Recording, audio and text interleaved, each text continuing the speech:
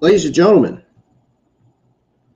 welcome back to the IWN YouTube channel. I'm IWN. This is your SmackDown and Rampage review from last week. Now, I was supposed to go live for my Friday Night SmackDown and Rampage review last Saturday, but I had a change of plans, so I decided to push it to Monday morning. Now, I know some of you are probably asleep and all that, but I'd rather get this out the way on a Monday morning than go live with it on a Monday afternoon, because obviously today's the day that I go back to work. So if you guys are new to the channel, hit that subscribe button, turn on that bell for all notifications. Hit thumbs up. Let's get a lot of likes on the stream. Minimum. No excuses, no complaints.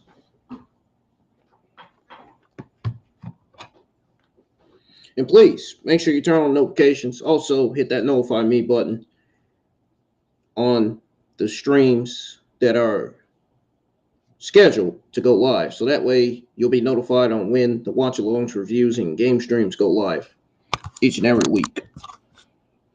You guys can also follow me on Facebook. You can have me on Instagram. You can have me on Snapchat. Links to all of my Instagram and Facebook accounts are in the description below, like they usually are. My Snapchat account name is in the description below too, like it usually is. Make sure you guys go check out all the other content I got on the channel from last week. If you guys missed my Monday Night Raw, AEW Dynamite, NXT reviews, they are on the channel. Go check them out. Go give them a thumbs up. I really appreciate it. If you guys haven't checked out my Ring of Honor Final Battle and NXT Deadline reviews combined, if you haven't checked out that, go check that out. Go get that a thumbs up. I really appreciate it. As you can see, I've made a lot of changes to my YouTube channel, and there are more changes to come this week. I recreated my Monday Night Raw, NXT, and AEW Dynamite playlist. So all of my Monday Night Raw, NXT, and AEW Dynamite playlists will have all of your Monday Night Raw, NXT, and AEW Dynamite reviews and watch-alongs on them. I got to work on the SmackDown playlist now. I just got to create the SmackDown playlist. If I can do that, I'll be good. And then I got to create a WWE/AEW playlist where my WWE and AEW reviews and pay-per-view watch-alongs will be on. Now, if you guys got any questions about what new channel art that I'm going to be making this week, let me know. Because my YouTube channel art is subject to change this week. Yes, I'm referring to my YouTube channel art banner. I'm going to be making a new one. It's going to have a Christmas background. It's probably going to have a snow in the background. And I'm going to have my favorite WWE, AEW male, female talents on there. My main favorites on there. I'm going to have some of my favorite Dragon Ball Super characters on there as well. And that's about it as far as that goes. So it's just going to be WWE, AEW male, female talents on the channel art banner, and my favorite Super Dragon Ball hero characters and Dragon Ball Super characters on there. Some of my favorite fusions, some of my favorite Super Saiyan forms, you know, like Limit Breaker, for an example, or Super Saiyan Blue Evolution. You know what I mean? Shit like that's going to be on my channel art banner. And then I'm going to also make a change to my YouTube profile as well. So I should have my SmackDown and AEW playlist created by this afternoon, because I'm planning on working on doing that this afternoon. So if you guys haven't checked out all of my Monday Night Raw reviews from this year, if you haven't checked out all of my NXT reviews and AEW Dynamite reviews from this year, go check those out. We'll get those a thumbs up. Make sure you comment on those too. Your comments, your likes helps out the channel in a lot of ways that you guys don't realize. I'm going to be streaming some brand new content on the IWN YouTube channel this week. I got 2 brand new games that I'll be streaming on the laptop here on YouTube for the first time. I hope you guys are in the live chats for that. It's going to be great. It's going to be a great weekend. I think they are calling for bad snow here in North Carolina this weekend, so I got a lot planned for the weekend, man. A lot of content to stream. Going to be streaming some WWE 22. Going to be streaming Splitgate. Streaming some Dragon Ball Z-Verse 2. I got to buy the DLC characters out of that. If you guys haven't bought the Dragon Ball Superhero DLC with Gamma 1, 2, and Gohan, I recommend you to go buy it. Holy shit, man. Because I know I am. I haven't even tried the newer version of Gohan. I wonder how good the newer version of Gohan is on that game. I really do. I really do. As you can see, you guys know I'm not only just a wrestling fan, but I'm also a Dragon Ball and Naruto fan as well. So, in case you guys didn't know, well, if you didn't know, now you know. Okay?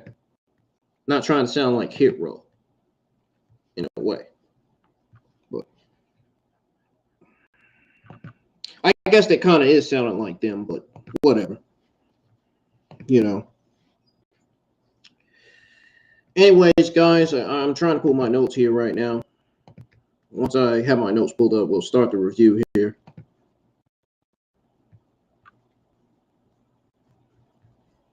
Did you guys have a good weekend last week? I know I did. SmackDown delivered more than Rampage last week.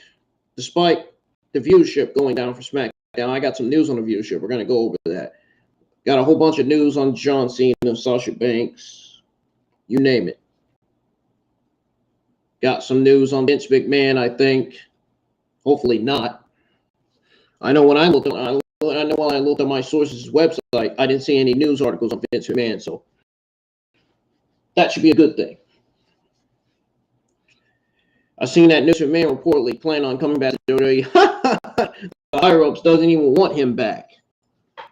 Even the talents that got hired by Triple H, that got brought back by Triple H, don't even want Vince McMahon back in the WWE. I don't blame him. Vince McMahon is a cancer to World Wrestling Entertainment. He's a cancer to Monday Night Raw. He's a cancer to SmackDown. He's a cancer to NXT. He's a cancer to all the pay-per-views. Most importantly, he's a cancer to his own employees. And he's definitely a cancer to all those women he paid hush money to. More allegations are coming out on Vince McMahon, guys. And I'm pretty sure it was said on the Inside the Ring, Inside the whatever that documentary is called on WWE Network. I'm pretty sure there was some stuff said about Vince McMahon on there. Vince McMahon is an evil, cruel guy, man. He just doesn't care. He just doesn't give a shit about nobody but himself whatsoever. He really don't. I never understand why WWE would even have somebody like that as chairman in the first place. The guy should have been clearly. It's clear to us in the community. It's clear to everybody in the IWC community that Vince McMahon should have been done step down 15 years ago. 15 years ago, he should have been gone. Should have been retired already. Here we are finding out that he's done retired this year. Yeah, break. Should have already been gone. Nobody gives a shit about Vince McMahon. He's evil. He's a sicko. He's a psychopath, dude. He's a monster, dude. He's a devil. He's got devil evil signs written all over him. Like, he's got devilition written all over him, dude.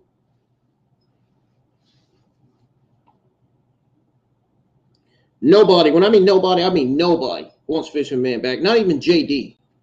He's my only favorite podcaster in the entire RWC. He said he doesn't want Vince McMahon. I sure don't want to see Vince McMahon back. Like, really. I still can't believe they would still have a 77-year-old demented old fuck still running WWE as chairman. And who's to say he is still running WWE in the shadows? You never know, man. You never know. It's crazy. Just like the world, shooting and killing people, man. It's unbelievable, man.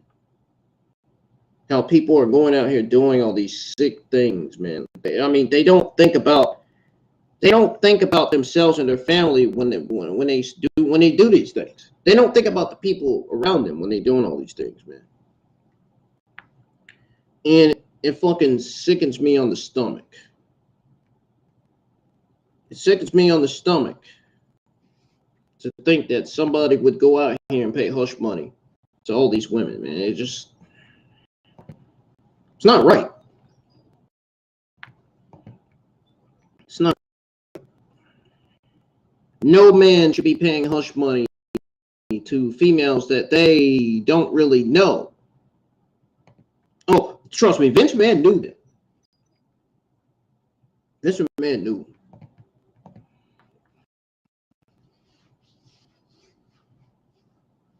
Hell, half of the females we haven't even heard of that he paid hush money to.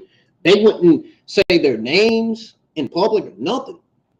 I guess out of respect for the females who were paid by Vince McMahon.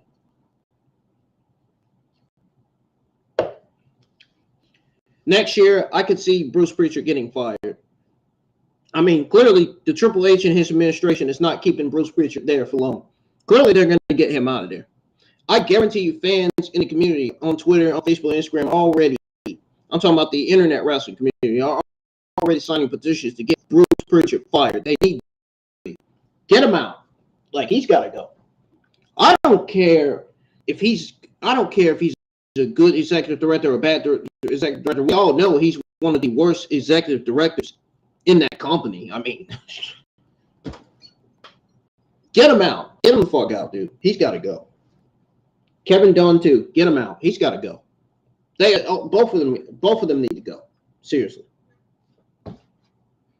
Nick Khan, man, he's all right, man.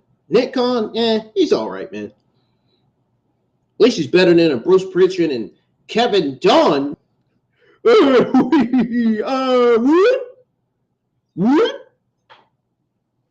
You know, the guy with the beaver teeth, Kevin Dunn.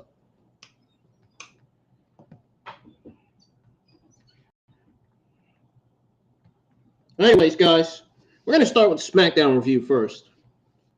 Yeah, I watched SmackDown. Yes, I was live on AEW Rampage. Watch along. Last Friday night. Those of you that went in chat with me, man, there was not too many in the chat, but it is what it is. So what happens when you're late for the show? What's what happens when you go live late for your watch-alongs and reviews, man? It seems like now I'm always live late, my watch-alongs and reviews. Because the time goes, I think it's because the time goes so fast, you can't keep up. You know what I'm saying? You just can't. The time goes by way too fast, dude. The time needs to slow down. It really does. And I think I'm mostly late for the streams because the time goes by too fast. It's crazy. We're living in a time where people are dying. And a cheetah can run, man. It's ridiculous. It's horrifying. It really is. My camera just cut off, guys. My webcam just cut off. Are you kidding me? Come on, man. My webcam really. Why did it do that? There's something wrong with my webcam, guys. I don't know what the heck's going on. I may need to look into getting a new one next month. I may need to look into getting a new webcam. I don't know what the heck going on with this thing. I really don't. I really don't, guys. I'm back. I guess we had a disconnection, I guess. Miscommunication, whatever.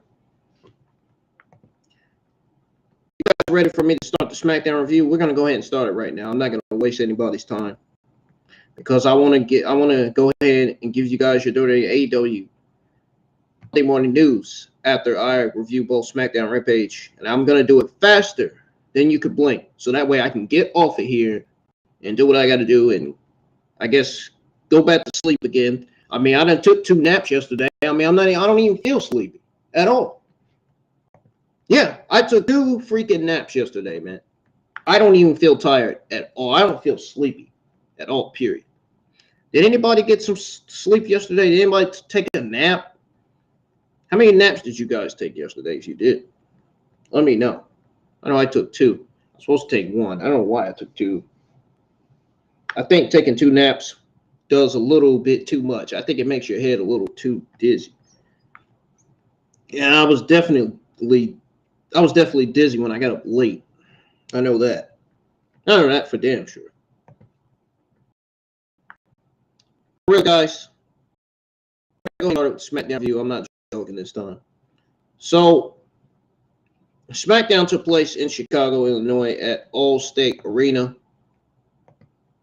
The Usos, Sami Zayn, drove up in an SUV. We see Zayn having his hair up in a top knot. His beard was trimmed up and everything. Guy was looking fresh, man. He was. He dapped up the Usos. SmackDown intro package aired. Michael Cole, Wayne Barron, welcome the TV audience to the show. Liv Morgan then made her entrance for the opening match. I don't know why every time I start the stream, I forget to turn my light up on my laptop for you guys to see my face, see me talking. I don't know why. Next time, I'm not going to forget to turn the light on my laptop. It's where you guys can see me talk. But anyways, Liv Morgan made her entrance for the opening. She made her entrance for the opening match. That is the WWE Women's Tag Team title match. Now, I think this was probably a new remix of her theme, but no. They didn't give her old theme music back. Her new theme sounds so awful. Her theme, I do not like Liv Morgan's new song. Her old song needs to be back. They need to give her old theme song effective immediately. Give her old theme song back. Her new theme song is complete. I'm sorry. I gotta say it. It's complete garbage. It really is. I don't like it at all. Now, I love Liv Morgan as an in-ring competitor now. She's great at what she does in the ring. Her ring gear is great, but her theme song, oh my God, they gotta give her old theme song back. That's the one I like the most. Video was shown of Tegan Nox's return from 2 weeks ago. She then made her ring entrance. They were followed by Damage Control's Io Sky and Dakota Kai were all present. Man, the Damage Control's been losing all week. In fact, never mind the last 3-4 weeks. When are they ever going to get? Well, they finally got a win this past Friday on SmackDown. But that doesn't solidify the threat. I mean, at the end of the day, the losers are still jobbers. Getting booked like complete dog shit because the Triple H administration, I guess, doesn't give a shit about Damage Control, and I guess they're giving up on Damage Control now. Ever since Triple H brought Bayley, Io Sky, Dakota Kai back, you could tell the fans, you could tell at SummerSlam that the fans were hyped up. They were so glad to see them back. Their run was going great until Io Sky and Dakota Kai became WWE Women's Tag Team Champions. That is when everything changed from there. Yeah. Damage Control need to be getting wins. They should have already gotten wins. They should have already got wins in their first match since being, I guess, fired from WWE by Vince McMahon and Bruce Prichard. Dakota Kai, Io Sky, Bayley should have already been getting wins upon their return. I don't think that's what happened at all. I really don't. But anyways, guys, Dakota Kai and Liv Morgan started the match. Liv backed Kai into the corner and made a quick tag to Tegan Nox. They traded strikes, and Kai tagged Nox with a kick that pretty much knocked her down. Skye then tagged in. Nox caught her with a vertical suplex into a facebuster. Liv Morgan then tagged back in, and they landed a double team vertical suplex. Liv hit the ropes. Kai kicked her in the back. She gave chase, pulled a candlestick from under the ring. Nox had to calm down Liv Morgan because Liv Morgan was going crazy. She was acting like a naked woman in a banshee, acting like a naked woman from the jungle in the banshee, freaking like that Jungle Boy gimmick. You know, she's acting like Hercules in there. Anyways. But she had to calm Liv Morgan down, which led to the heels taking over. Were reversed as Morgan and Nox cleared the heels from the ring. Morgan teased a suicide dive. It was a distraction, basically, as Tegan Nox came off the top rope. Splashed him instead. Tegan stretched to make a tag, but Kai pulled her to the mat and landed a double stomp for a near fall. That was a smart move by Dakota Kai to keep Tegan Nox from tagging Liv Morgan in. I give her that credit. That credit goes to Dakota Kai, by the way. Because you guys don't understand or don't realize who I'm talking about. Skye then tagged back in. Both Kai and Skye landed a rather effective sequence of strikes. We got Nox breaking free, Skye with a headbutt. She made a tag to Morgan. Tegan Nox did.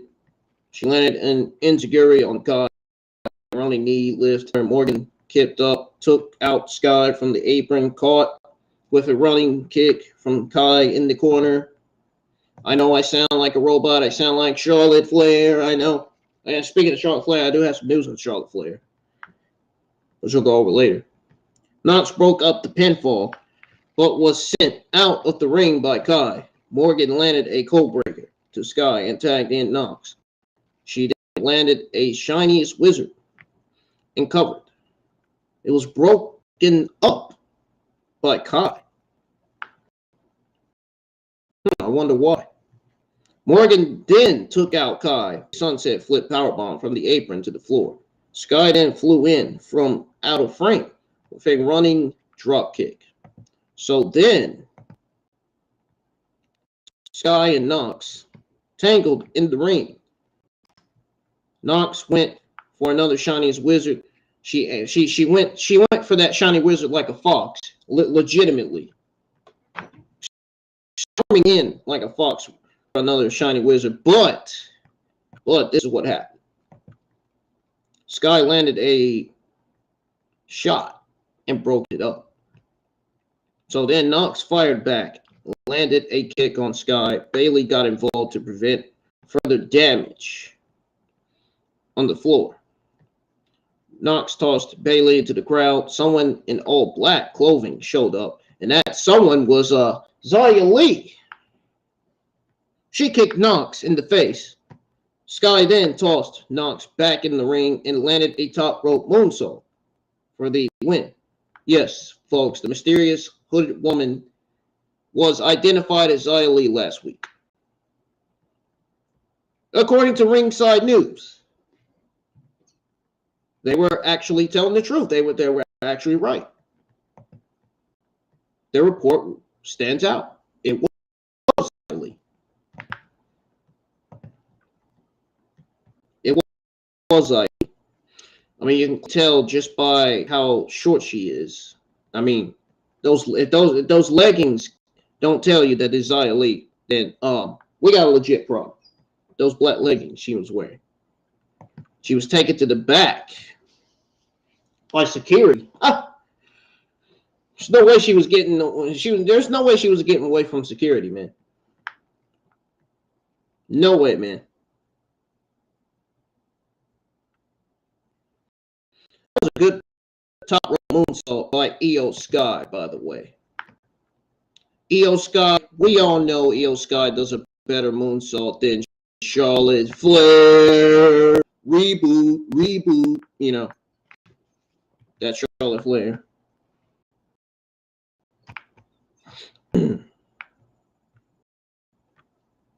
Oh, her return is definitely going to be rebooting. Because guess what? You know what people are going to say when they see Charlotte Flair return to SmackDown and appear on their TV? Channel changing. That's exactly what they're going to say. Nobody wants to see Charlotte Flair back in WWE. Charlotte Flair's time in WWE is done. We don't need to see her. She's won championships. WWE doesn't need her anymore. It's safe to say, to me. Honestly. I think Charlotte Flair needs to boot or something. She really does. There's no need for her to come back. They don't need it. We are Charlotte Flair in WWE. I'm not going to say her name.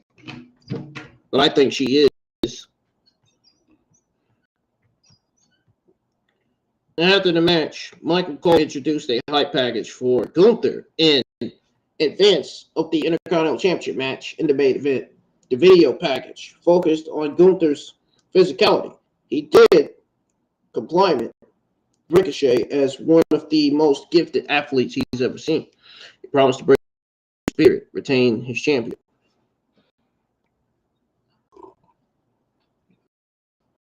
That was very nice of Gunther to say that, huh? I'll tell you one thing, this lemonade is good. My goodness. The saga between Uncle Howdy and LA Knight was next. So, my thoughts on the WWE Women's Tag Team Championship. I will say that match was way better than the triple threat match we got between Hit Row. I probably should say shit roll like JD, maybe. And Legado del Fantasma and the Viking Raiders. They still got that annoying sound to their theme music.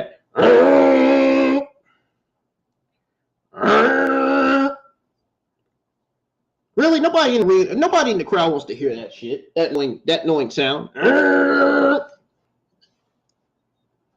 many people is tuning in to hear that? Really? I rather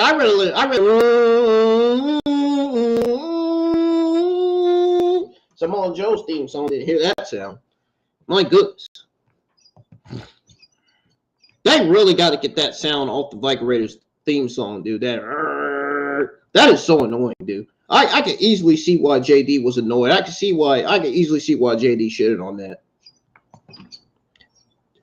That shit sounds so awful, dude. They got to get that off.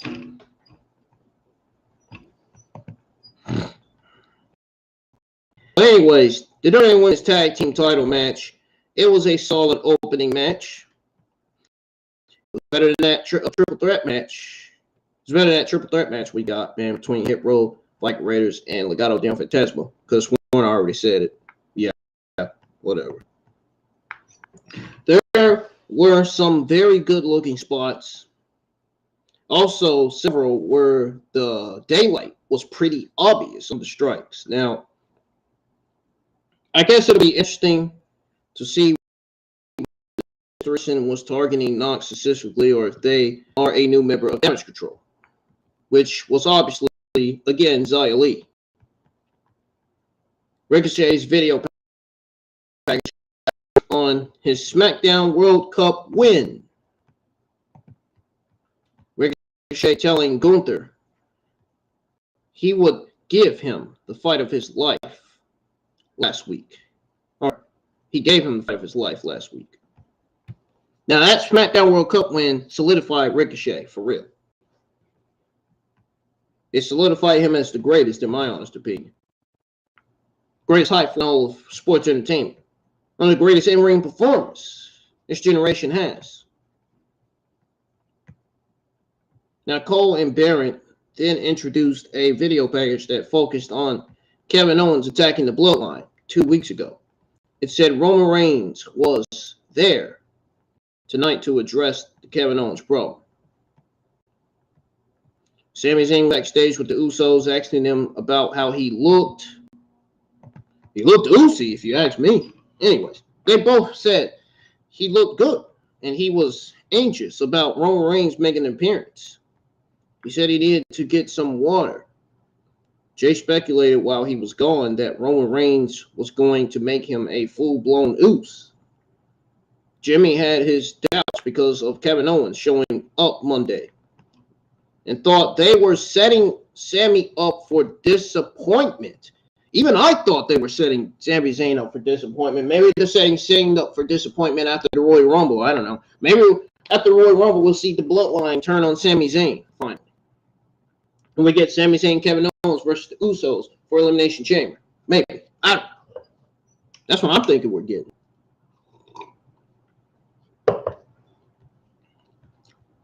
Or we could get it for WrestleMania 39. You never know, man. Hey, I'm just guessing, man. I might be right. Saying that I was right about the Roman Reigns versus Kevin Owens match for the Universal Championship being booked for the Royal Rumble. I was right about that. Yeah, I got some news on that. I was right. And I was also right about Ronda Rousey versus Smiling Raquel being booked for the Royal Rumble as well, for 2023 Royal Rumble. I was absolutely right about both matches being booked for the Royal Rumble. I've been saying it all week. I've said it the week before last, that those matches were being booked for the Royal Rumble, for the 2023 Royal Rumble, man. Obviously, the men's and women's Royal Rumble matches are booked.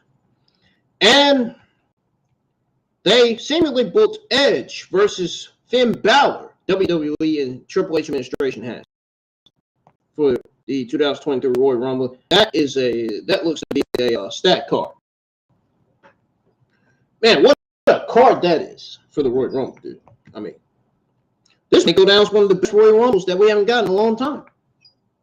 Honestly. That's if they don't bring them old talent. You know, those female talents that guys like Johnny Laurinaitis likes to see on TV. You know, divas.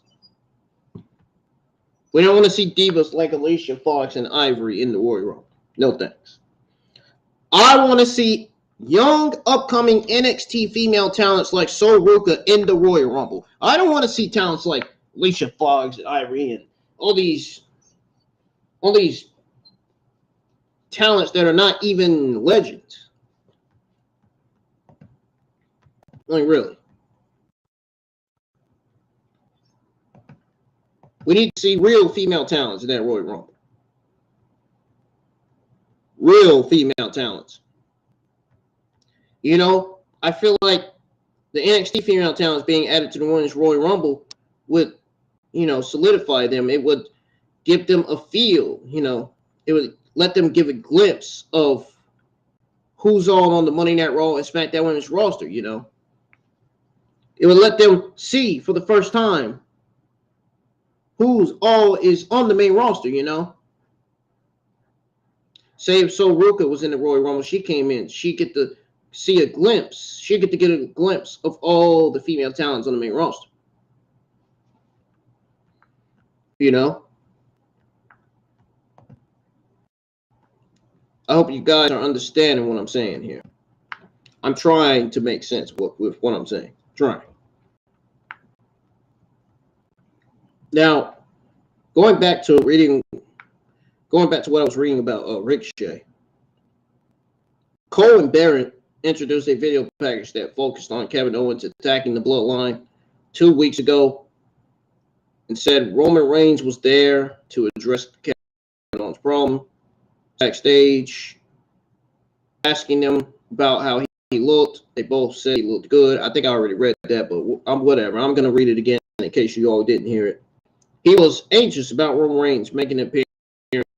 He said he needed to get some water. Jey speculated while he was gone that Roman Reigns was going to make him a full-blown Uso.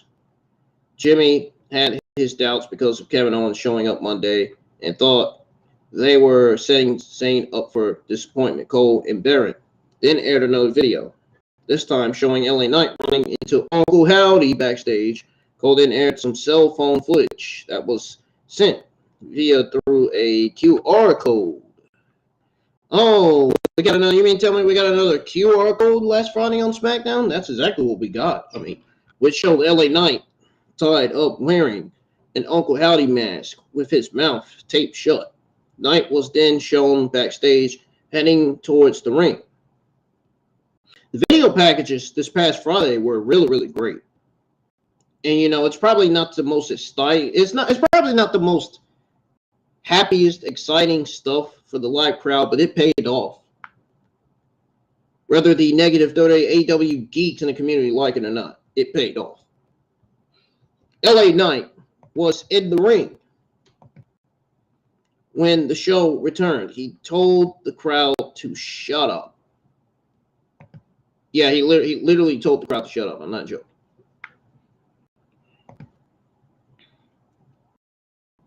The crowd shut up because he had business to take care of.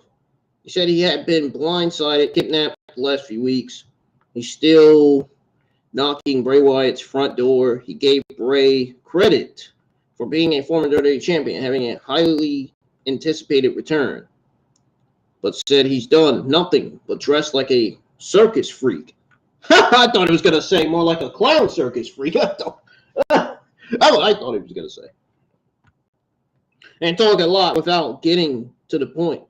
He told Wyatt that he should put on whatever mask or costume he needs to and get down to the ring and get stomped out. So that's what he said. And then, next thing you know, Bray Wyatt's music hits.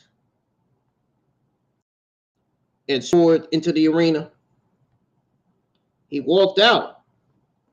He walked out on stage and told Chicago he had missed them. But told LA Knight he was sick of him. Wyatt said he was sick of the game they are playing. He knows he doesn't believe him. He said he's barking up the wrong tree because he hasn't touched him.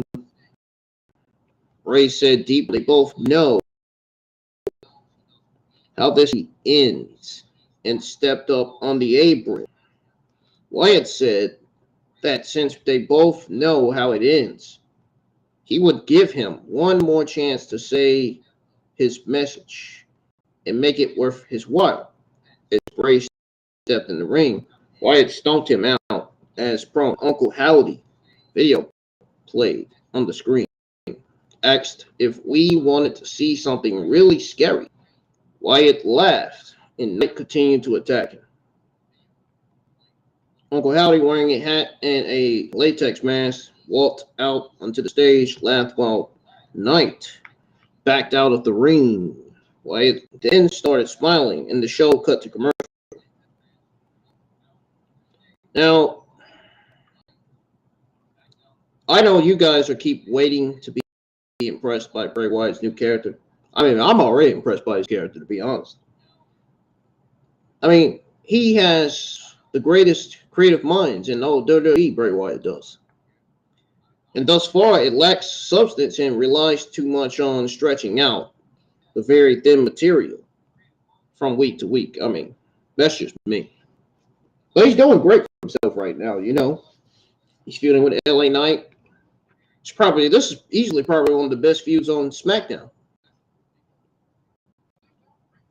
We got a commercial that aired for the 20th anniversary of Tribute to the Troops that will air on Fox tomorrow. Or should I say aired? It aired Saturday afternoon at 2:30 p.m. Eastern Time.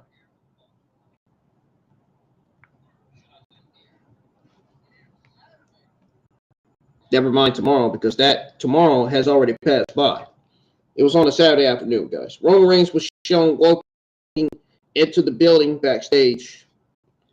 Ricochet's ring entrance for the Intercontinental Championship match. He was followed by Gunther, who wore his bright red coat. Adam Pearce was in the ring and dismissed Gunther's Imperial mates, Vinci and Kaiser, to the back before the ring announcements could be made. Imperial mates, Vinci and Kaiser, to the back before the ring announcements could be made.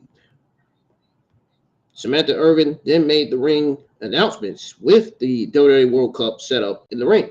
We got Gunther versus Ricochet. This was easily one of the other best matches on SmackDown. Both men circled each other to start. Gunther got an early advantage with some mat-based offense. Despite the fact that we've seen this match already, easily still one of the best matches on the show. Ricochet escaped with some aerobatics. Gunther grabbed Ricochet by the legs, tossed him across the ring.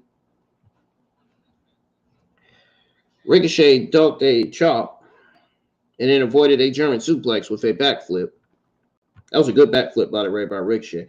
He then landed a drop strikes in the corner. Gunther managed to send Ricochet to the floor with a boot. That was a huge big boot. That did damage to Ricochet right there when he attempted a springboard. Gunther followed and slammed Ricochet on the apron and then chopped him in the chest. Gunther landed a couple of chops. He landed a couple of chops and scope slam. And then the announce team broke the news that the mysterious attacker from the opening match was revealed as I said earlier in the review. Gunther applied a Boston Crab in the center of the ring. Ricochet broke free and managed to land some kicks and chops, but Gunther shut him down with a backbreaker. He then applied another Boston Crab and transitioned into a STF. Ricochet was able to reach the ropes. Ricochet was unable to mount any offense. Gunther landed a huge slap to the chest, applied a sleeper with a body scissors. Ricochet managed to break free of the body scissors. Gunther still continued to hold on to the sleeper. He used kicks to escape, but was unable to pick up Gunther, collapsed to the mat. Gunther packed him up, landed a butterfly suplex, and then Gunther landed several more chops in the corner. And Ricochet collapsed. He lined up for another chop. Ricochet missed and landed some chops and kicks of his own. Gunther tried to cover up. Ricochet landed a drop kick in the corner, then failed to pick him up for a suplex. Gunther landed a drop kick of his own. Gunther picked up Ricochet for a powerbomb. He flipped out of it, sent Gunther to the floor. Then Ricochet, the one and only, landed a drop kick from the apron to the floor. He then landed several kicks from the apron, landed a springboard onto Gunther. Both men showed exhaustion. Ricochet took out Gunther on the floor with a suicide dive. That was a very beautiful suicide dive, by the way, from Ricochet. Now, they ended up in the top turnbuckle. Gunther attempted a throw.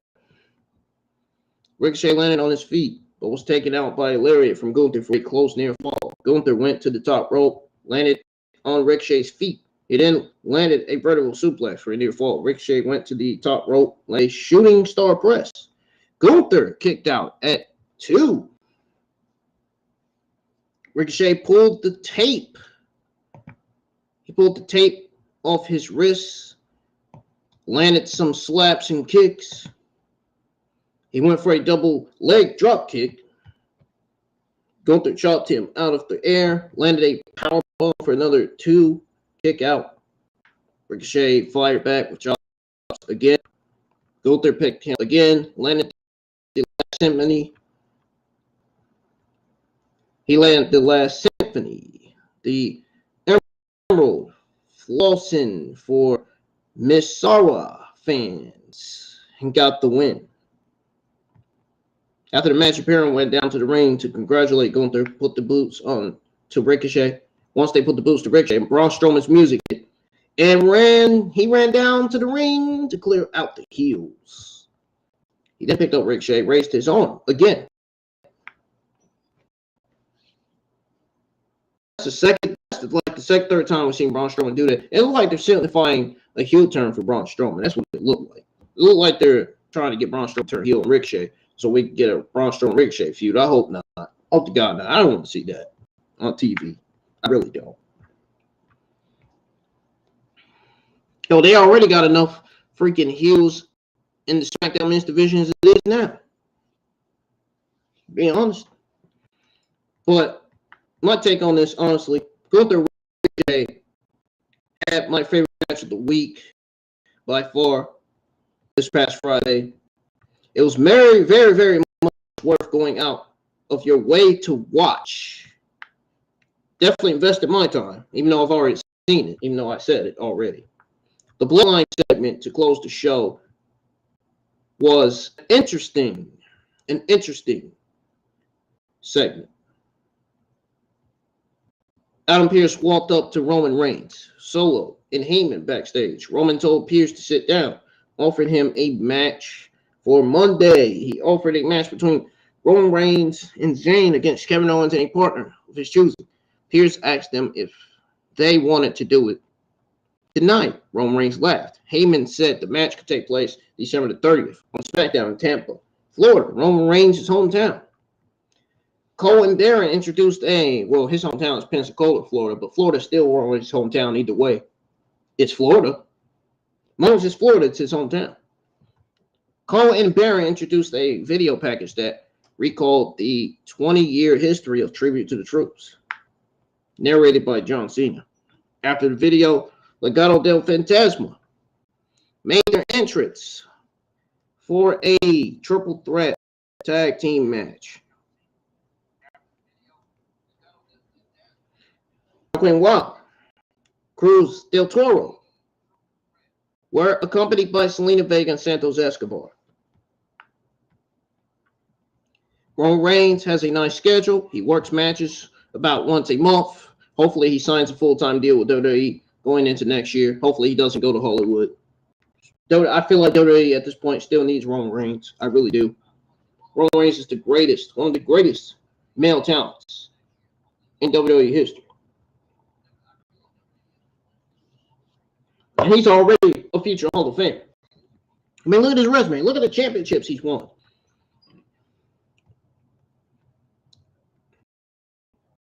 That should tell you, right?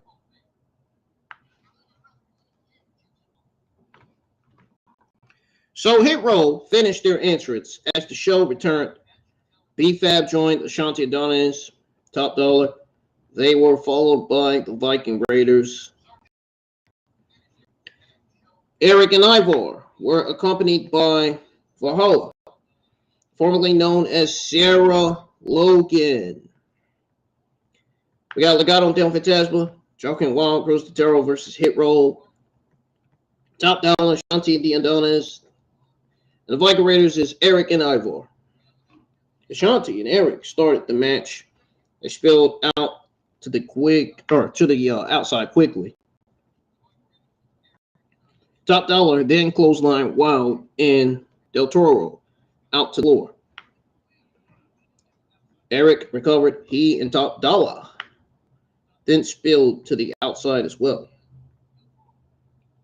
Del Toro and Wild quickly got to the top rope, landed tornado splashes. Everyone else at ringside.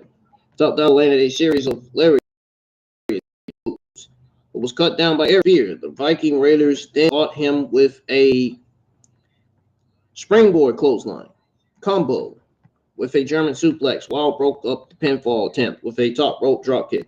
Del Toro tagged in, landed a Phoenix splash on the Top Dollar for a close near fall.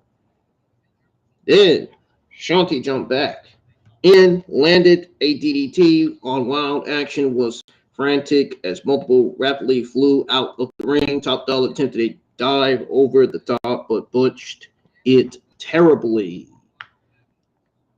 That was one of the worst. Oh my God! No offense, Top Dollar, man. I'm not trying to be rude, Ben, but that was one of the worst dives I've ever seen. You, man, really.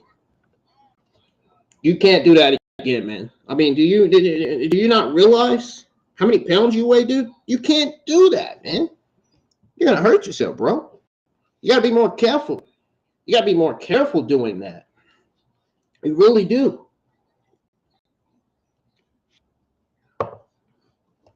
Top Dollar's got to be very more careful at diving, man. He's gonna have to start being like Mia Yim, or maybe or Jeff Hardy, you know, try not to dive so much.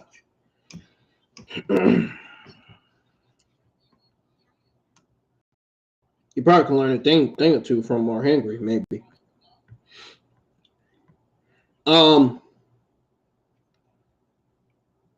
Anyways, Zelina Vega got involved, landing a flying head scissors on Ashanti. B-Fab then took her out with a kick. B-Fab then tangled Valhalla on the outside. Vega took off the ropes, took them both out with a splash. Back in the ring, Top Dollar and Ashanti landed a double team suplex and drop combination for the win. After the match, Raquel Smiling Raquel Rodriguez Gonzalez, anyway, because that's her real name. That's her real last name. I don't know why they had to change the Rodriguez. It should have been Gonzalez all year. Oh yeah, Vince and Bruce didn't approve of that last name. Remember, Vince and Bruce didn't approve of her last name, Gonzalez.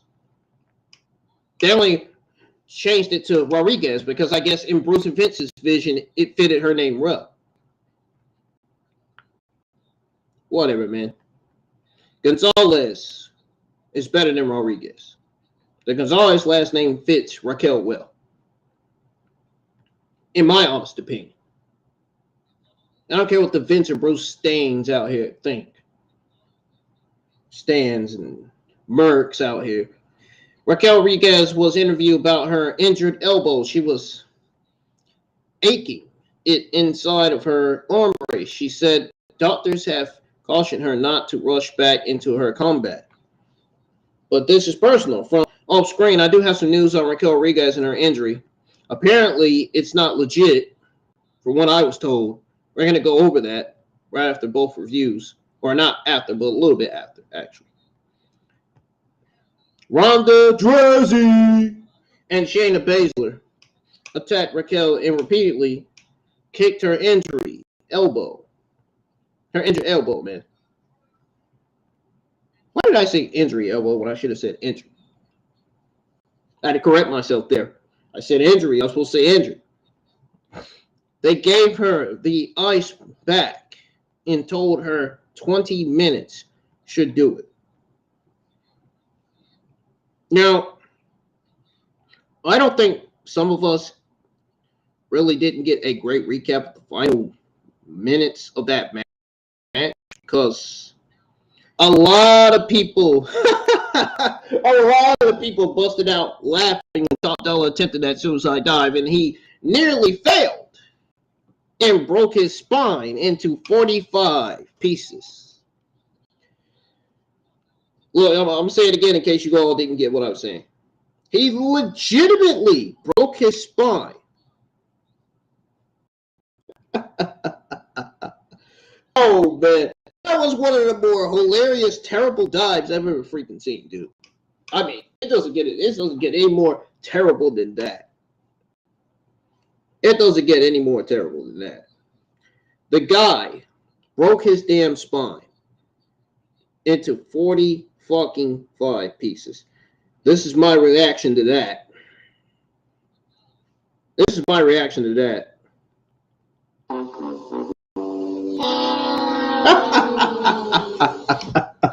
Oh man, what an L.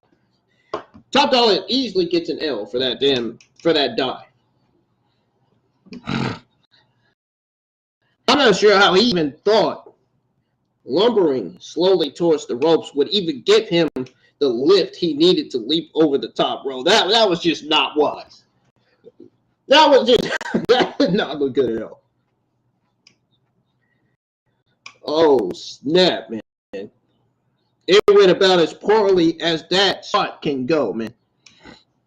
I mean, the match itself was full of moments where it didn't seem like these teams weren't even on the same page at all. Like, legitimately, dude. Now, the women's gauntlet match, as well as the Miracle on 34th Street fight, was announced for next week. The Bloodline's music hit. They headed to the ring together. Roman Reigns wore a new Island of Relevancy shirt that featured Sami Zayn as part of the Bloodline. Lane Barrett questioned whether it was a ceremony. He questioned whether it was a ceremony for Sami Zayn, put it that way. He questioned whether it was a ceremony for Sami Zayn or not. Roman Reigns told Chicago to acknowledge him. Acknowledge me. You know he's going to say that every week. It said he hadn't seen his Bloodline War Games. He reminded the crowd that they dominated War Games. He gave everybody a hug, then got to Zayn. He teased him at first and then gave him a hug. Roman, that was a great night. Tonight is the night. He turned to Sami Zayn, said to be a good night for him.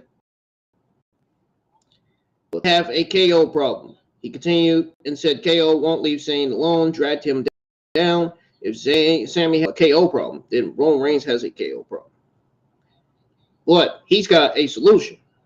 They would have a tag match against KO in any partner he can find. Sami Zayn jumped in, said he's absolutely right. Kevin is toxic, betrays everyone in his life. In fact, Sami is his only friend. That's what he says. He was quick to correct himself. His only friend.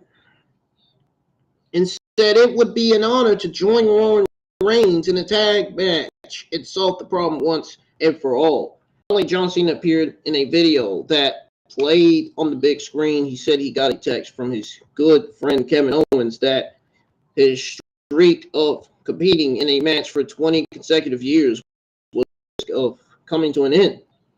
He rattled all strange emojis that Kevin sent him and accepted the opportunity to continue his streak by teaming with Kevin to face the Bloodline on December 30th in Tampa. Cena said to make a list twice because the Bloodline has been naughty and Cena Claus was coming to town. Man. Sounds to me like he put the Bloodline down real quick with that one. Roman smiled and laughed while Sami Zayn looked terrified. They looked at each other and Roman assured him that they had it under control to close the show. Now, I don't know about you guys, but I kind of was expecting a longer segment from Bloodline. The playoff was John Cena's return, really. So that should make for a strong final episode of the year. I mean, overall, it was a good show. Very, very good show. But it was in fact carried in large part by the phenomenal Intercontinental title match. So that's going to do it for your SmackDown review, guys. Now on to the Rampage review.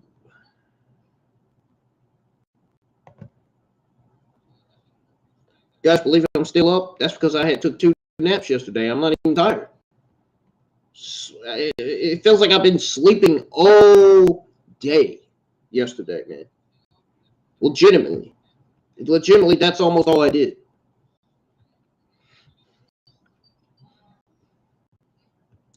So, Rampage kicked off with Moxley and Guevara.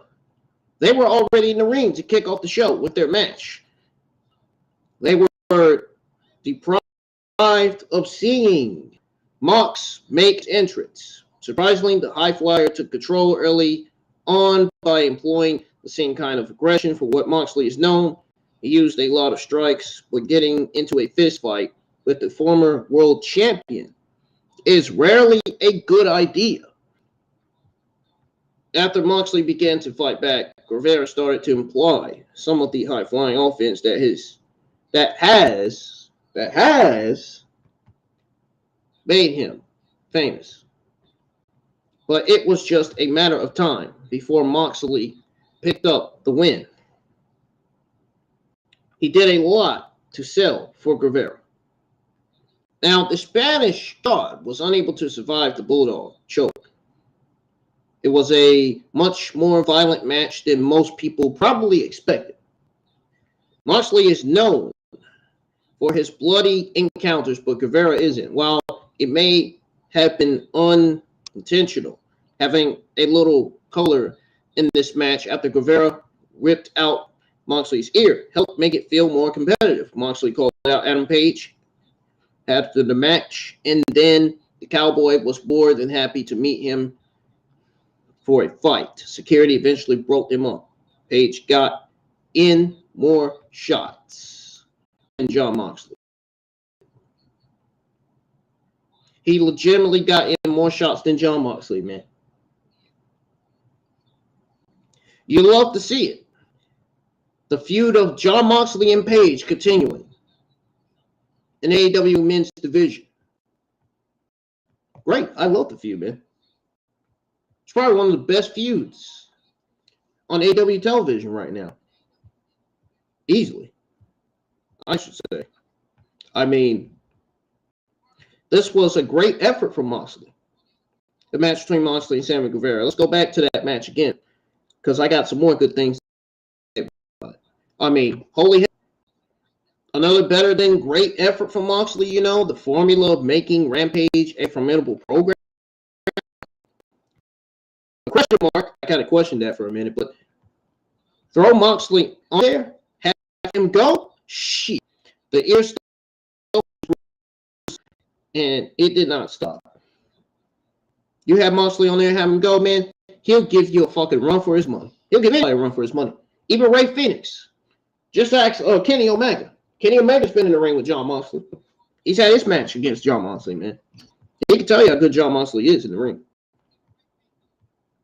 Just ask Bryan Danielson or a Claudio or a Yuta. All the members of the Blackpool Combat Club. They've been in there with him. Now,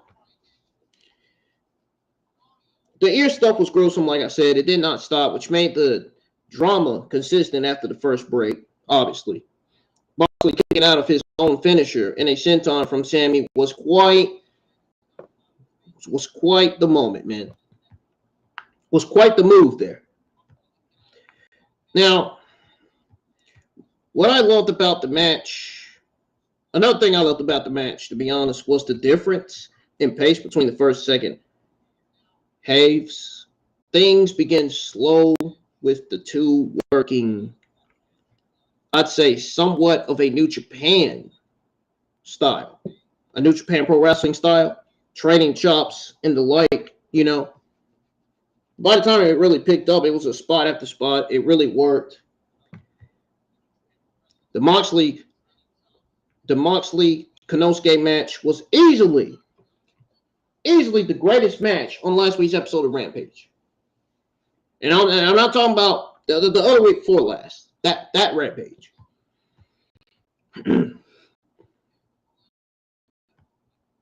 I like the Moxley and Konosuke match more, though, to be honest. But let's be honest. Let's not ignore Moxley looking straight into the camera after winning, saying he's the best in the world. I'm not saying, but I'm just saying, says Jon Moxley. So we had got a break. They came back from break, only to find out that FTR were in the ring. Cash started by saying, "Last week sucked." Cash said Dax broke his ass bone.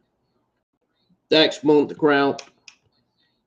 Cash said they feel like they let the fans down.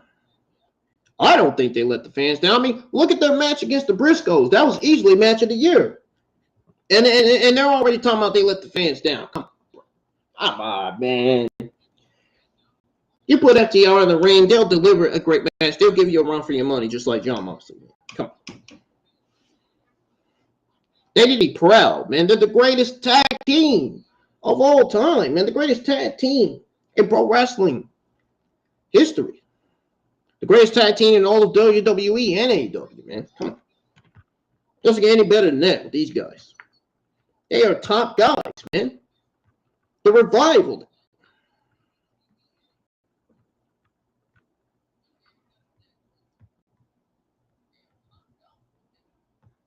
Southern wrestlers, man. Anyways. Cash said that kills them because all year the fans have lifted them up. Cash said it was one of the best years of his life. I imagine so, man. And they owe the fans internally for that. Now, the crowd chanted, "You deserve it." They do deserve it. Cash said it was a legacy year. And Cash said a couple of kids with daddy issues have their attention. Cash said the Gunn brothers won't kill their legacy. More like the Ash brothers. Cash spoke and talked about how after their match with the Briscoes, his daughter told him people like him. Dax said he couldn't figure out why people like them. Dax said since he was 8 years old, he just wanted to make people feel the passion he has for pro wrestling. Dax said on Wednesday they're going to do what Daddy Ass should have done a long time ago. They were talking about Billy Gunn, obviously, which is kick their ass. The segment ended. We got a Jay Cargill video.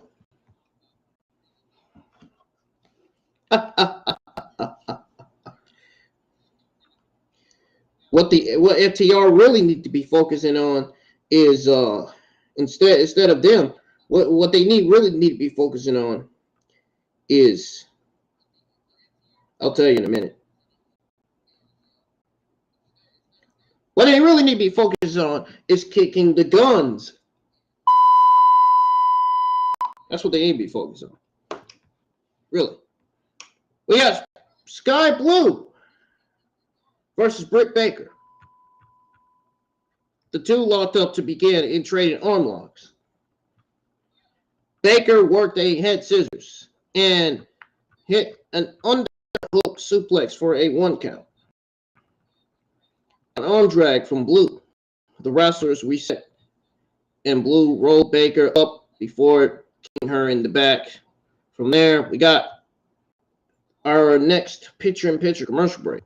I hate when they go with these picture-in-picture commercial breaks, especially on Dynamite, dude. Dynamite be having like 6, 7 picture-in-picture commercial breaks. Way too many commercial breaks, dude. We only need like at least 3 or 4.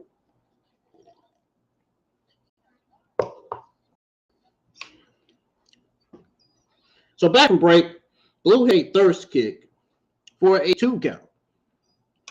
Baker came right back with a sling blade and an underhook butterfly suplex for a 2. You'll never know where Britt Baker got that move sling blade from. You'll never guess. She got it obviously from Seth Rollins. I mean, obviously Seth Rollins had the one to train her. I mean, where else would she be learning the sling blade from? Where else would she be learning the stomp from? I know Seth Rollins has been training Britt Baker, man. You don't think I don't know that, man? I bet even Seth Rollins would confirm that, yes, he has trained Britt Baker. He has taught Britt Baker how to do that. Not Adam Cole.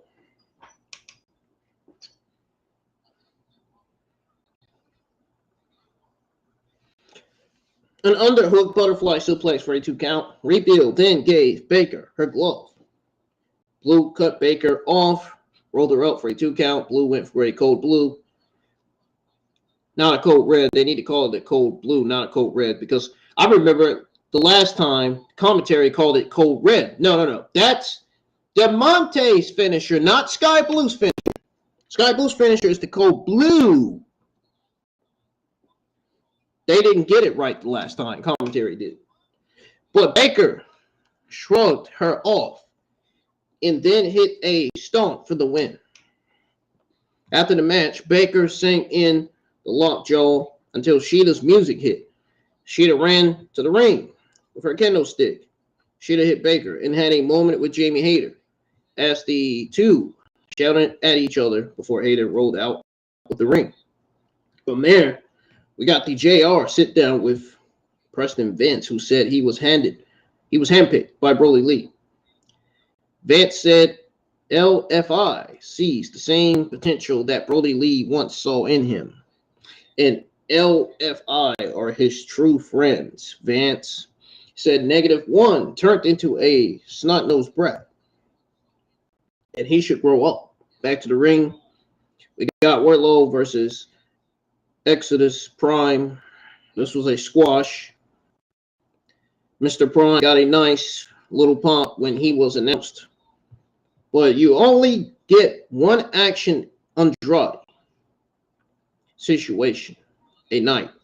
Guys, Prime tried to hit Wardlow a couple of times, but Wardlow sold nothing. Wardlow hit a clothesline, tuned up the band, 1 powerbomb, 2 powerbombs, 3 powerbombs, 4 powerbombs. Wardlow pinned him, and that was it. After the match, Wardlow grabbed the mic, calling it Samoan Joe. He got the mic called out Samoan Joe, not calling it, but he called out Samoan Joe. Wardlow demanded Joe come to the ring. Joe appeared on the screen. Joe said Wardlow can't dictate anything to the king of television. Joe said he hopes he never defends his titles in the god-awful state of Texas ever again. Joe said in Colorado, Wardlow can have whatever he wants.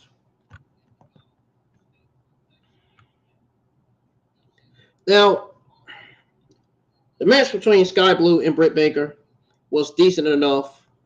I mean, it was relatively basic too. Having Harlow Sheeta show up with a kendo stick to have a confrontation with Hayter was a great way to cap the segment, though.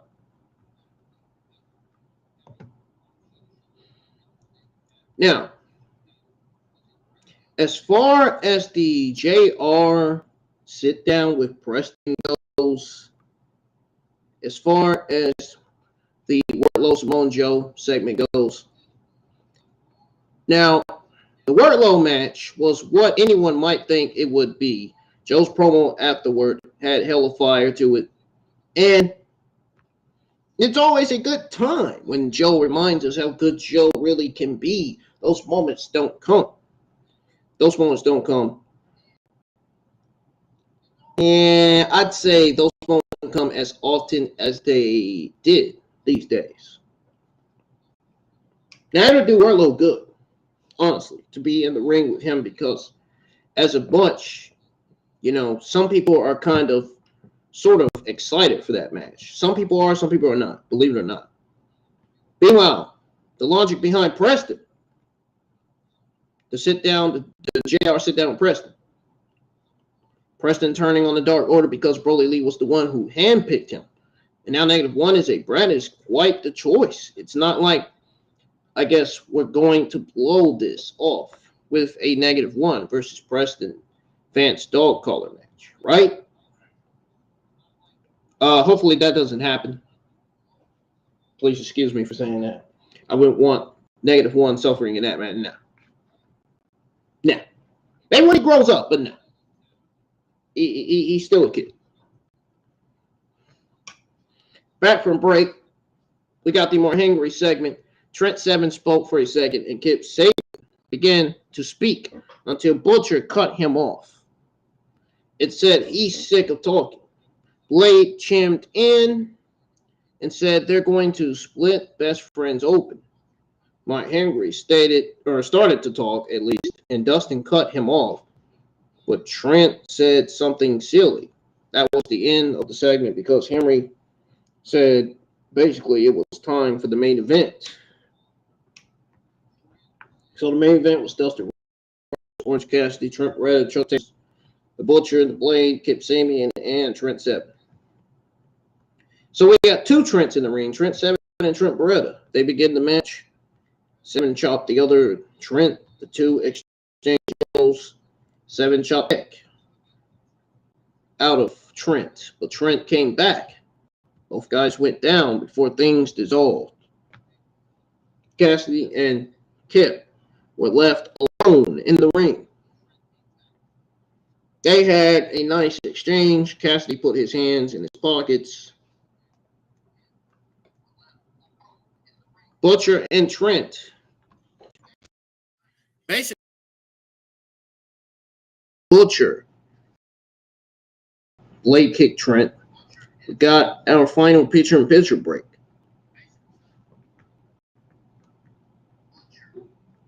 Back from break, Trent Seven, Rose tagged in. Rose power slammed everyone. Dustin punched Seven a lot before hitting an elbow to the head for a 2 count. Cassidy wind up with a Butcher and the Blade. He wound up with Butcher and the Blade. Trent hit a double drop kick on Butcher. Blade. He followed that up alongside Chuck Taylor with a flip onto the heels on the outside. That inspired a few more splashes. Two. Bunny and Penelope came into the ring. Cassidy and Danhausen pretended like the women attacked them.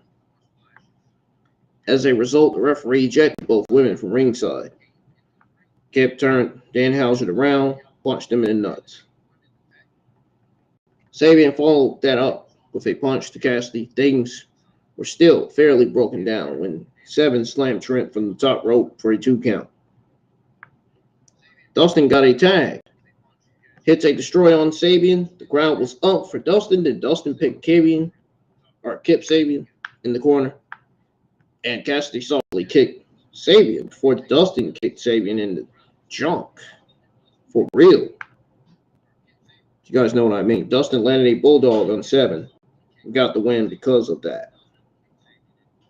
The show almost immediately went off the air. Now, I will say it was a fun main event, but it wasn't all that fun. I mean, to be honest, I won't whine about the lack of tag enforcement, etc., because why bother at this point? Dustin in his home state is a lot of fun too, and has an extra layer of poignancy, considering how he announced he's winding things down soon. That said, it wasn't much of a surprise that he got the win. Good on him for it. You know, I can only hope that he gets one last epic match against one of the bigger AEW names before he calls it a day, before he retires, before he hangs his boots up for good.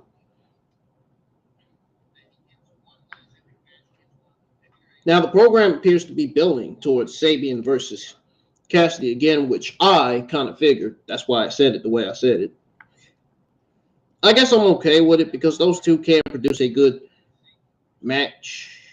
In the meantime, I could probably do without some variation of the tag 6-man or 8-man tag matches that will lead us there.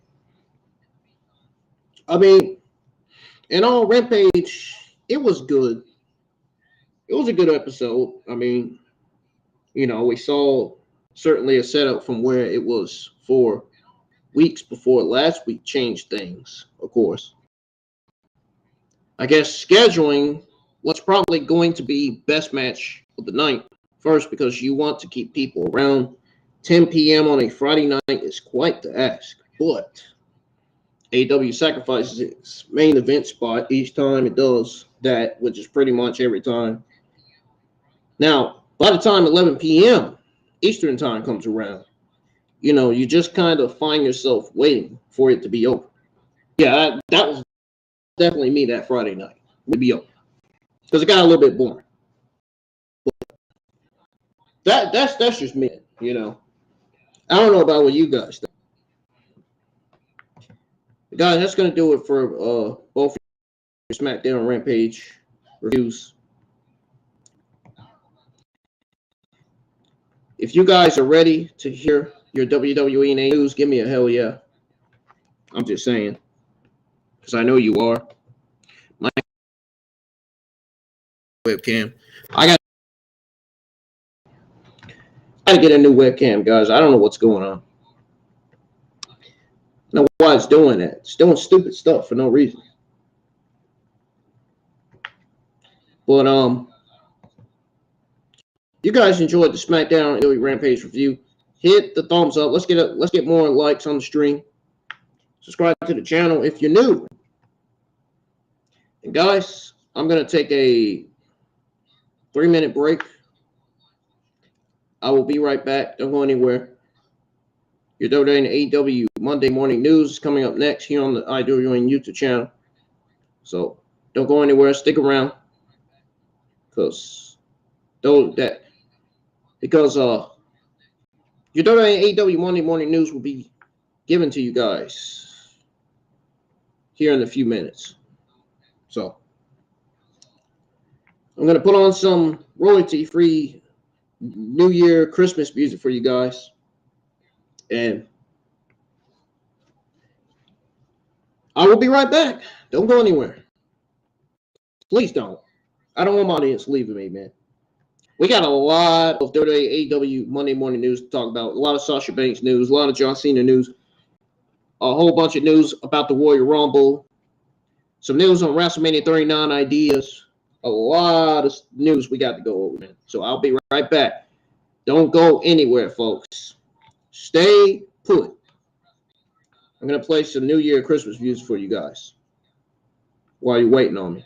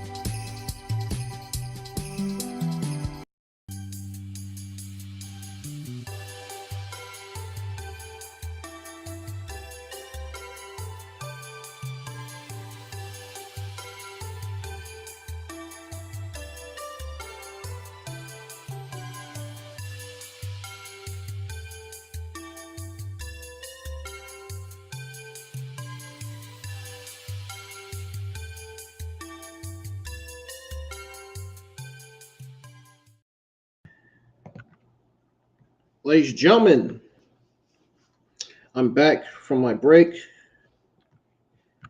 And now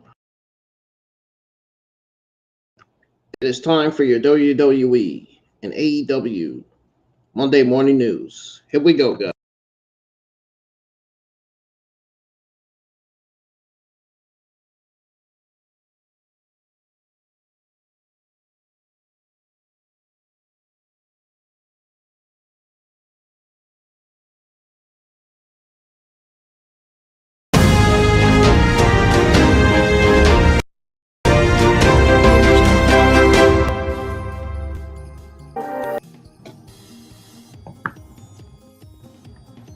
Ladies and gentlemen, it's time for me to give you guys your WWE AEW Monday morning news. We are going to start with your WWE Monday morning news on a WWE particular SmackDown superstar planning on returning very, very soon. Who this particular superstar planning in-ring return soon is Drew McIntyre. WWE has a few superstars who are out of commission for one reason or another. As it turns out, Drew McIntyre and Roman Reigns were out with the same eardrum injury. Now, Ringside News said they're not sure how the Tribal Chief is doing.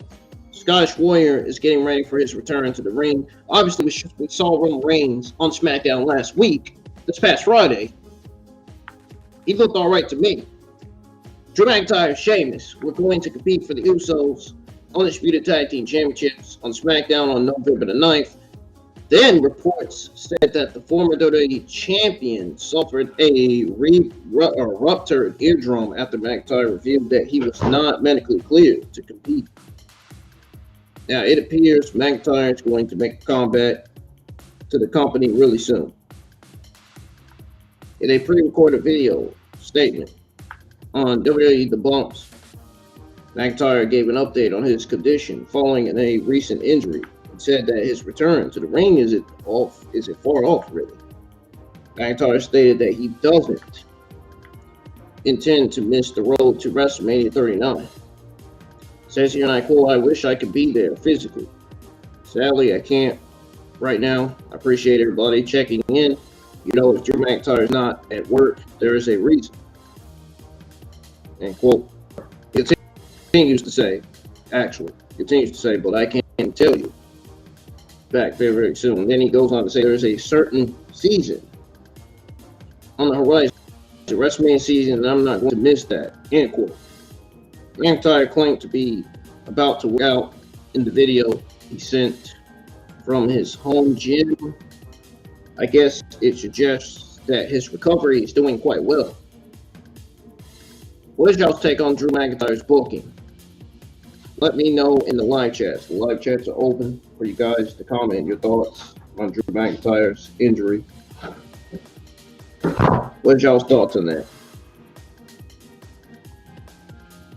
We got some news on Charlotte Flair dropping tease for WWE return.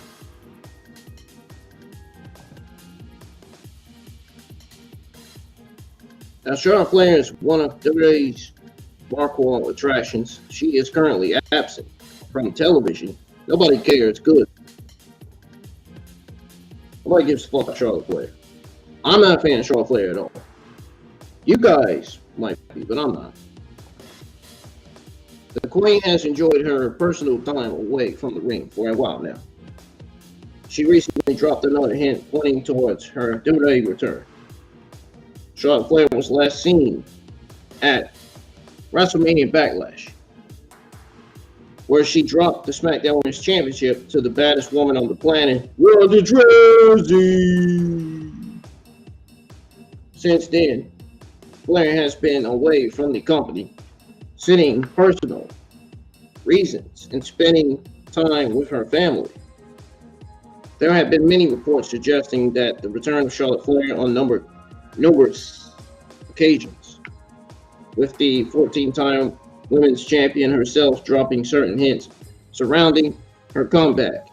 Charlotte recently reacted to a fan's post on her Instagram story with a hourglass emoji, which is indicative that she is basically resurfacing back to WWE anytime soon, or anytime now, so to speak.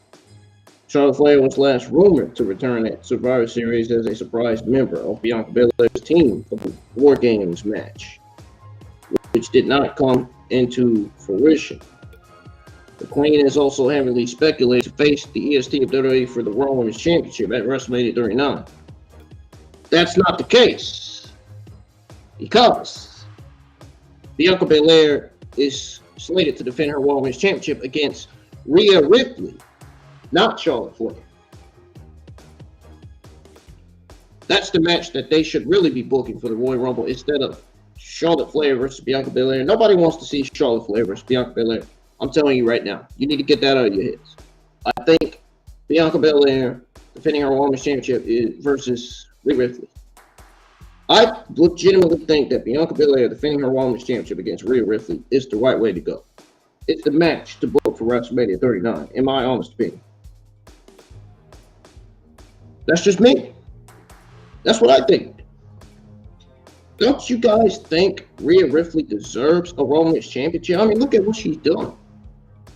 Rhea Ripley has had the best time of her life in pro wrestling this year, man.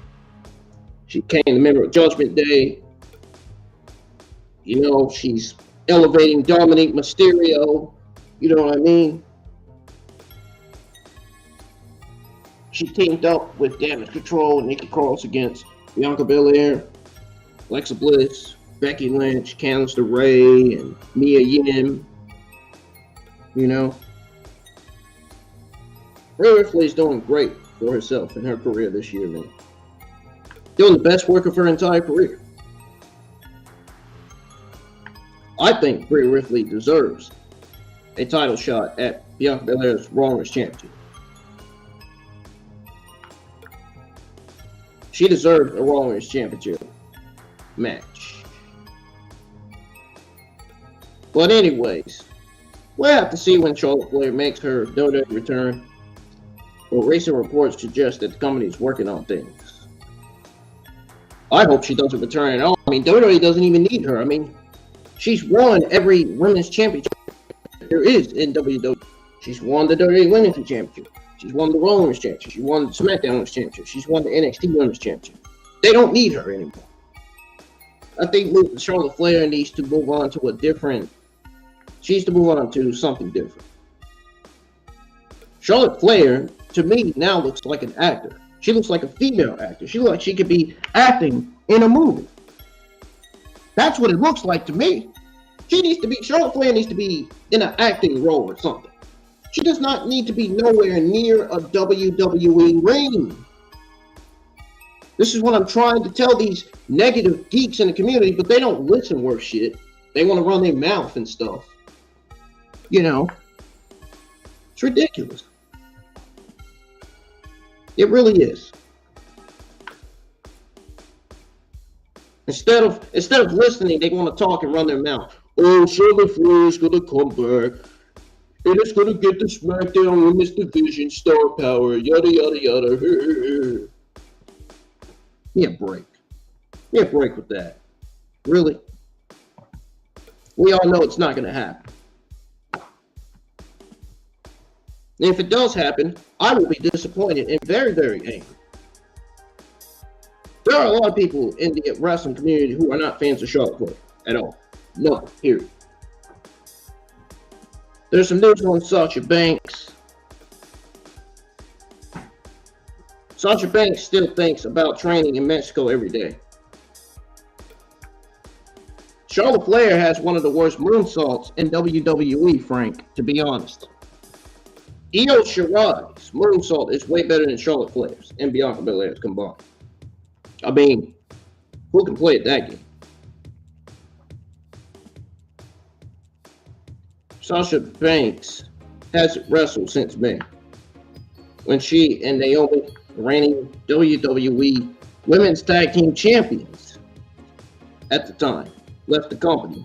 Left the company because of Vince and Bruce's shitty creative. I mean, their creative was absolutely terrible. I am so glad that Triple H is in charge of WWE. The shows have been better since Triple H is running WWE. You've seen Triple H overall make changes to Monday Night Raw, SmackDown.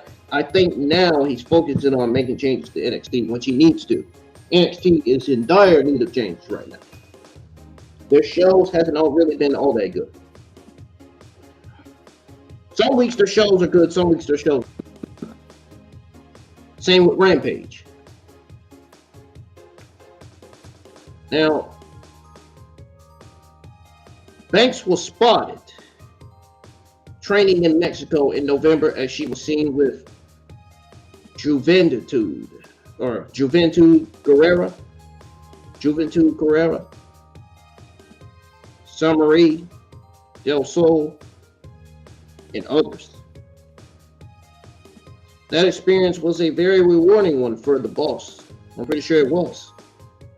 Now, Sasha Banks highlighted her experience training in Mexico while taking part in an Instagram Live charity stream for family giving tree with Bayley. She confessed that she misses Mexico and thinks about it every day. Sasha's soul living in another country as a tremendously horrible feat.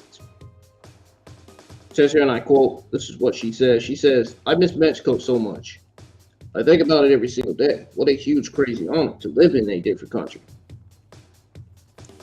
I know if I was in Mexico, I'd say the same thing.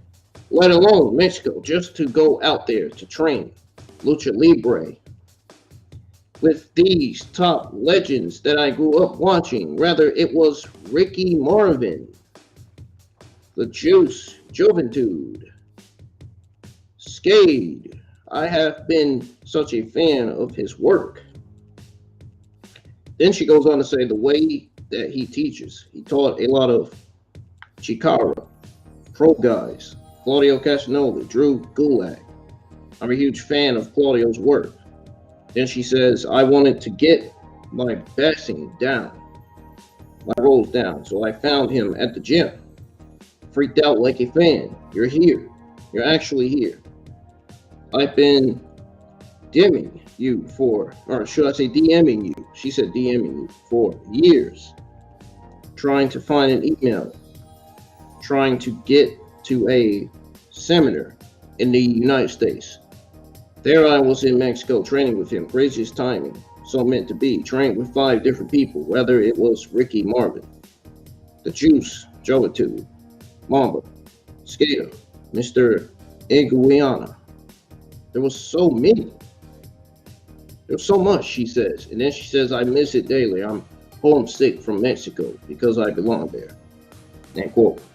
Baylor says she liked training in Mexico because when they tell you you're doing something wrong, they made fun of you, but in a good way. Skady, she alleged, continued hitting her over the head on the last day of training because she kept messing up spots. Sasha Banks continues on saying that on the last day of training. But actually, this is what Bayley said, not Sasha Banks. Bayley says, on the last day of training, Skady kept hitting me over the head because I kept messing up all the spots. No. He called me El Stupida. I was like, I'm going to cry. What the hell? I was doing 2 days. Training in the morning, training at night. Everything is on the other side. He is so zippity doo duh. And I'm like, I don't understand. Claps heads on head. El Stupida. End quote. Sasha Banks' return to the ring is unknown. She is expected to appear at New Japan Pro Wrestling Wrestle Kingdom 17, which I am buying. I'm going to be live for the Wrestle Kingdom 17 watch along on January the 4th. It's going to be great. I can't wait. Guys, when I tell you that card is stacked, oh my gosh, that card is stacked. Kenny Omega versus Will Ospreay is going to be one of the greatest matches on that card. I already know how good. I've seen how good Will Ospreay and Kenny Omega are in the ring. They are a pleasure to watch. I can tell you that. Two of the greatest in-ring performers this generation has to offer. When I tell you they are great, they are awesome in the ring. No shit, like, dude. I'm telling you. Kenny Omega with Ibushi, man. And there's even these news and rumors that Kota Ibushi could be on his way to AEW very soon. As soon as next year. Man. Could imagine Ibushi coming back and we get Kenny Omega turning on the Young Bucks. We get Kenny Omega and Ibushi feuding with the Young Bucks in AEW. That sounds like a good tag team feud right there, if you ask me. I don't know what you guys think. That sounds like a good freaking feud to me, man. Anyways, so there's some news on how WWE NXT talents are called up to the main roster under Triple H and his administration. Now, we all know that WWE superstars assigned to NXT often appear on the brand's weekly television show because obviously I watch Raw, NXT, SmackDown, and AEW every week. Even when I come home from work on Monday nights, Tuesday nights, I watch Raw and NXT. But yeah, the show serves as a developmental system for WWE's two main brands, Raw and SmackDown, also known as the main roster. Wardlow recently explained how call-ups from NXT to the main roster work under Triple H after he took over WWE's creative direction from his father-in-law, Vince McMahon. Road Dogg discussed various issues on the most recent episode of Oh, You Didn't Know? During the interview, the former WWE wrestler was asked how call-ups from NXT to the main roster operate now that Triple H is in charge. Road Dogg was also questioned if he pitches the names. Road Dogg slated that there is no strict streamlined process, especially since Hunter is in charge of creative. Rhodes said that Triple H knows the importance of giving fair warning so that they can pretty much write the person out or off. He said that it allows them time to prepare creatively for it and that he appreciates the heads up. Says here, and I quote, yeah. So all of the above, to be quite honest with you, because there's not a strict streamlined process, especially now that Hunter is in charge of the creative. He understands much more about giving fair warning, so you can write the person out or write the person off, or however you're going to do it. Gives you time to prepare creatively for that. I like the heads up, so sometimes we got those, sometimes we didn't. He goes on to say, I think going forward, you'll always, I'm speaking now from NXT creative experience, that we have time to prepare to send people off. Sometimes we're taking this person because we got an idea for this, and you could be in the middle of something with them or not. They went. So I don't think it'll be that way anymore because I think everybody understands. At least let me beat him on the way out, or let me do something to close the book on this character or whatever. Give us time to create something. I think that'll happen a lot now. End quote. It remains to be seen how Triple H reacts to it. If anything, we'll see his vision carry out on the main roster to get. I think his vision is going to carry out on the main roster well. His vision is going to carry out on the main roster better than Vince and Bruce, at least. Vince and Bruce's vision, we all know, is not good. It's terrible. That's why that's one of the reasons why I'm glad Vince McMahon stepped down from WWE, which he should have 15 years ago. Now, if they can get Bruce out of there, things will be good. Things will be good. They can get Bruce fired. Because Bruce does not belong there at all. Get him out. Like, seriously, get him out. He doesn't belong there. One of the worst executive directors in WWE. God knows how long they're going to be firing him. So, there's some news on Apollo Crews. So, the person that asked to be sent back to NXT from the main roster happens to be Apollo Crews himself. Apollo Crews is one of the more underrated in-ring talents in WWE.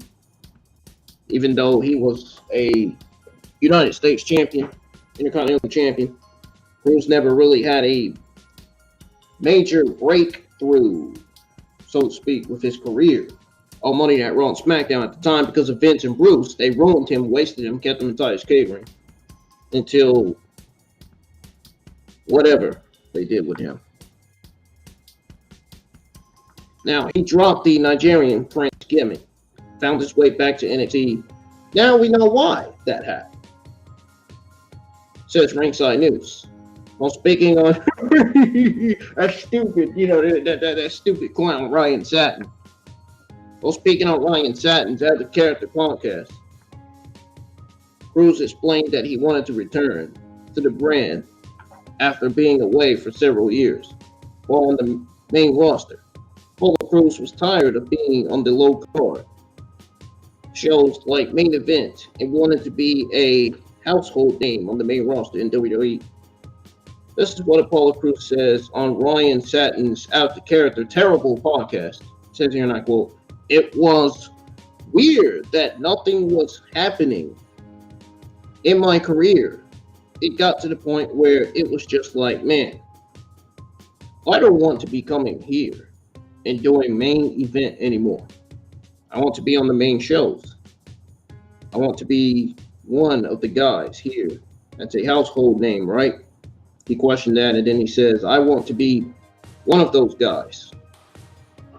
So that it wasn't coming. So I made an approach, asked if there was any spot down here, essentially, for me at NXT. The opportunity came about. It happened. There happened to be a spot available. I was like, man, I'm 100% for it. End quote. Apollo Crews was asked by WWE officials what kind of run he wanted to have. He was honest by saying he wanted to make the best of the opportunity currently in NXT before moving back to Raw or SmackDown in WWE. He continues to say it was one of those things where it's like it's long term or it's going to be short term. And I was like, for me, honestly, doesn't matter. I'm going to control what I can control. Give me this opportunity, I'm going to come out here. So that's what Apollo Crews said. And then he goes on to say, after that, he goes on to say, if they bring me back to Raw or SmackDown 2 weeks later, so be it. If they bring me back in 2 months, so be it.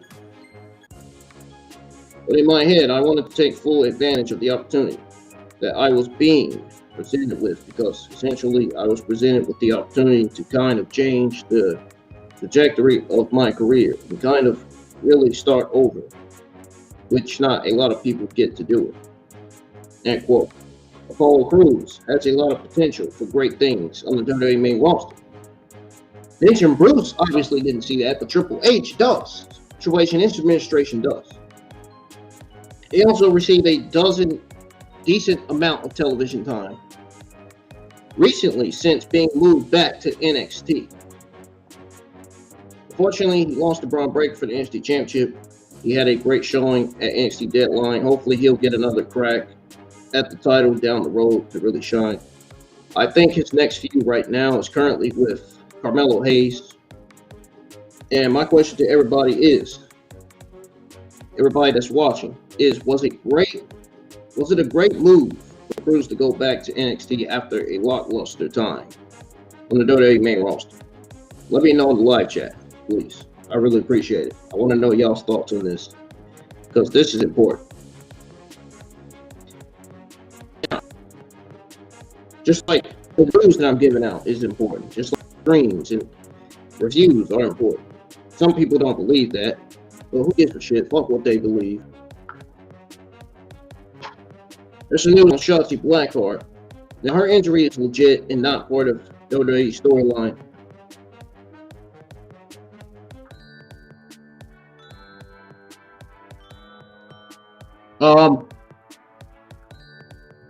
To answer your question, no. To answer your question, no. Now, Shotzi Blackheart's injury is legit and not part of WWE's storyline. But no, Frank, I don't see that. Shotzi has been embroiled in a rivalry against Ronda Rousey and Shayna Baszler ever since she challenged for Ronda Rousey's SmackDown Women's Championship at Survivor Series War Games. Rousey even injured Raquel's arm a week before the event. Now Shotzi is out of action. That situation is not an angle at all.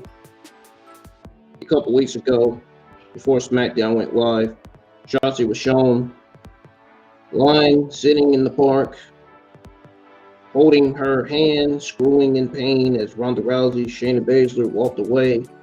Seemed like Rousey and Shayna slammed Shotzi's arm in a car door, injuring it in the process. As a result, Shotzi wasn't seen on television the following on SmackDown. At the time, it looked like the injury was part of the storyline, since Ronda Rousey and Shayna Baszler injured Raquel Rodriguez's arm a couple of weeks prior. Now, PW Insider reports that her injury is what led to the angle in the first place. However, the extent of her injury and how she got injured is not known at this time. Now, listen to this, guys. This is what PW Insider said. They said, and I quote, "For those who have asked about Shotzi's hand injury, we are told that there was a legitimate injury issue that led to the angle on SmackDown last week." End quote. It's certainly sad to see Shotzi injured just as she was being pushed on the main roster with her tank along for the ride. You know, we're seeing her come out with Roxanne Perez and Raquel Rodriguez. You know, I wish her a full, speedy recovery. Hopefully, she will be back in the ring very, very soon. We'll be back healthier, better than ever, most importantly. Even Ringside News, one of the sources in the community, wished her a happy, speedy recovery. What's y'all's take on this story? Frank in the chat, what's your take on the story, man? We got a lot more WWE Monday morning news to go over before we go over the AEW Thursday morning news. We got more news on Drew McIntyre. McIntyre advertised for WWE's December 6th Madison Square Garden show. McIntyre memorizes the WWE Universe with his in-ring performances. Captivating persona, Scottish Warrior has been out of action for a while due to an injury. A recent report has confirmed that McIntyre would be back inside the squared circle around Christmas. Oh, well, it turns out Christmas is this week. Man, my favorite holiday of the week, man. And I'm pretty sure it's my mother's favorite holiday of the week, too. Now, Drew McIntyre was involved in a heated feud with Karrion Kross over the summer, which culminated at WWE Crown Jewel as McIntyre picked up the win. The win over Kross. In a steel cage match, the Scottish Warrior further participated in the War Games match at WWE Survivor Series and was reportedly working injured until December the 4th house event in Portland. The former WWE champion is suffering from an eardrum injury. As I just went over with you guys earlier, he was elevated by the doctors to check the nature and seriousness of the injury. It was reported Roman Reigns suffered from it too, but Roman Reigns, I was told that Roman Reigns is doing fine. He announced on December the 5th that he was medically disqualified from competing. However, according to a recent report by PW Insider, McIntyre is slated to be a part of the upcoming show on December the 26th in Madison Square Garden. And here's the match card for that, guys. Drew McIntyre, Kevin Owens, Braun Strowman, and Sheamus versus the Usos, Sami Zayn, Solo Sikoa. Intercontinental Champion Gunther versus Shinsuke Nakamura versus Ricochet versus Kofi Kingston versus Santos Escobar in the ladder match. We got Bray Wyatt, Liv Morgan, Karen Cross, Hit Row set to appear. Now, I'm not sure if this is a live event or if this is for a SmackDown. Oh, yeah, it's an upcoming show in Madison Square Garden. Okay, well, that makes sense. So it's a live event, basically. I'm guessing. Now, Drew McIntyre recently returned from a WWE promotional tour to India. You know, Jinder Mahal! Jinder Mahal! His hometown. Veer Mahan's hometown, too. This was done in preparation for a major WWE live event planned to take place in, I guess, Hyderabad in January 2023. I don't know if I pronounced that right or not.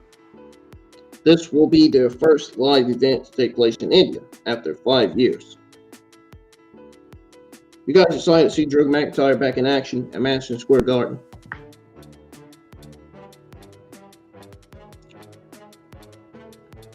Now, we went over the news on Drew McIntyre and Shotzi Blackheart so far. We went over the news on Apollo Crews. Now, we have some news on Mick Foley. So, we have some news on the real reason why Mick Foley hasn't taken up a coaching role in WWE. I have some answers for that for you guys, those of you that are Mick Foley fans, to those of you that think that Mick Foley is suitable in a coaching role in WWE. Now, Mick Foley was one of the most extreme WWE superstars to ever set foot in the ring. We know that. There was nothing he wouldn't do to satisfy the fans. He was known to put his body on the line for the fans and was responsible for some of the most dangerous spots in WWE history. The match between him and Edge was one of the matches. There is no doubt that Mick Foley has a lot of experience to offer the younger generation of superstars. However, Mick Foley has stayed away from the WWE since his retirement, although he has made sporadic appearances for the promotion over the years. He has not taken up a coaching role just yet. Now, speaking on his Foley is podcast, and Foley addressed taking on a coaching role, saying that he doesn't have the business mind or attention to detail to do it. He says here, and I quote, "No, I don't have the head for business and the attention to details. I did as far as character went. Maybe I could have been a good guy to help with promos. I remember asking Hillbilly Jim about his work with WWE and saying, yeah, I would like to do something. But a little bit of Vince went a long way for me. Like, I just knew I couldn't be that close. When Johnny Laurinaitis gave us people power."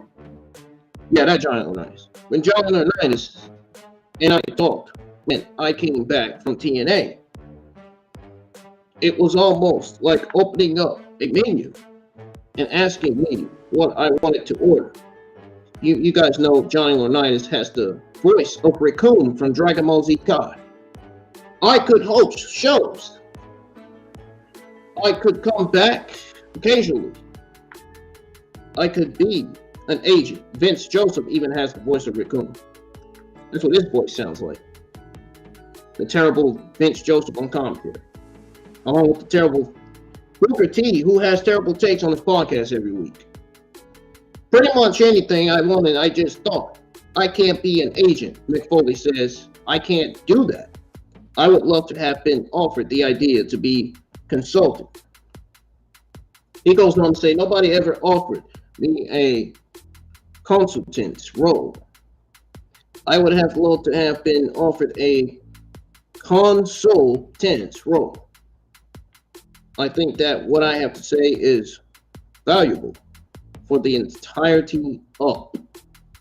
And then Foley continues to say, Up until a couple years ago, I lived on Long Island. I was an hour and a half away, which only like 3 people were. I think it was me, Taz, and Tommy Dreamer were New Yorkers. Almost everybody, almost like official edit, was either Florida or Texas. So my brother, that's where my older brother currently stays. But anyways, he goes on to say, I think I could have contributed more.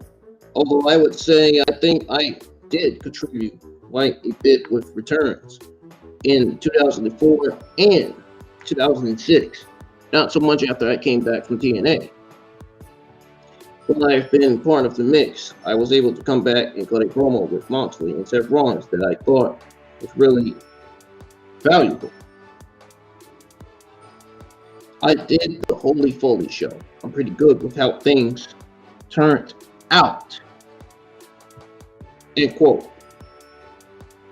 It's a shame that the younger talent won't be able to learn under the guidance of Mick Foley. However, we'll have to wait and see how Mick Foley decides to change his mind in the future. You know, Mick Foley has a daughter. He has a daughter. I'm pretty sure you guys already know who his daughter's name is. I mean, I shouldn't have to say it here. But there's some more news on Sasha Banks. Sasha Banks' WWE exit was negotiated months ago.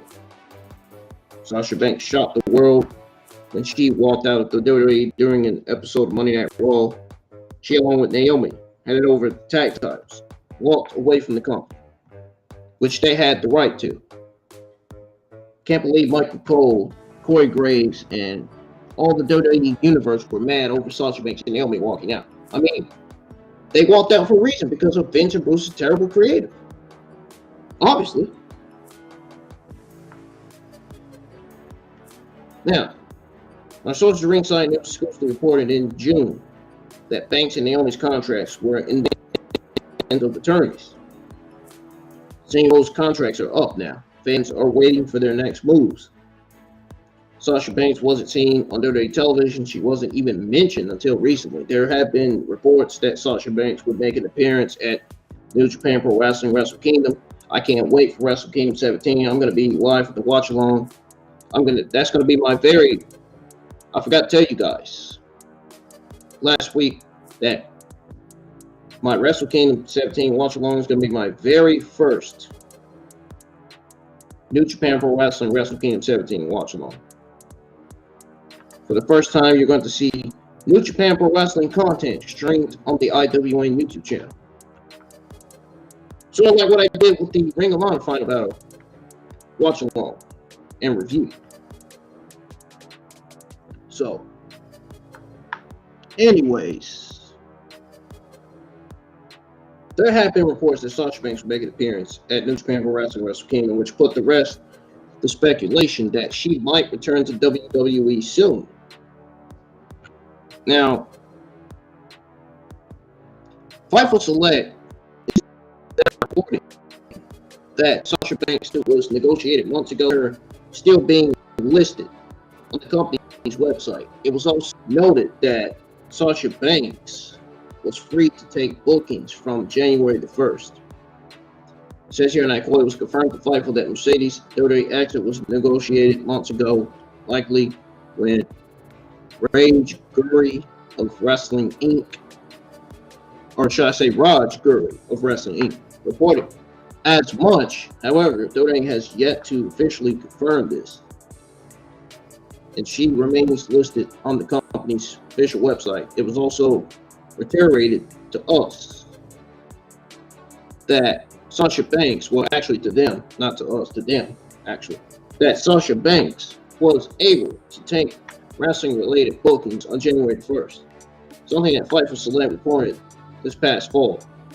When they asked if that was conjectural, they were told that it was and were informed that WrestleCade was far from the only wrestling-related operation to make attempts to book her with the big event being another convention that those close to her claimed was interesting. They've also heard, Ringside News has also heard, that some conventions even talk themselves as entertainment conventions to get around the technology, or should I say, technicality. I don't even know how to pronounce that word. Technicality, whatever, of being a professional wrestling convention in hopes of booking her January the 1st. Ultimately, that didn't happen for Fightful Select, end quote. Yeah, guys, that kind of stopped me. That word, when I saw that word, it kind of stopped me because I didn't really understand that word. This almost certainly confirms that Sasha Banks is gone from WWE, given that she was released. It will be interesting to see which promotions he signs after January the 1st. I'll be surprised if it's New Japan Pro Wrestling, because I already know she's signing there. There's no way she's going back to WWE, man. No way. The Sasha Banks stands and fans continue to believe she's going to be coming back to WWE.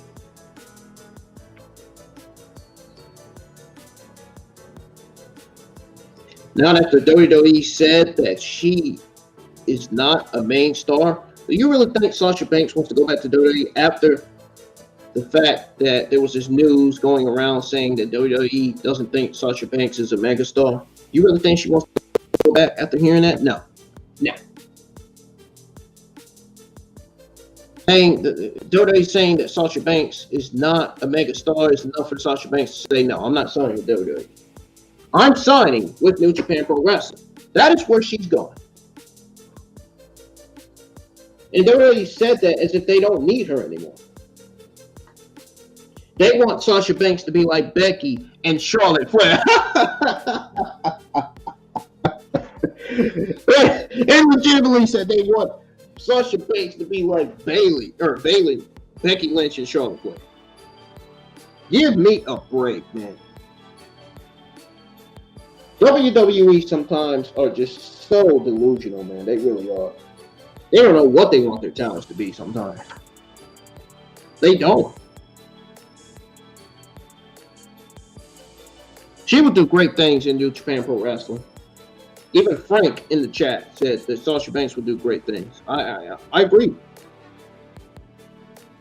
I don't think she should be in WWE anymore. I think her days in WWE are done. And if she signs with New Japan Pro Wrestling, I will definitely be subscribing to New Japan Pro Wrestling website. I will definitely be watching New Japan Pro Wrestling because of Sasha Banks being on the show. Because Sasha Banks, I was a huge fan of Sasha Banks ever since her days in NXT. She is going to be a WWE. She's probably going to be the newest inductee in WWE Hall of Fame in years to come, hopefully. Hopefully next year. She needs to be in the Hall of Fame next year. She really does. She's won all the championships, all the women's championships in WWE. But what do you guys make of this story about Sasha Banks' WWE exit being negotiated months ago? Now that we got that story over with, now we can move on to the next WWE Monday morning news story here. Apparently, check this out, guys. This one's gonna really have you riled up. This one's gonna really have you happy. This one's gonna really have you question this. WWE talent is much happier without Vince McMahon around in return rumors. I mean, no shit. I mean, do you blame him? Vince McMahon should have, like I said it twice already. Vince McMahon should have been gone, should have been retired from WWE 15 years ago. Triple H should have already been chairman of WWE. Already. Triple H is a better chairman than Vince McMahon. He would be a better chairman than Vince McMahon, in my honest opinion. He already is to me. I mean, look at the changes he's made to NXT, SmackDown, and not NXT, but SmackDown and Raw. Look at some of the talents he brought back. He brought back Hit Row. He brought back Johnny Gargano. He brought back Candice LeRae. He brought back Tommaso Ciampa. Who else did he bring back? Mia Yim, Emma. He brought back all those talents, man, that were fired by Vince McMahon because Vince and Bruce in their administration didn't have any plans. They fired 200 plus talents they didn't have any plans for. The 200 plus talent, like I said it last week, and I'm going to say it again, 200 plus talent would be suited in suitable roles for the 2021 Royal Rumble. They should have had suitable roles for that Royal Rumble, man. The men and women talent that were released from the company by Vince and Bruce in their administration. Vince McMahon was the chairman of WWE for several years. Who gives a shit? I'm glad he's gone. I mean, his scandals and his sexual misconduct bullshit has caught on to him. It's caught on to him. Good. And you know what? He's probably going to be in the jail cell next to Donald Trump, because did you see that news, guys, that the FBI is looking to pursue charges on Donald Trump? Yeah. The FBI is looking to put charges on Donald Trump. And I'm guessing you guys already know why. But anyways, Vince McMahon's days as chairman in WWE all came crashing down earlier this year after he was accused of sexual assault and the subsequent, it sounds the same as sexual misconduct to me, and the subsequent hush money scandal that followed. Now, recent reports have suggested that McMahon planned on returning to WWE, which many fans and even pro wrestlers alike were against. In fact, WWE talent are much happier without Vince McMahon around. Good. Get him out. Get Vince McMahon out, man. Get him out. Goodbye. Vince McMahon is facing yet another lawsuit for allegedly assaulting a woman. Man, I still can't get off of the fact that man came to the live event with a bat confronting Vince McMahon and he got pulled away. Oh man, I can't get off of that. That's freaking hilarious, man. Ringside News are a bunch of comedians, man, putting that out there. For real. Really. However, this is not the most concerning story from most fans, as Vince McMahon is also making plans for a WWE return. Due to this, fans even started a petition to prevent McMahon from returning to WWE. In fact, McMahon's return to WWE is a big risk for the company's sponsors. I mean, I really don't blame that man for that. That's like my mother. My mother sees somebody that she don't recognize as a stranger getting all up on her face. My mother's gonna take a bat and hit somebody with it. Don't be done. Put them down. Kaboom, boom. I don't blame that man for having the bat, man, for carrying the bat to a live event, man. Vince McMahon is that evil. He is that bad. He is that delusional and that sick. He does not deserve to ever step foot in the WWE ring ever again. And he doesn't deserve to get his job back. Now, according to Wrestling Observer Newsletter, many within WWE feel that the company is better off without Mr. McMahon. They are better off without Mr. McMahon. What is Mr. McMahon going to do? Mr. McMahon being there is going to change nothing. Nothing. All Mr. McMahon is going to do is make WWE worse. As soon as you let Mr. McMahon back in WWE as his duties as chairman, SmackDown, Raw, and NXT are immediately going to be dead upon his arrival. So did you let Vince McMahon back in his role as chairman? WWE's Raw, SmackDown, and NXT are as dead as gone. I mean, the NXT Black and Gold brand was dead, all because of Vince McMahon and Bruce and his administration. Triple H was given a heart attack by Vince and Bruce on purpose. On purpose. Because Vince and Bruce was jealous of Triple H and what he did with the Black and Gold brand. Jealous of Triple H's male and female talents. Jealous of the entire men's and women's roster. They were even jealous of William Regal as general manager of NXT. Why do you think William Regal got released from WWE? Why do you think William Regal went to AEW? Why do you think William Regal left AEW to go to WWE? Because Triple H is in charge of WWE now. He's there. Triple H and William Regal are close. They are like best friends. You don't think William Regal wanted to go back to WWE?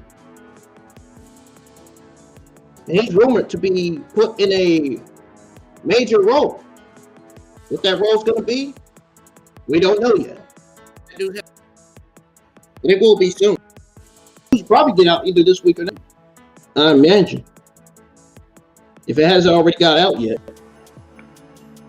But talent are much happier in general without him in charge. Good. Vince McMahon is good as gone. WWE does not plan on bringing Vince McMahon back.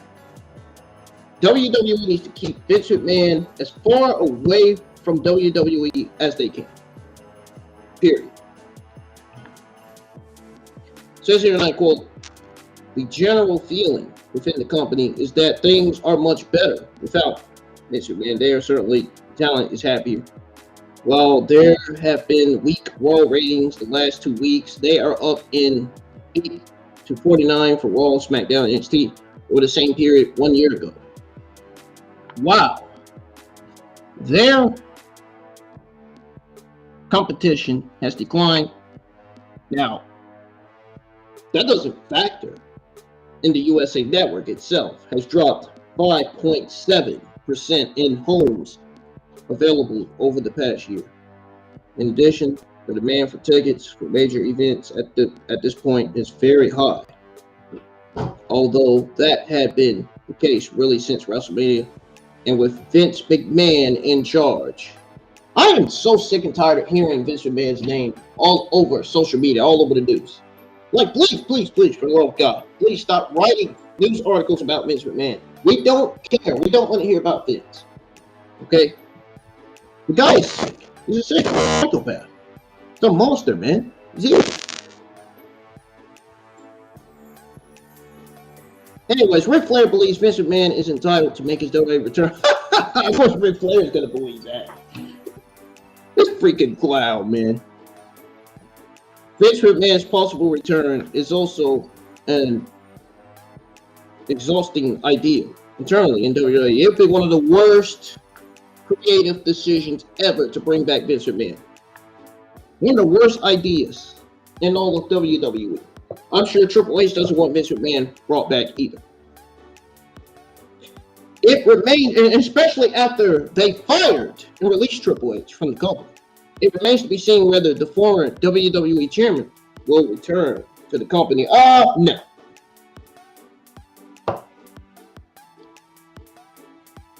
Vince McMahon is rumored to be facing sexual assault charges. And he is already getting more allegations against him. He's not coming back. He is not coming back.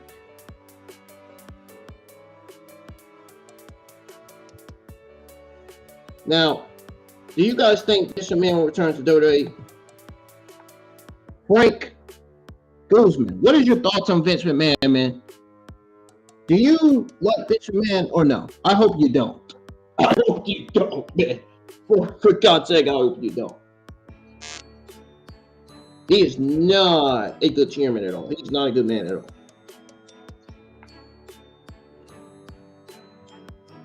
Now, there's some news on WrestleMania 39. Remember I said earlier we was going to go over that news. Now we are about to go over it right now.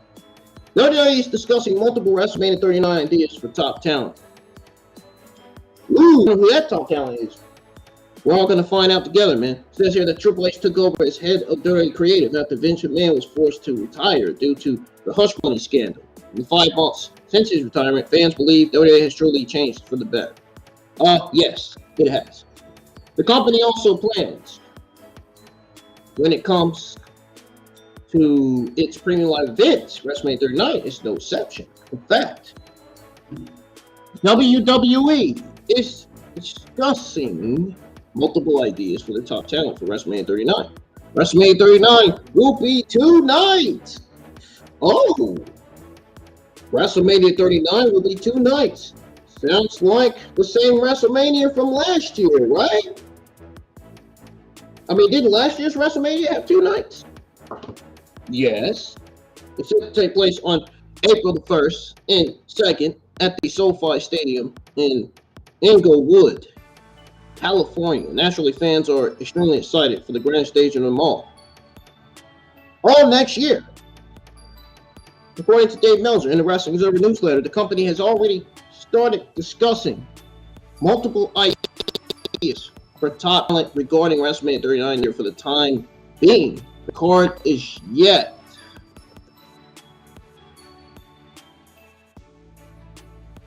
problems. It's doing some stupid stuff. I'm gonna have to get a new laptop soon. I think it's that freaking port. You know that port where you plug in the USB port? I think that's what it is. But says here, and I quote, regarding stories that the WrestleMania card is finalized, we are told that there are multiple ideas for Mania cards in discussion, and every top act has multiple different things under discussion right now. End quote. The biggest story going into WrestleMania 39 right now is certainly Roman's match against The Rock. That match, in my honest opinion, should be booked for WrestleMania 39 Night 2, and it should be in the main event. Cody Rhodes versus Roman Reigns for WWE Championship should be booked at WrestleMania 39 Night 1, main event. Both matches should be main event for both different nights.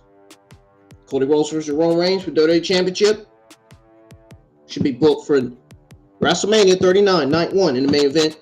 Rock versus Roman Reigns. No championship should be on the line for that match. That match should be for WrestleMania 39 Night 2 in the main event.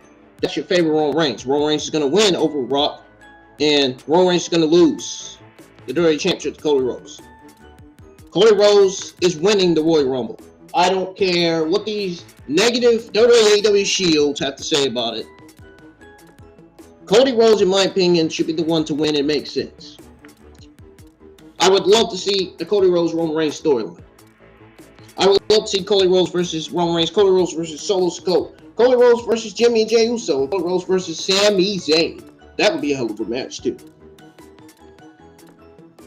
Now, as Ringside News, my only sources in the wrestling community exclusively reported that The Rock is a virtual lock for the show of shows. They've been my sources ever since Steve Kerr had me followed on Twitter. Now, you have to wait and see how WWE, you know, when I used to have Twitter, my Twitter accounts were suspended, but I can still see the activity. I can still see everybody's tweets. But anyways, we'll have to wait and see how WWE will plan WrestleMania 39's card in the coming months. One thing is for certain, it will be one of the biggest WrestleManias in events history. Yes, no question about it. Now, are you guys excited for WrestleMania 39? Sound off in the live chat, please.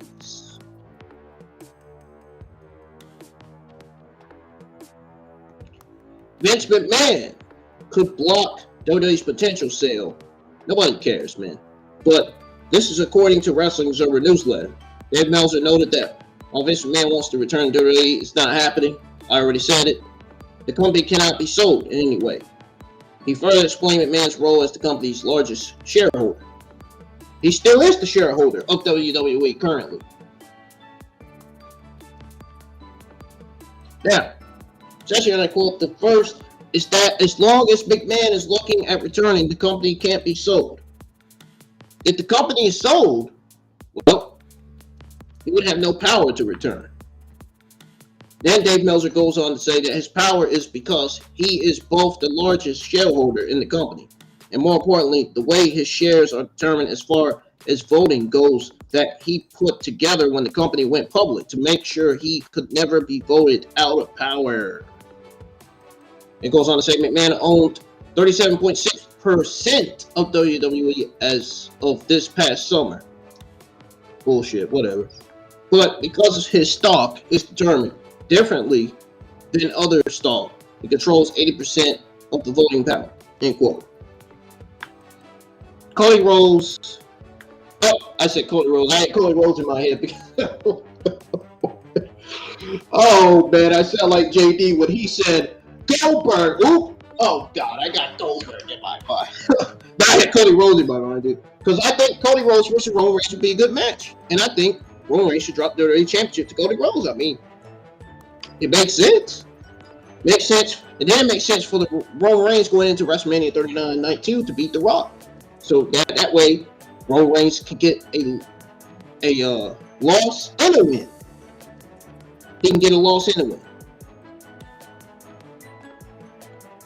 But anyways, WWE talent are also much happier without Vince McMahon around. Even Vince McMahon's business allies don't want him to come back. Ha!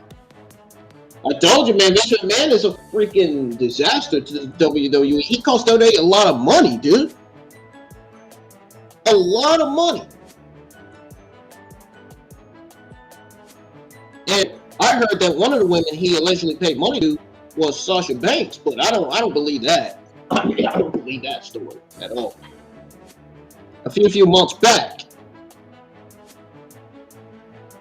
But we'll have to wait and see if Vince McMahon does return to the company. Hopefully. Y'all's take on this Vince McMahon story.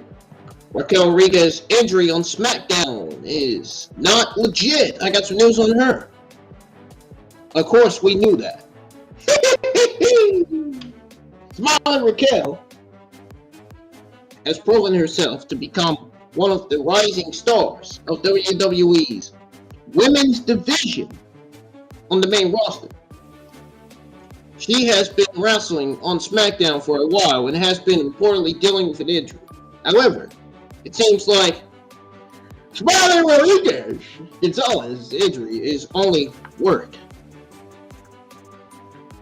Raquel Rodriguez arrives to the WWE main roster on the April 8th episode of SmackDown after a successful stop in the NXT. She was recently involved in a feud with Ronda Rousey. Ooh.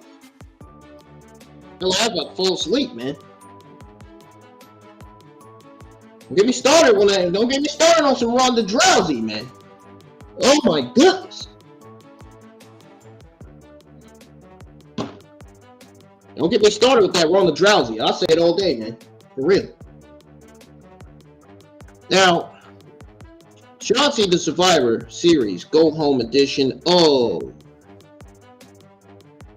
SmackDown saw Raquel suffer an injury due to a backstage assault, which was further aggravated in a tag team match against Rousey and Baszler later that night.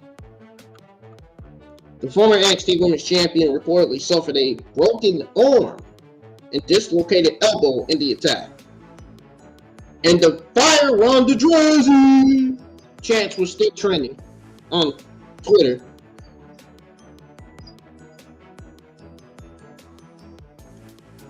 She has been spotted wearing a brace to sell the injury too. She was spotted. And however, according to a report by PW Insider, Raquel Rodriguez's injury is not legit as she has been wrestling on house shows. Says here, and I quote from Dave Meltzer, obviously the Rodriguez injury is a work. Of course, I knew that. I don't know if you guys do it or not. As she's been doing the house shows. End quote. Rodriguez's absence could possibly be presented as a long-term injury to plant seeds for a potential feud between herself and Rousey over the SmackDown Women's Championship sometime next year. We are getting Raquel Rodriguez versus Ronda Rousey for the 2023 Royal Rumble.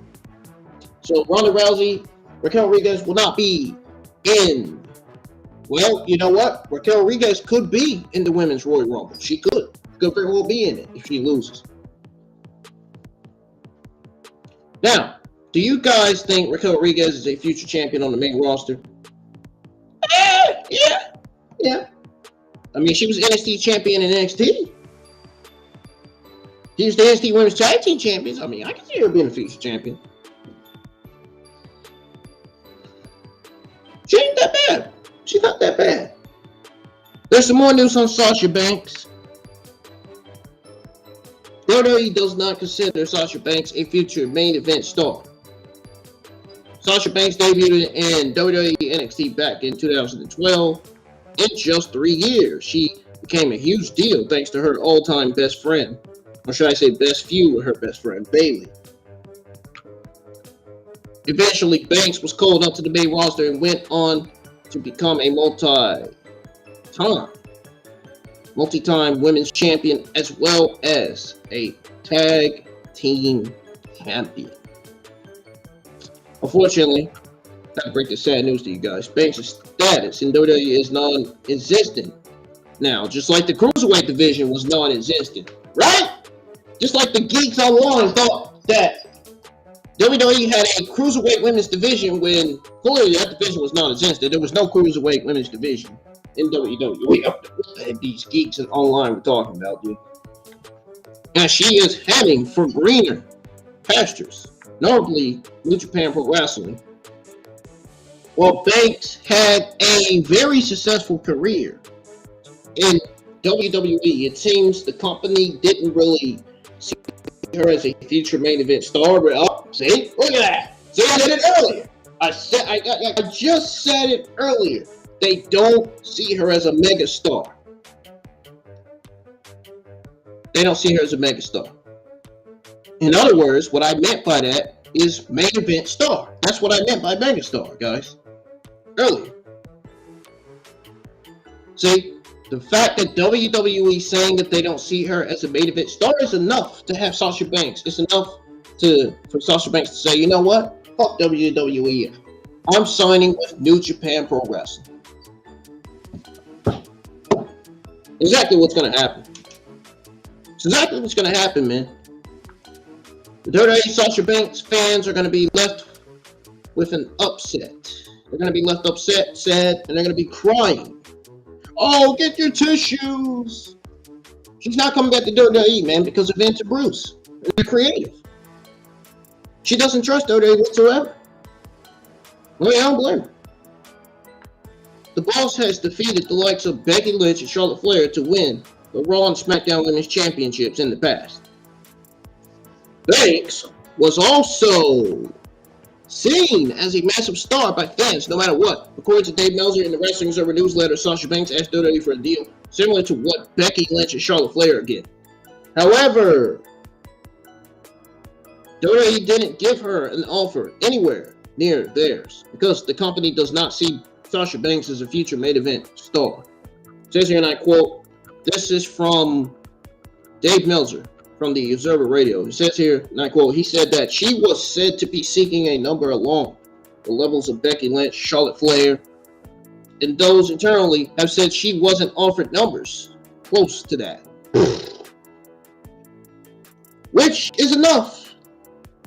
And which is enough to tell you guys right there that WWE no longer needs Sasha Banks. They don't want her there. They don't want to bring her back. So if they don't want to bring her back, then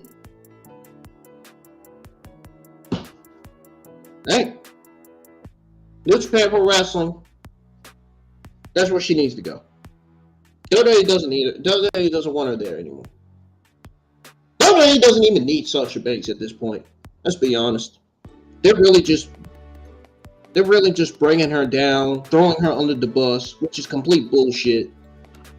They are really shitting on Sasha Banks. This is not cool.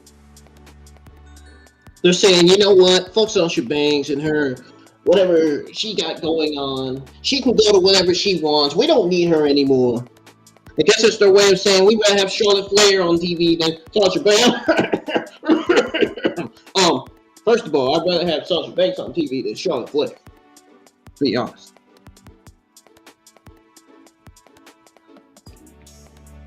Sasha Banks is a better female professional wrestler than Charlotte Flair is. That's all I can say to that. She's even a better professional wrestler than Becky Lynch. Now, anyways, Dave Meltzer went on to continue to say that they said that she's not seen internally as somebody who would be on top for the next 5 years, but is seen as someone who could get a singles or tag team title run, but it has peaked as a star aside from the reality that was pretty much, I'd say, acknowledged that if she would return, there would be a honeymoon period where people would go nuts for her. End quote. As previously reported. Sasha Banks is set to attend the Wrestle Kingdom 17 event in Tokyo Dome on January the 4th, 2023. That card's going to be stacked.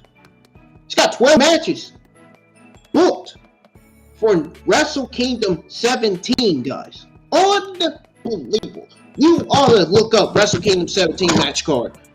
Oh my God. That card's gonna blow your mind. It's gonna blow your mind, guys. Look up Wrestle Kingdom 17 match card. It's gonna blow your mind. I'm telling you. All those matches that got booked. Just like we're getting an 8-hour Wrestle Kingdom 17 pay-per-view show. I'll take it, man. I'm gonna be live with New Japan Pro Wrestling Wrestle Kingdom 17. Watch along. Kenny Omega versus Will Ospreay is the one match that I am looking forward to. Hopefully, Kenny Omega is 100%. Hopefully, Will Ospreay is 100% too, as well. Hopefully, Okada and Bushi is 100% because you know they're going to be on the show. In fact, New Japan Pro Wrestling wants to bring Banks to a build-up Stardom's public perception. See, that gives Sasha Banks another reason to sign with New Japan Pro Wrestling. Look at that! Oh man, look at that. You love to see it. You love to hear it, right? It remains to be seen how successful Banks will be in New Japan Pro Wrestling. She's going to be a mega star. Soon as she hit that roster, she's already a mega star. Easily. Soon as she hit that New Japan Pro Wrestling women's roster, she is already has star potential written all over it. She's already a future New Japan Pro Wrestling Hall of Fame. Already. Future New Japan Pro Wrestling Women's Champion. Some of the Sasha Banks fans are predicting that she will become the new New Japan Pro Wrestling Women's Champion. Soon. Very, very soon. I can't argue with that. I mean, I agree.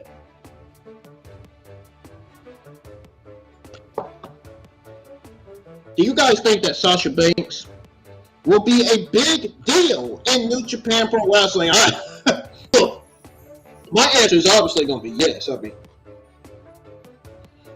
heck, half of the freaking Japan female professional wrestlers I don't even recognize or know on that roster. I haven't even seen them wrestle in the ring before. I've seen Kairi Sane, yeah.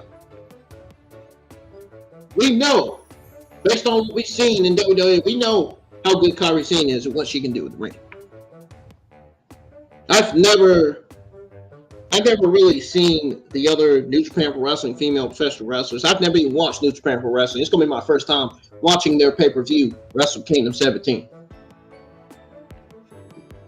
How many Wrestle Kingdom pay-per-views did they even produce? Like 16? I imagine. 16, maybe.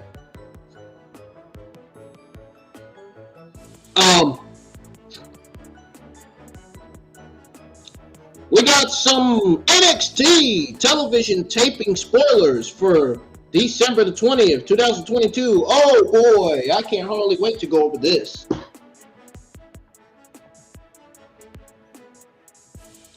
So apparently, WWE NXT underwent a huge reboot. It kind of makes you want to say that to Charlotte Flair's return. Reboot. Some of the same old shit coming out of Charlotte Flair when she comes back. Nothing's gonna change. Nothing about Charlotte Flair has changed at all. Nothing. Absolutely nothing, dude. Oh my god. As it started focusing, except for she has lost weight. That's the only thing that's changed about her is her weight. As it started focusing more on the younger talent following Triple H's WWE takeover, things have changed in a few ways. Stardom is awesome. I believe you. I've never seen it, even though I never watched Stardom. I believe you though. I mean, all the talents coming from Stardom to the WWE main roster to NXT. You know, I guess that's enough to let me know that Stardom is a great wrestling promotion. At least it's better than I don't even want to say it. Man. It's better than Impact. I mean, who the heck watches Impact on Access TV? Jimmy, how many people in attendance now? 2, 3, 4? Give me a break. Nobody watches that shit, man. Impact Wrestling is one of the worst wrestling promotions out there, man. If you watch Impact, you're a complete idiot. If you watch Impact, you got a freaking brain problem or something. Your head is not mentally thinking straight. Don't watch Impact. I'm telling you right now. The only time Impact was great was when guys like Samoa Joe, Sting, Jay Lethal, Jeff Hardy, and Bobby Lashley were there. And AJ Styles, too. Well, they're all not on Impact anymore. Impact has been complete trash ever since they left that promotion. Impact's not the same anymore without them. Talk about all-time greats. But anyways, NXT underwent a huge reboot last year as it started focusing more on the younger talent. Following Triple H's WWE takeover, things have changed in a few weeks. Especially going back to its Black and Gold roots. Black and Gold brand was dead because of Vince and Bruce and their administration. WWE has taped more episodes of NXT in advance.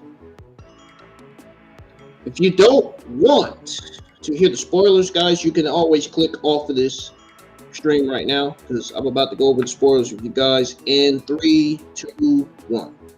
Christmas and the New Year taking place very soon.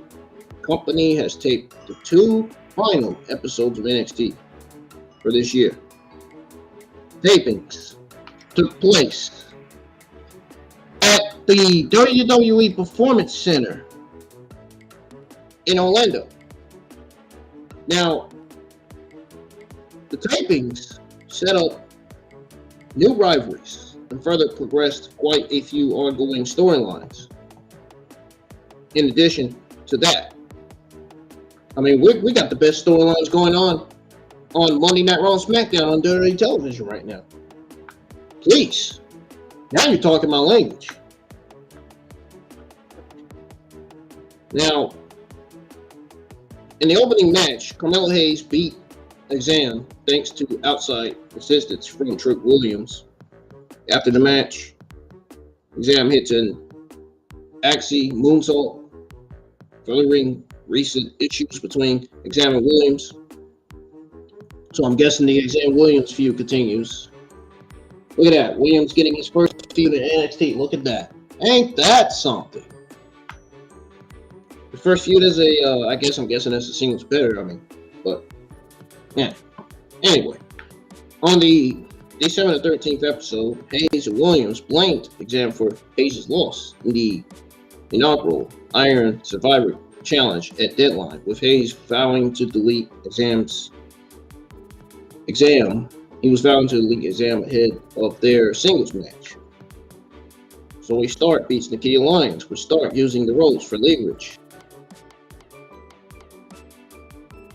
Stark turning on Lyons in November 8th episode of NXT. My guess is that they're continuing the Starks-Lyons feud in NXT. this rivalry has come back on TV. I think the fans wanted this rivalry to come back on TV. I don't think NXT brought this rivalry back on TV.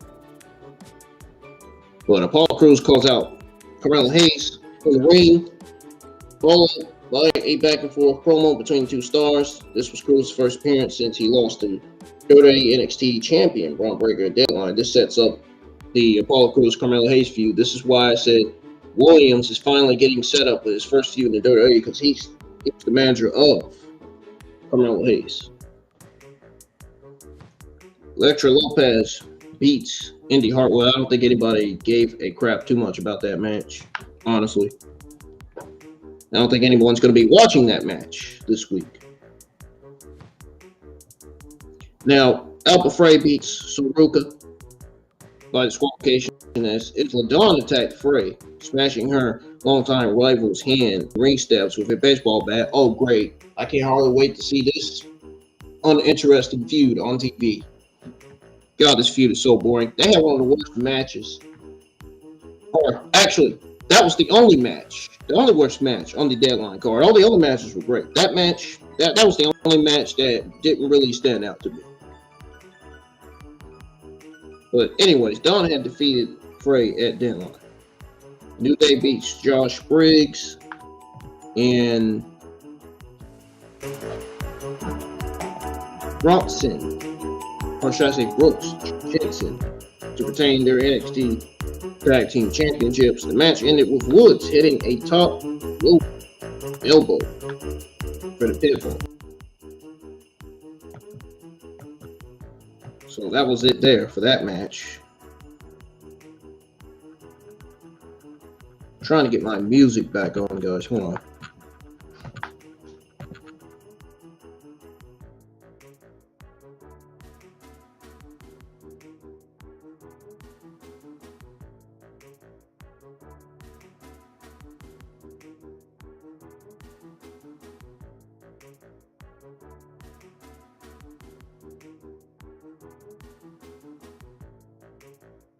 Guys, I had to re-upload the stream again because the music was off.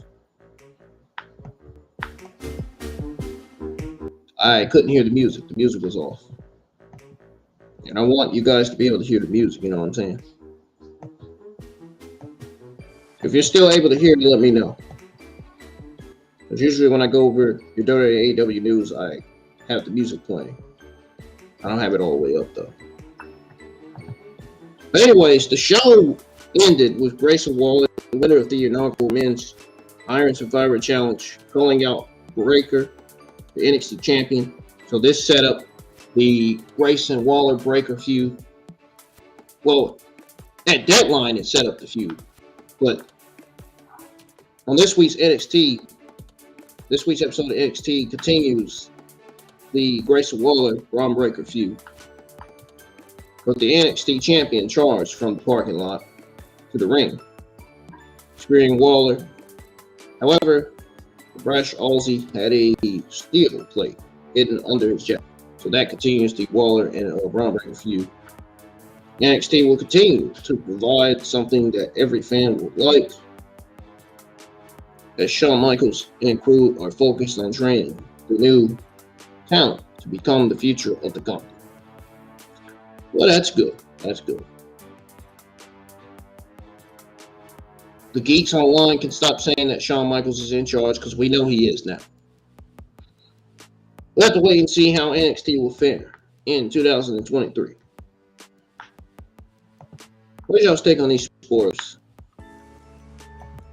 There is some news on John Cena. There is some news on John Cena, man. And his name is John Cena. You know, John Cena. John Cena might have issue making WrestleMania 39 due to scheduling conflict. Uh-oh, that doesn't sound good. John Cena is one of the most prominent names in professional wrestling to have successfully made a transition to Hollywood. With that being said, John Cena's WWE days are not yet entirely over. Are not yet entirely in the past. They haven't ended yet. He still have a few matches up his sleeve. He's a very busy man too, and that could get in the way of his WrestleMania plans, which is not what I said in the beginning in the open. Not good. On December the 9th, WWE announced that John Cena will make an appearance on Friday Night SmackDown on December 30th. My eyes is blinding me. My eyes is blurry. What in the world is going on? Did something fall in my eye? I don't understand. This will be Cena's first appearance on WWE since Raw back in June, where he celebrated the 20th anniversary of his WWE debut. The announcement has led many fans to wonder if John Cena might also make an appearance on WrestleMania 39. Dave Meltzer, noted in the Wrestling Observer newsletter that Cena's appearance could possibly set up a storyline. I wonder what that storyline is. It could easily be with Gunther. It could be with Austin Theory. Some people are saying it could be with Logan Paul. Who wants to watch a John Cena Logan Paul storyline? I mean, really. Shouldn't celebrities be in seats watching WrestleMania 39 rather than being booked in matches? I mean, really. These celebrities need to sit their asses down. Seriously. You're not wrestlers. Sit down. And Logan Paul is one of them. Sit down. You're not a wrestler.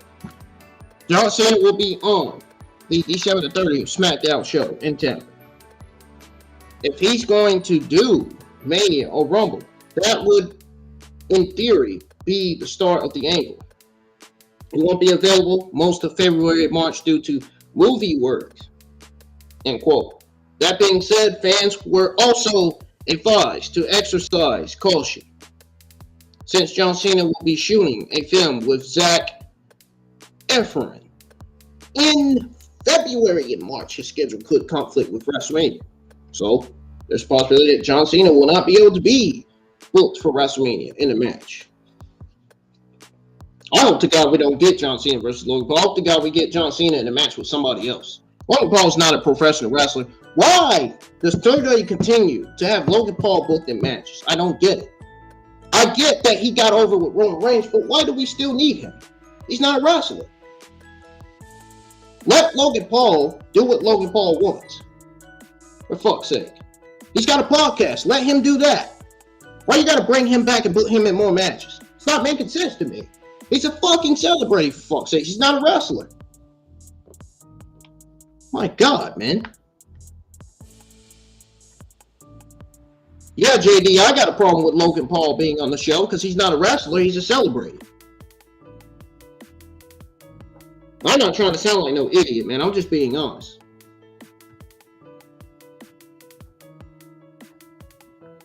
Same with Bad Bunny. Same with freaking all these other celebrities. They shouldn't be on the show.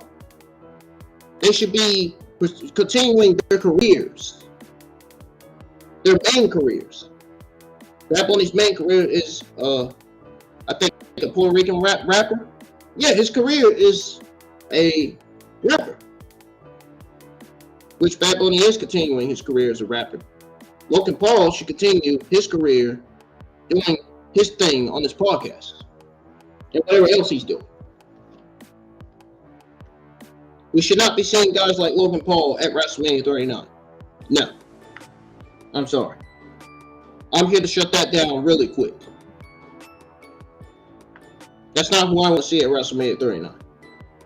John Cena, we're talking about a possible WrestleMania 39 appearance. Vince McMahon also gave his blessing for John Cena to show up. Yeah, Vince McMahon gave his blessing of getting in trouble with those sexual assault charges. The sexual assault and paying hush money to those females.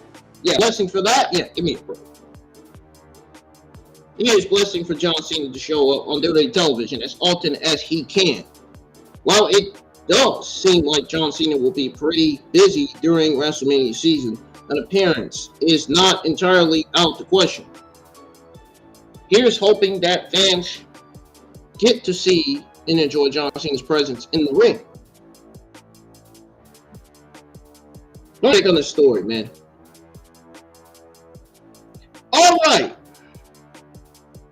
There's some more news on Sasha Banks. Today, Sasha Banks agreed she won't wrestle until 2023 as part of the release. Sasha Banks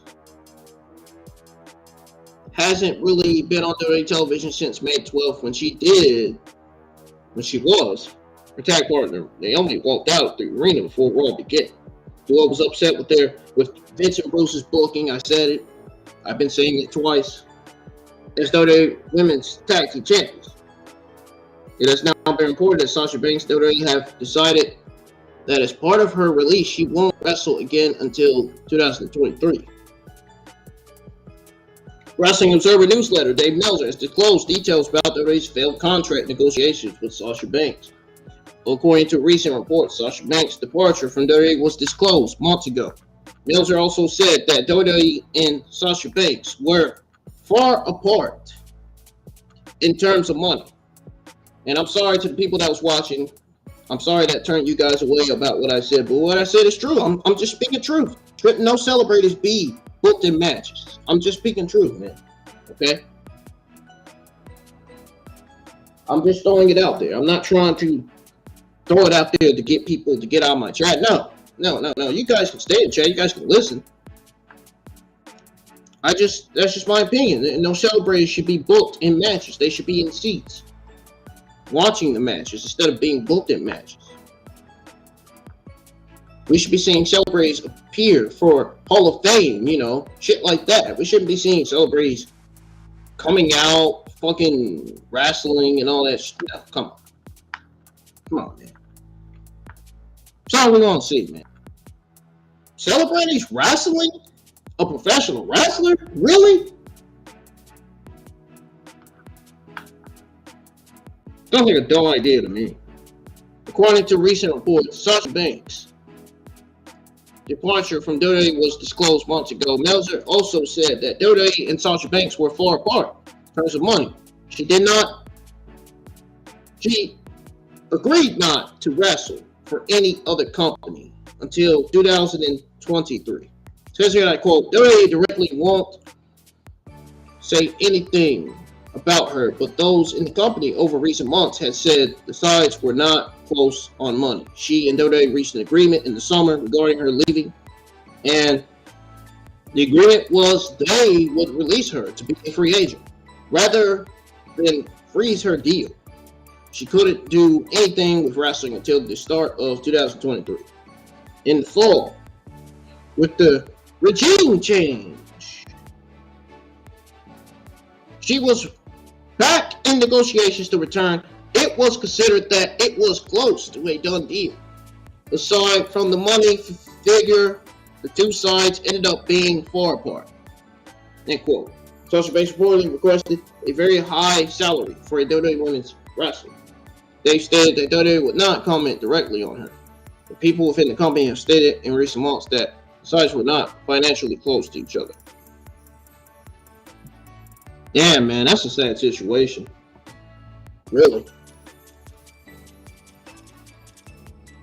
So there is some conflicting reports. There's some news on Matt Riddle. Conflicting report on Riddle's WWE wellness policy failure. Oh, my goodness. You Matt Riddle fans and stands in the community better be tuning in the live chat for this one. You're going to want to know this. Matt Riddle was suspended from WWE after failing a wellness policy test. Not good. Not good at all, man. That doesn't sound good at all. Now, he was written off television. I was going to say TV. He was written on television after he was violently attacked by Soul Skull. Same thing. Television is the same as TV. There's not a difference between those words at all. TV stands for television. Riddle might have left in an ambulance on Raw. He didn't go to rehab afterward. Matt Riddle's storyline injury happened following an unsuccessful attempt to win the Undisputed Tag Team Championships with Kevin Owens. As previously stated, the assault angle was created as a result of Riddle failing a second drug test this year. That's bad for Riddle's record, man.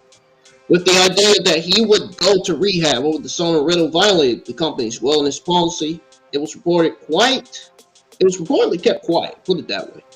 The Wrestling Observer newsletter reports that one source close to Riddle denied the story. According to the source, he was taking time off because of the pressure of a divorce. It says here, and I quote, one source close to Riddle denied the story, saying he was taking time off because of pressure of going through a divorce. A quote, Matt Riddle will be off the air for 6 weeks, according to WWE, due to the storyline injury. However, he has not commented or acknowledged his failure of 2 drug tests. Yeah, this is not a good situation for Matt Riddle, man. He got to get himself together. He got his life together, man. This not looking good for him. What's y'all's take on this story? Let me know. There's some news on Naomi. Naomi's still waiting decision about her WWE return. Naomi is still yet to take a decision regarding her future in the wrestling business. Dave Meltzer, the latest edition of the Wrestling Observer newsletter. That's all I've been saying. That's all you've been hearing all day. Wrestling Observer newsletter. Wrestling Observer newsletter. Revealed that no word has been given regarding Naomi. And she is basically still making up her mind regarding her next move. It says here, and I quote, nothing has been said about her. We were told that she has to make a decision, unquote. Now, it has also been reported that Naomi originally wanted to return with Sasha Banks as a team. However, with Banks looking to move to a different promotions as per reports, the only options left for Naomi is to either quit the business for good, make her debut. I couldn't even get it out. Make her debut in other promotion, or return to WWE without the legit boss. I can see Naomi returning to WWE, joining the baddies, man. I mean, given that I've seen recent photos of Naomi and Jay Cargill at a freaking party. Do you think Naomi will return to WWE? I don't think so. I think she'll probably go to AEW. AEW is going to end up having Mandy Rose, Naomi, and maybe Sasha Banks by next year. A former champion rumored for WWE Royal Rumble return. WWE's Royal Rumble event is coming up on January the 28th. You never know who will show it. You never know who will show up, man, and show out. Turns out that fans might just see a familiar face return this year. Kairi Sane. Oh, wow. I'm surprised they even mentioned this. Kairi Sane was one of the best female professional wrestlers. She still is. That already had at one point in time. She has a successful tenure in NXT, where she ultimately conquered the NXT Women's Championship. My mouth is feeling weird. I don't know why. Kairi Sane left WWE and returned to Japan. There is an extreme rumor going around about her right now. That rumor is that Sasha Banks is traveling to Japan. It has been rumored that also prominent Japanese talent may be traveling the other way for the Royal Rumble.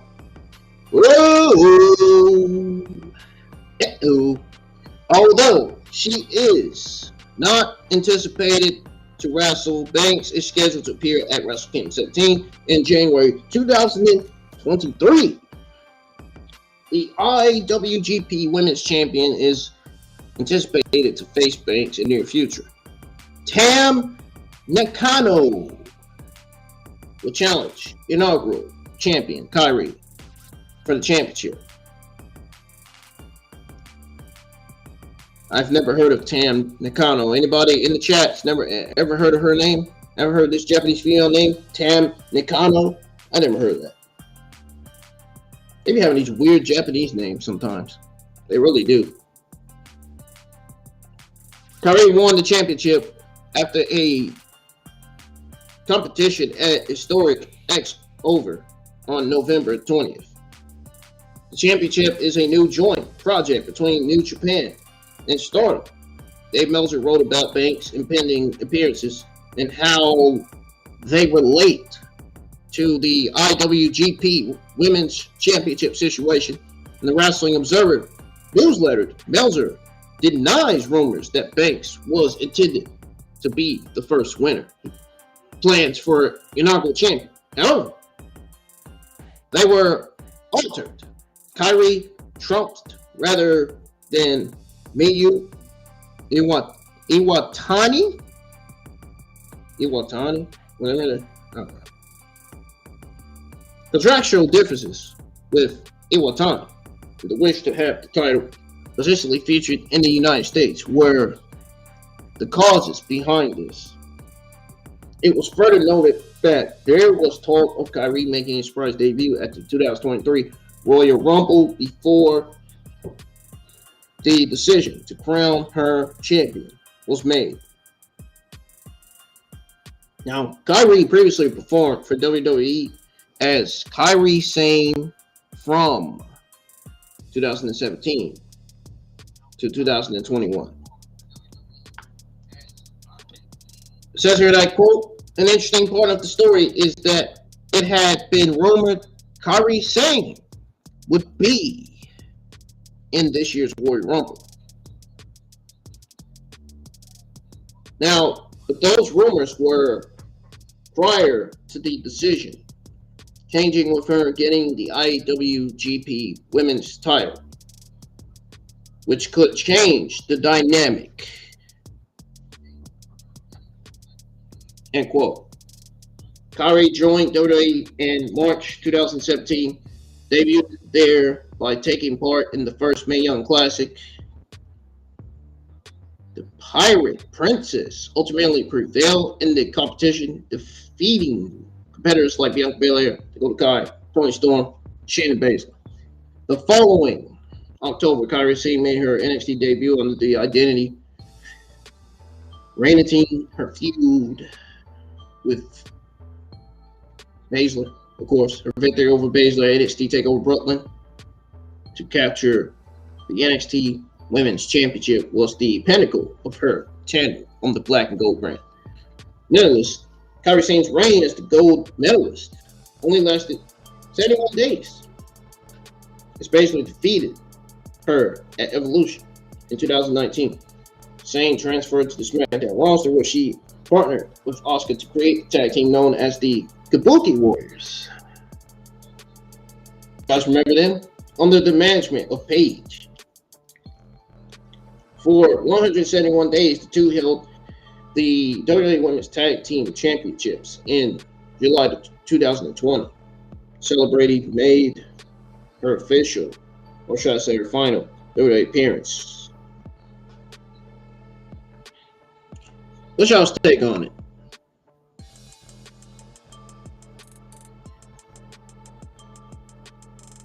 Alrighty. We are just now getting to the end. I'm just now getting to the end of me giving you guys your WWE Monday morning news. Now,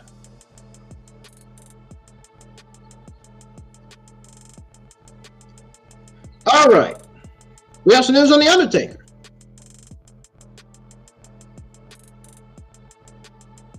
Yes, folks, I'm not joking. We got some news on The Undertaker. I'm not making that up at all. The Undertaker is announced for WWE Elimination Chamber weekend. Bet you guys didn't know about this, didn't you? Well, you're about to know now. And you might find out exactly why. The Undertaker is one of the most respected and longest tenured WWE legends of all time. Dead Man took the final bow from the Squared Circle move toward Outside Ventures. Recently, the company announced the next edition of his show, One Dead Man Show, his very popular one-man show.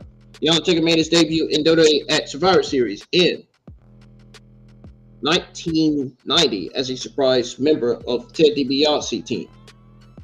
The Last Outlaw was known for his exceptional in-ring acumen.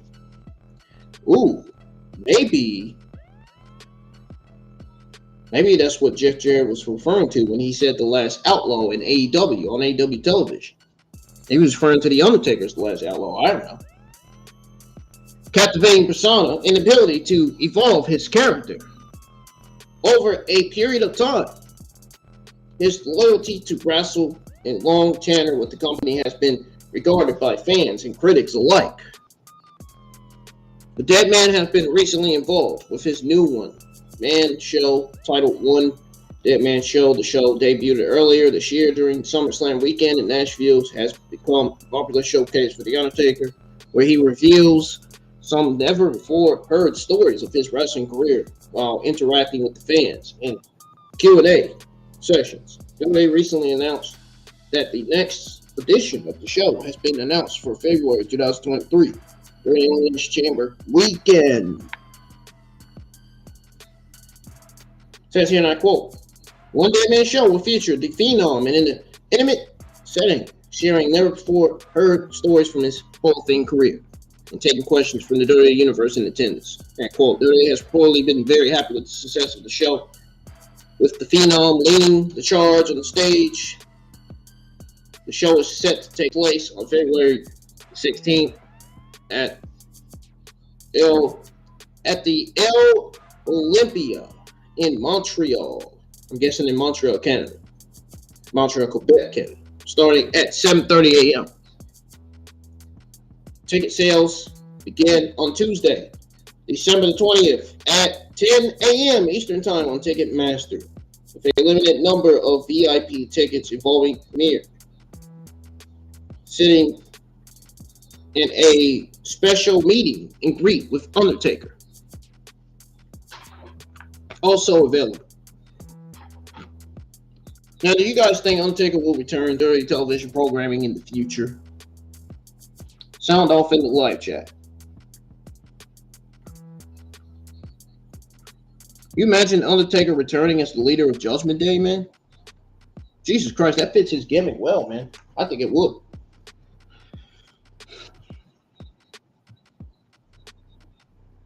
Anyways,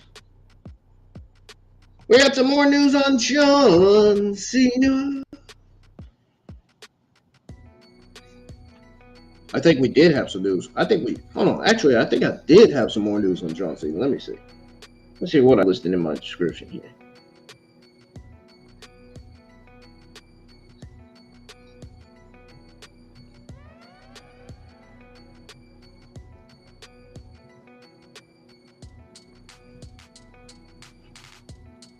No, actually, never mind. Change that. Actually, we got some more news on Sasha Banks. And then we'll have some more news on John Cena. That's more news on Sasha Banks. We'll go over that first.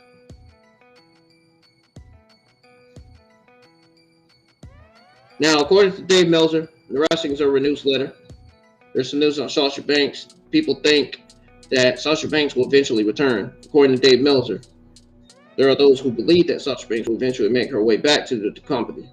He says here, and I quote, obviously, if Banks goes back to WWE, this will be a short-term deal. Those in WWE believe she will be back at some point, but no idea when, due to the money issue. End quote. Sasha Banks' WWE exit was negotiated months ago.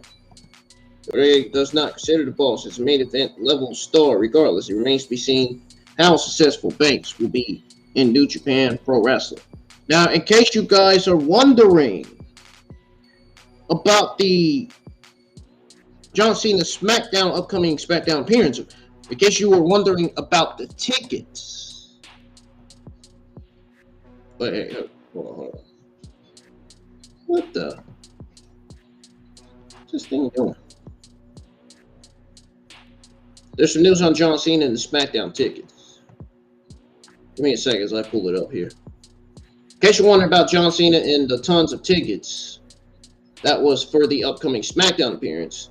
December the 30th episode of SmackDown is set to take place from the Arena. I said the Amuli Arena in Tampa, Florida. The show made headlines recently after John Cena was advertised to make an appearance on the Blueberry, which he did. It also looks like John Cena's appearance on the final SmackDown of the year has moved a lot of ticket sales. Now, WrestleTix is reporting that out of a total searing capacity of 11,113 seats, 9,363 seats have been sold, meaning that only 1,650 tickets are available for sale. This means that SmackDown is nearly sold out 2 weeks in advance. To pretty much prove how much of a draw John Cena is, 1,889 tickets were sold since his appearance was announced. It says here, and I quote, Friday Night SmackDown, Friday, December 30th, 7:45 p.m. Amoli Arena, Tampa, Florida. Available tickets, 1,650. Current setup capacity, 11,013. Tickets distributed, 9,363. 1,889 tickets moved since John Cena was announced for the show. They continue to expand the upper decks. The pink dots are resale tickets. Once these tickets become available, a good chunk are bought up and quickly relisted per WrestleTix, end quote. Given that there are only about 1,650 tickets left with still 2 weeks to go, it is highly likely that SmackDown will sell out well in advance. Apart from John Cena's appearance, all the matches or segments was announced for the show so far. So I will get Ringside News for live coverage. They'll let me know something. When they do, I'll let you guys know. Now, you guys remember WWE Hall of Famer Hacksaw Jim Duggan?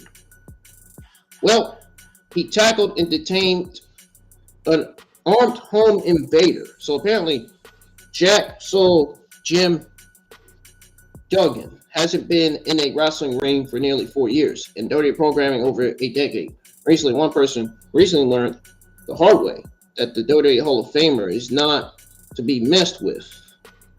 In an exclusive interview with Wrestling Inc., Duggan explained that his home was broken into by an intruder on Thursday. Not good. Oh my God. You guys hear that? You guys hear that, man? Duggan literally explained that his home was broken into by an intruder on Thursday, December the 28th, 6:45 p.m. 6:45 p.m. 6:45 p.m. And a man in his mid-20s entered the front door of his South Carolina home. Duggan claimed he took the man down by grabbing his .44 caliber pistol and holding the intruder at gunpoint. That's what I call a USA hero right there, man. Duggan and his wife, Deborah, went into detail that after the man entered, other people yelled in their neighborhood. Duggan had his Christmas lights turned off and told the intruder to be quiet. And concerned that more people might be headed his way, according to the Duggans, the intruder was described as historically frightened. They claimed that people from a nearby home were coming to kill him, while Duggan kept his gun on his lap and his hand on the intruder's back until the police arrived. The intruder was fleeing. Individuals related to a different legal matter having him seek refuge, according to Duggan. The intruder knocked on many doors before climbing over the Duggan's fence, entering through their unlocked door. Duggan didn't press charges, but he let the Kershaw County Sheriff's Department apprehend the intruder. Duggan said, "Thank God we didn't shoot him." That is quite a wild story to come out of this whole ordeal between the Duggins and the Truth. Luckily, everything worked out in the end. Everyone knows to not mess with a pro wrestler of any kind when trying to break into his house or her home. This only adds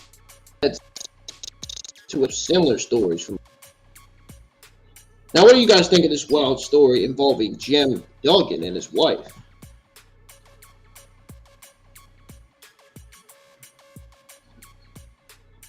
Let me know.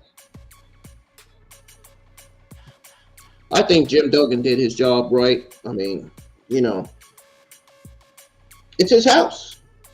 It's his gun. He want to use the gun? He could have used the gun if he wanted to, but he didn't. He just wanted the intruder to stop what he was doing. Just surrender. Which he did. Which he did.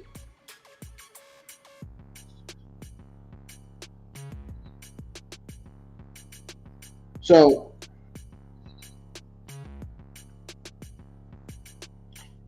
we got some more dirty news to go over. In my throat.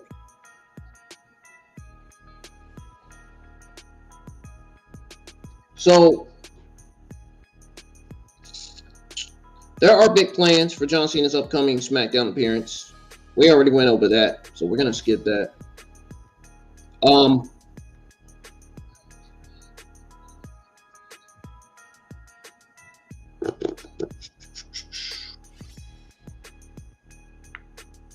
We do have some news on Top Dollar. We got to go over this, man. This had me laughing, dude. This article had me absolutely laughing, man. Laughing my tail out. Oh, my goodness, dude. Oh, my God, it had me laughing.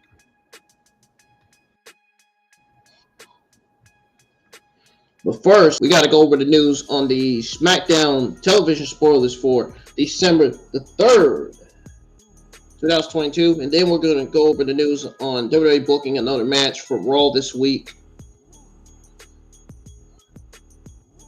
And then we got some more news on John Cena. And then that's when we'll go over the news on the alternative angle, Top Dollar's hilarious, brutal botch on SmackDown. I thought that was really, really funny. And he did terrible. He didn't even have to do that. He could have just avoided doing that, man. He could have easily avoided that. But he didn't.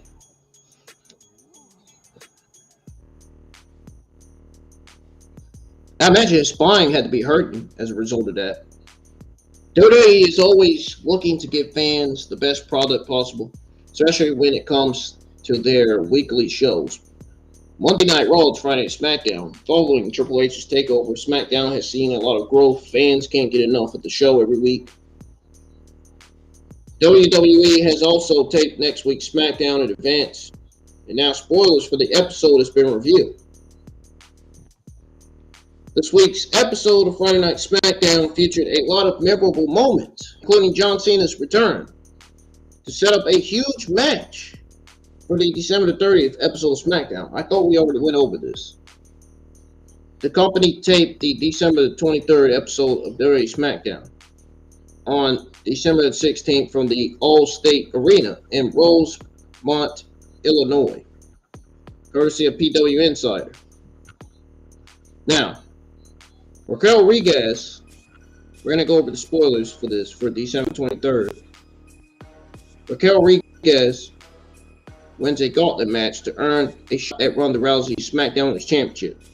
She last defeated Shayna Baszler. Rey Mysterio beats Angel Garza. Karrion Kross and Scarlett were in the crowd during the match. Rey Mysterio tells Kross to fight him, but he didn't. In a promo, Wyatt demands that LA Knight apologizes to him because he's not Uncle Howdy. He attacks the cameraman filming him. Roman Reigns cut a promo, vowed to defeat Kevin Owens and John Cena this week. In the promo, it was noted that Sheamus would face Solo Sikoa on this week's episode of SmackDown as well. The Usos beat Hit Row, Hit Roll's Shanti and Adonis top dollar to retain the WWE Undisputed Tag Team Champions. Miracle on 34th Street fight. Braun Strowman and Ricochet beats Imperium. Imperium's Giovanni Vinci and Louis Kaiser. At one point, the New Day, Kofi Kingston, Xavier Woods dressed as toy soldiers. What the fuck am I thinking? Toy Story. Thinking about that movie, Toy Story, man.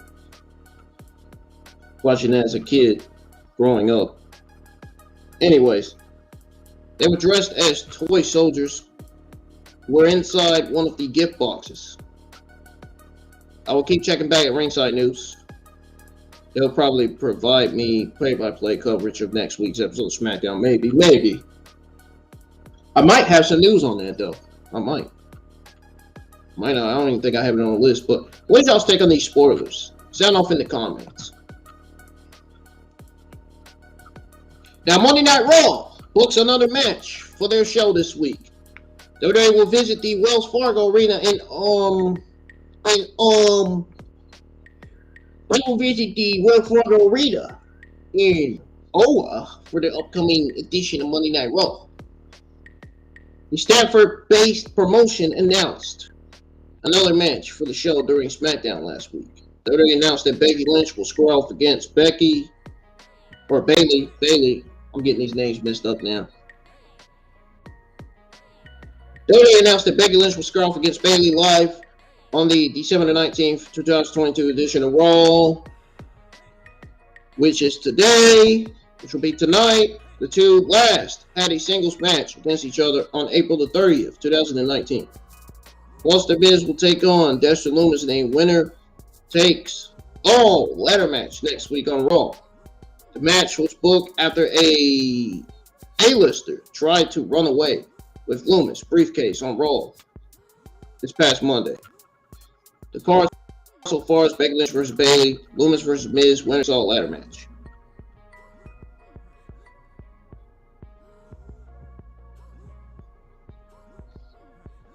John Cena's match on SmackDown will keep incredible WWE records alive, says Ringside News. John Cena made a video appearance on Friday night's broadcast to reveal this past Friday that he will partner with Kevin Owens on the SmackDown edition, airing on December the 30th. The final WWE TV event of 2022 will pit John Cena, Owens versus Roman Reigns and Sami Zayn prior to John Cena's unexpected arrival on this week's broadcast. They were unaware that John Cena would be participating in any match. However, it had been previously reported that the 16-time world champion would be present for this event.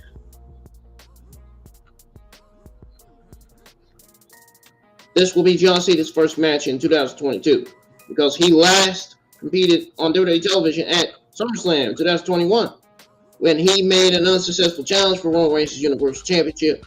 After the December the 30th episode of SmackDown, John Cena will have competed for WWE every year since making his main roster debut in 2022 after the December the 30th show. Ringside News exclusively reported that Vince McMahon gave John Cena his blessing to work for WWE as much as he can. It should be interesting to note that exactly 20 years after making his WWE SmackDown debut against Kurt Angle in 2022, John Cena last appeared on WWE television during the June 27th. I hate when I get my stuff wrong. Episode of Monday Night Raw. Fans are surely excited for John Cena's next match. Meanwhile, stay tuned with Ringside News, of course. They'll give me some information this week, I'm sure. What is y'all's take on this story? We gotta talk about the fucking top dollar brunch on WWE SmackDown, man. This shit had me laughing, bro. I hope Frank Guzman is in the chat for this one. This one had me laughing. Oh my god. I hope everybody's in the chat for this one. This one's gonna have you laughing. Hit Row member Top Dollar. Is it funny if I call him $0?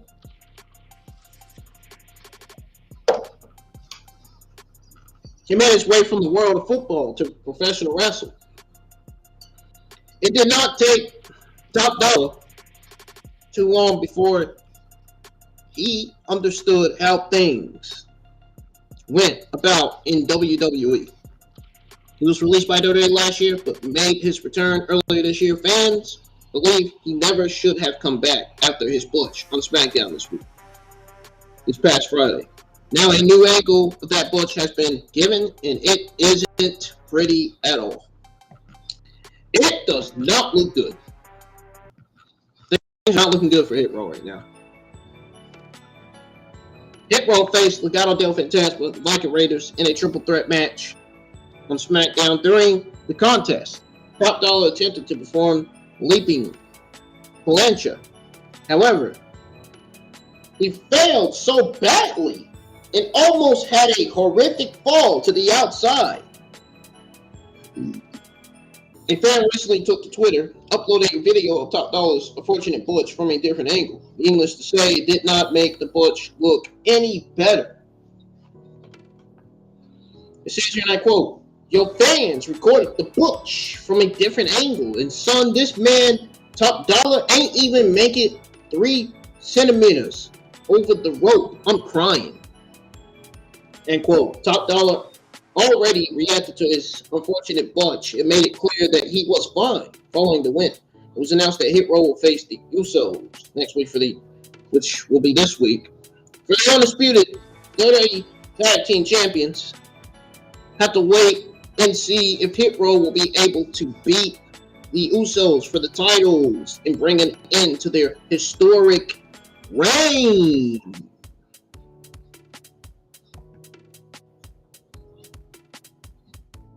There's some news on WWE pitching alternative WrestleMania ideas for Roman Reigns.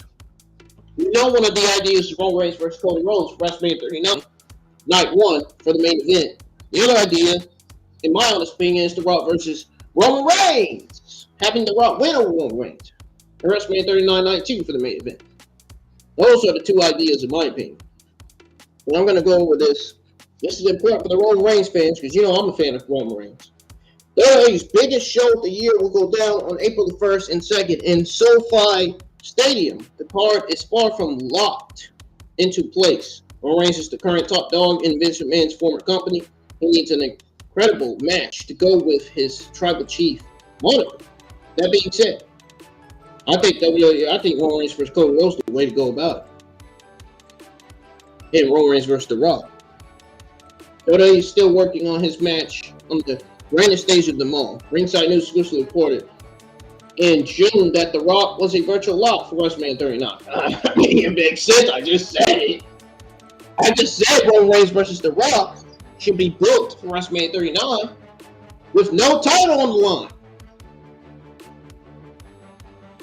Now, although those plans seem to be coming along, nothing was 100% down. WWE Creative is coming up with a B plan. Ringside News was told by a chairman source within the company that WWE Creative is pitching alternatives for Roman Reigns' WrestleMania match. It was also made very clear that no contract for that match has been made official yet. Any report saying The Rock is 100% locked in is irresponsible. There are a few ideas going around for Roman Reigns' WrestleMania match, but nothing is in stone yet. That's what Ringside News says. Obviously, this will change in the upcoming weeks because the Royal Rumble event on January 28th will likely feature some huge momentum on the road to WrestleMania. And I do have some news on the Royal Rumble, which we'll go over in a minute. Rock has an incredibly busy schedule with new big money projects getting presented to him all the time. Dwayne Johnson has a lot of demand for his time. That's prime right there, man. But he obviously has a desire to make it back to WWE for some kind of involvement. Only time will tell what they can work out. I was drinking some lemon lime not too long ago. I mean, you gotta imagine how I'm feeling. This lemon lime, man, ain't no joke. Never mind liquid death. White House take on The Rock's possible WrestleMania match.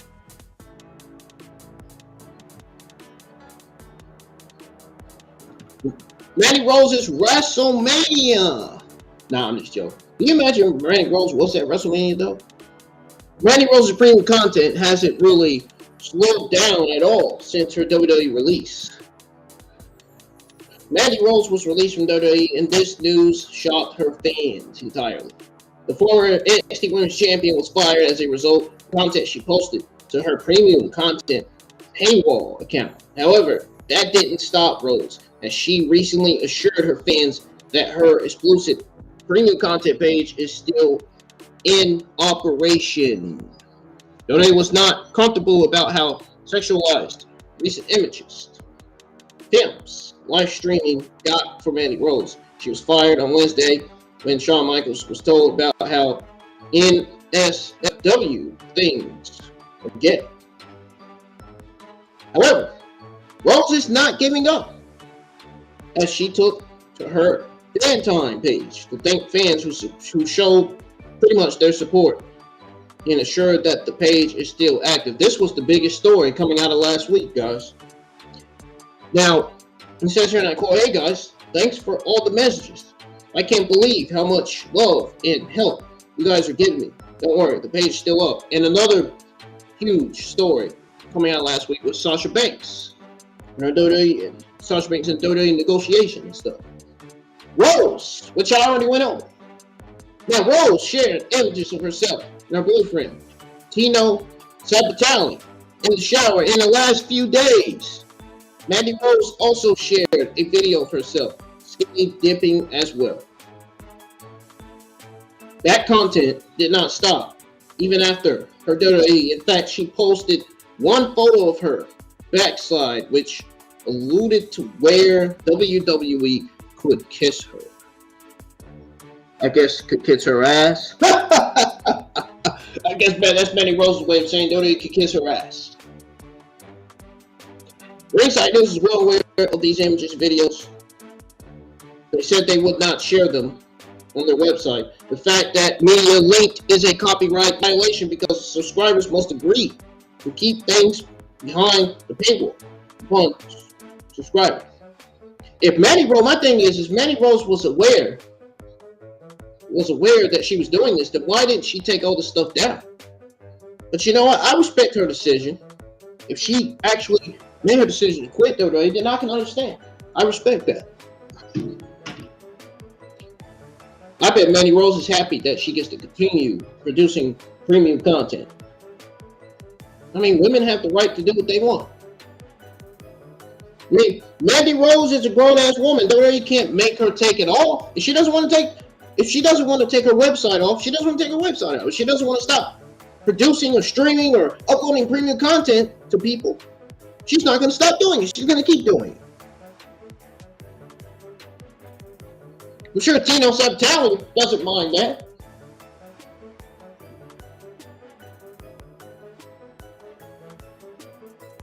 Mandy Rose was making more with her premium content with her WWE contract. She was making more premium content than her WWE contract. WWE, on the other hand, isn't ruling out the possibility of Mandy Rose returning to the industry in the future. Mandy Rose has also raised costs for her premium subscription service. In fact, Impact Wrestling. You know Mandy Rose is not going to go there. Impact Wrestling is in to sign Mandy Rose. I guess we'll have to see what the future has in store for the former attraction leader. If anything, she's not hurting financially at all. I mean, no. I'm sorry. Get the fuck out of here, dude. She's not hurting financially, man. What's news on some likely plans for Cody Rhodes after his return? I already know what those plans are. Cody Rhodes came back to WWE during WrestleMania 38 with a chip on his shoulder, as he had to prove to the world that he was a true star. Rhodes ended up having a solid contest with Seth Rollins, renovating his status in WWE. Rhodes has been absent for a long time now after suffering an injury, but it seems WWE will have Rhodes revisit the feud with Rollins upon his return. Why? Oh, so Seth Rollins can turn back heel again? Come on, man. It's enough that Seth Rollins is doing great as a babyface. Why do you need Seth Rollins to turn heel again? That doesn't make sense. You got Austin Theory, Bobby Lashley's heels. Why would you need Seth Rollins to turn heel? You mean tell me Cody Rhodes is going to come back as a heel and then turn babyface? Makes me question that decision. I don't know. It makes me just question that in some way.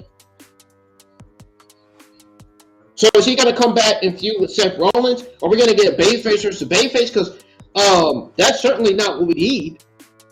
We don't need to be seeing a babyface Cody Rhodes versus a babyface Seth Rollins.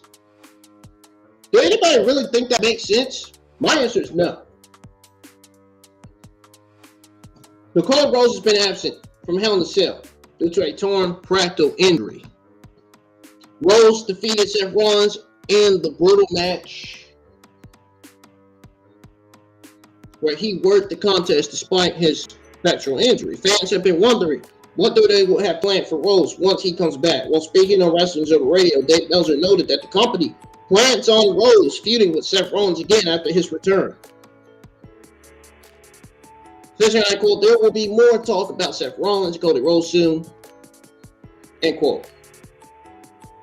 Rollins previously stated that his Hell in a Cell match with Cody Rhodes helped his reputation. Cody Rhodes hinted at making his return during the Royal Rumble match next year. We'll have to wait to see whether Cody Rhodes will feud with the Visionary again upon his return. Oh, no, that's not happening. Seth Rollins is a babyface. Cody Rhodes is a babyface. What do you think they're going to do with Cody Rhodes? They're going to put him in a feud with somebody else. They're not going to put him in a feud with Seth Rollins. Why would you put a babyface in a feud with a babyface? Come on. They know that. Nobody knows this shit doesn't make sense. Come on, bro. Are you serious with this nonsense? What's y'all's take on this Cody Rhodes and Seth Rollins feud from the past? You know, when Seth Rollins was a heel, Cody Rhodes was still a babyface in WWE.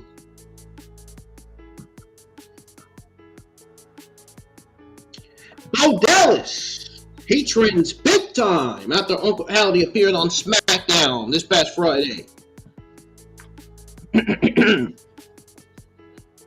Now, as seen on this past Friday's episode of Friday SmackDown, Uncle Howdy made a shocking appearance in the flesh during Bray Wyatt's segment. Fans took to Twitter and made it clear that they believe Howdy is none other than Bo Dallas. One fan especially wished it was Bo Dallas.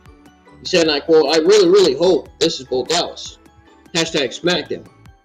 Another fan took to Twitter and wondered whether pro wrestler Dutch would be Uncle Howdy. If not Dutch, the fans believe it would finally be Bo Dallas. It says here, and I quote, could DefX Walks be a part of the Wyatt Six with at Wyndham 6? Could Dutch be Uncle Howdy? If it's not Dutch, it has to be Bo Dallas. Or quote. Another fan took to Twitter, commented on Uncle Howdy's appearance, as he gave tons of props to Bray Wyatt by stating that Wyatt is an absolute genius. He then added that Howdy finally has to be Uncle Howdy. Yeah, I apologize for being behind on my AEW WWE news last week, guys. I had took a break from YouTube. I needed it. I deserved it. You know, it's something I deserved. Hopefully, I'll be able to fucking rest when I'm done. When I end the stream, when I'm done, give you guys your AEW Thursday morning or Monday morning news. Excuse me. It says here that Bray is an absolute genius. His aura he adds to the company, his storytelling, so intriguing. What a talent this Bo Dallas BTW. Hashtag SmackDown. We'll have to wait and see how Uncle Howdy is booked in the coming weeks. By the looks of it, Bo Dallas is a popular culprit for Howdy's true identity. Fans are just waiting for that reveal to happen.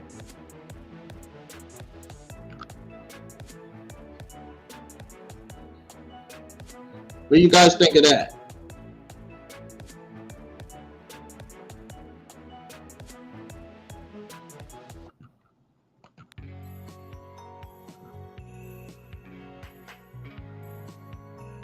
All right.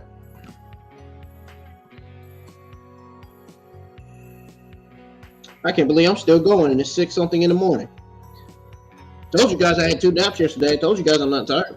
I'm not sleeping. My agents end up going back to sleep though. Got some news on the SmackDown viewership.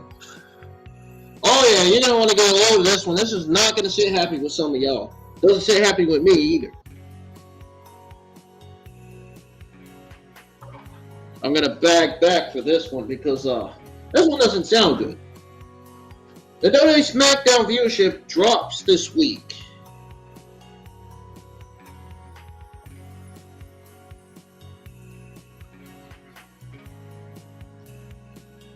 According to Spoiler TV, December the 16th episode of WWE SmackDown brought in an overnight viewership of 2.056 million with a 0.5 to 1849 demographic. Interesting enough, they averaged 2.056 million viewers for both hours of the show. In case you're wondering about December the 9th episode of SmackDown on Fox, they brought in an overnight average of 2.115 million viewers with a 0.5 to 1849 demographic. And that's all I'm going to go from there. I'm not going to read the rest. I just don't feel like reading the rest, man. The NXT superstar is apparently medically cleared for in-ring return. I got some WWE Monday morning news on that. Quincy Elliott was last seen on WWE television on the October 25th episode of NXT, where he accompanied Shanti to the ring for her match against Lash Legend. The Super Diva was also co-host of NXT Halloween Havoc. Since then, Quincy Elliott hasn't been seen on TV. Recently, Quincy Elliott took to Twitter to inform his fans that he is medically cleared and will be present at NXT Tampa show, which he was last week. Quincy Elliott's last match was against Zion Quinn for the chance to host Halloween Havoc, which Quincy had won. It'll be interesting to see what WWE has in store for Quincy Elliott.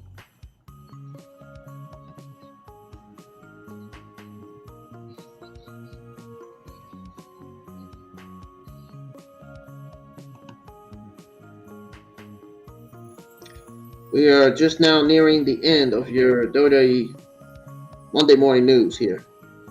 There's some news on Kevin Owens. There's some more news on Bray Wyatt as well. Kevin Owens missed WWE SmackDown due to travel nightmare. Kevin Owens is a huge part of WWE television right now, and that importance will likely only grow as the road to WrestleMania picks up. He was supposed to be on television for SmackDown this past Friday. That didn't go as planned. Sean Ross Sapp reports behind Fighters paywall that Kevin Owens was supposed to be a SmackDown. He was supposed to be on SmackDown for this past Friday's double tapings. They got next week's episode out the way, which is this week. Sadly, Kevin Owens could not make SmackDown this past Friday. His situation was described as a nightmare travel situation. It says here, and I quote, Kevin Owens was supposed to be featured on the double SmackDown tapings. It couldn't make it due to what WWE told them was a nightmare travel situation. As a result, Kevin Owens had to be written out of the shows, and major production and writing changes were made. Now,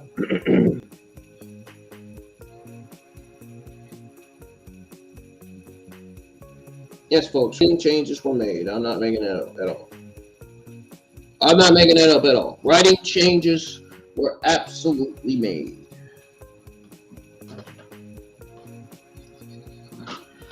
Now,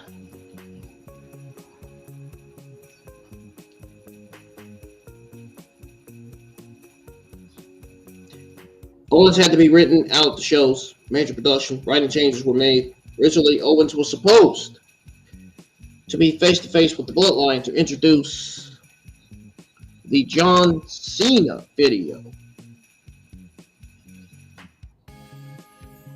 End quote. Not experiencing travel hardships in the next few months. He will likely be heavily involved in those storylines. Rewriting in his absence could be a bit of a nightmare too. What's y'all's take on Kevin Owens' current WWE booking? Let me know.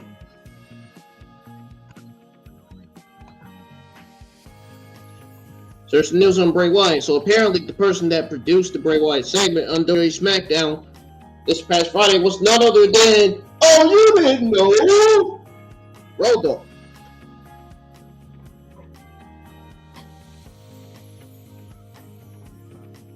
So the segment has managed to get fans more involved in the storyline. Wardlow's name trended after that because some fans were convinced he was under that detailed mask. Charlotte said behind Fightful's paywall that Wardlow, who is not normally listed as a producer, was in charge of putting that segment together. Says here, and I quote, Wardlow is not physically listed as a producer, but was for the LA Knight Bray Wyatt segment for Fightful Select. End quote.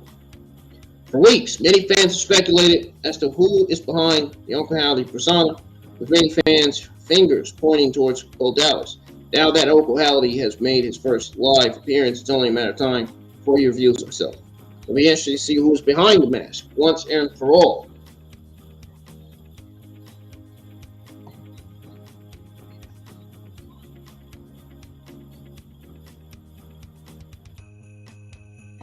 We got some news on the Monday Night Raw tickets. Monday Night Raw is almost a sold-out show.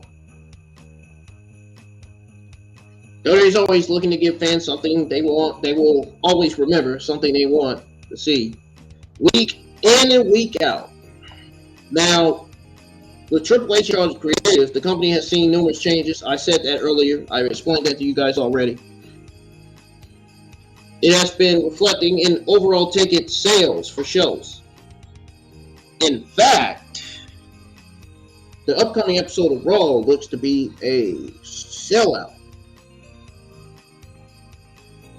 It's talking about tonight's Monday Night Raw. That's what they're talking about. Now, the upcoming episode of Monday Night Raw will take place in the Wells Fargo Arena in Owa on December the 19th. With a very interesting card so far. Tickets are selling like hotcakes. Naturally. Faster than a cheetah can fucking run, faster than you can blink. That's how fast those tickets are selling. Seth Rollins will be very over in his home city. According to WrestleTix, the company has managed to sell 5,144 tickets. There are also 982 tickets left. Good grief. That's a lot. As the arena has a capacity of 6,126 seats, needless to say, this show is almost a sellout. So far, the company has booked 2 huge matches. This includes Becky Lynch's in-ring return for the first time since SummerSlam, and she will battle out against Damage Control's Bayley. Dasha Loomis will also face The Miz in a winner takes all ladder match. We'll have to wait and see how the overall show will turn out, as fans are certainly excited to see what the company has in store for them. In the meantime, you guys should look forward to Monday Night Raw tonight. It should be a good episode. Hopefully. Hopefully it doesn't end up bad, like some people say it did last week. Are you guys excited about Raw? Kofi Kingston has a list of things to do before retiring from WWE. Kofi Kingston has always managed to avoid getting eliminated in the Royal Rumble matches in the most creative ways. Of course, he accomplished a lot of history-making feats in his career so far, with the road to WrestleMania officially set to get underway with the Royal Rumble this year. Fans are already excited about what Kofi Kingston will do. Well, speaking on the Bubba show, Kofi Kingston revealed that he wants to win the Royal Rumble match before retiring for good. Says here, and I quote, "The one thing, there's a lot. Winning the Royal Rumble would be great. There's a list. You've got to stay hungry. You don't stay around this long by sitting on your laurels." End quote. Kofi Kingston already announced that he will enter the Men's Royal Rumble match next year.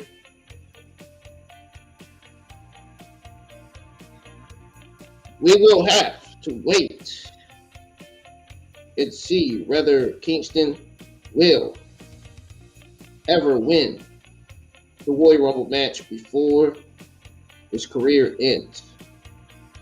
But he will likely give fans a ton of exciting moments along the way.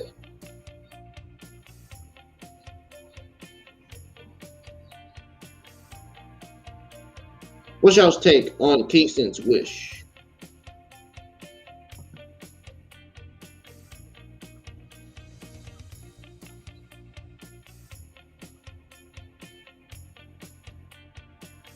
Now, Barry Windham was saved with CPR after an airport after suffering heart attack.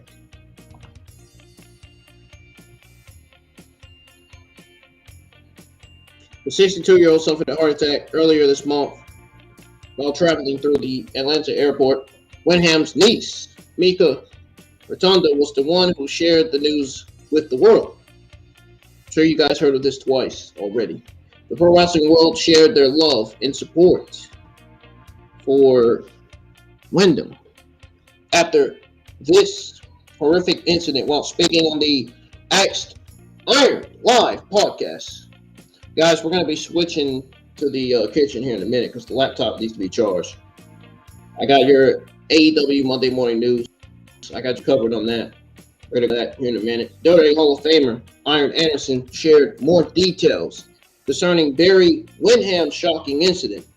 Anderson revealed that a passerby at the airport noticed Windham's condition after he suffered a heart attack and immediately gave him CPR, thereby saving his life.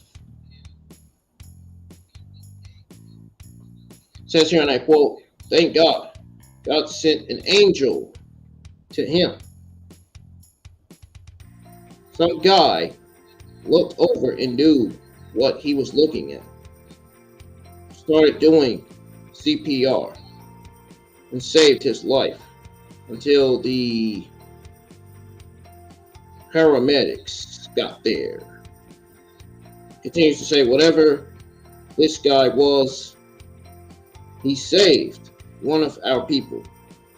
You know, I'd love for him to identify himself and us try to repay him. I don't think you can repay him fully, but to do something nice for him because he damn sure did something nice for us, he saved Barry's life. Bray Wyatt eventually identified the person who saved Barry Windham's life as he took to Instagram uploading a video where he thanked Michael Todd Loddick for saving Windham. This was an emotional video where Bray Wyatt broke his character in rare form.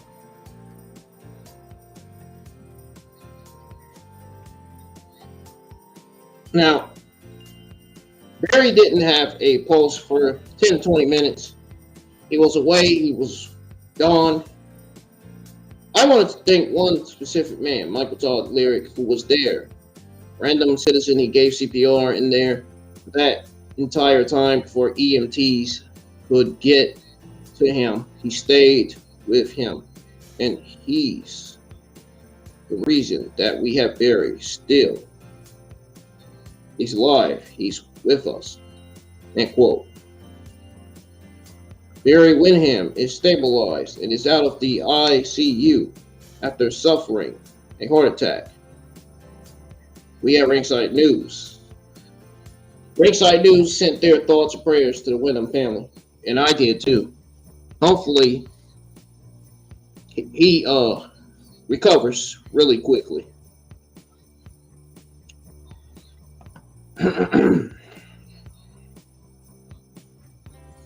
Now, there's some news on the Velveteen Dream. There's also some more news on Triple H.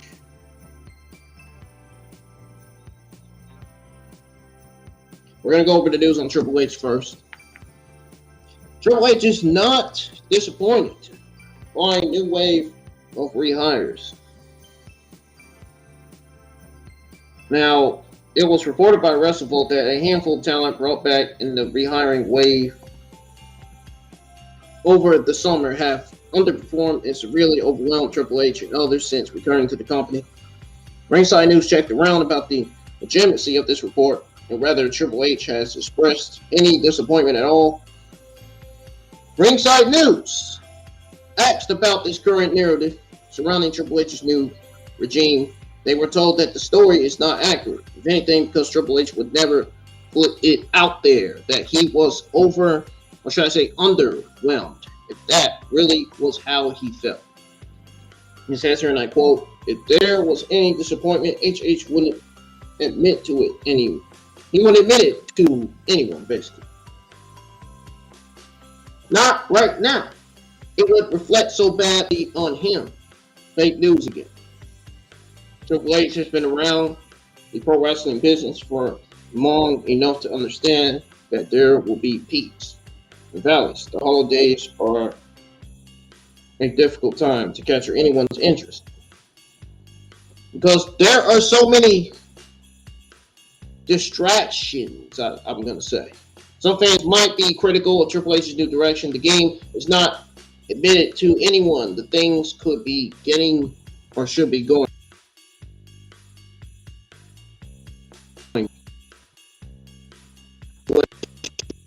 Shown cursing at police in newly released arrest video. Velveteen Dream had a successful tenure in NXT as he rose to prominence as one of their top performers as a result of his strong character development and ring prowess. He was, nonetheless, the center of controversy due to all the accusations leveled against him. Wrestling TMZ published the arrest video of former WWE performer Patrick Clark, Velveteen Dream, from August. In the footage, Orlando police can be seen taking him into custody after Clark is seen reportedly biting and punching a gym employee. In the video, Clark told the police that he did not commit battery and that they should allow him to call a lawyer. On the drive to the police station, Clark is heard ranting at officers in the footage, admitting to being a bit drunk. Clark also repeatedly tells the police that he was never told his Miranda rights, that his lawyer would file a lawsuit. Okay, he is a WWE wrestler, all of which are audible. In the end, Clark was charged with 2 misdemeanor counts of assault and trespass. The matter was disposed of in September after the claimed victim indicated he did not intend to prosecute.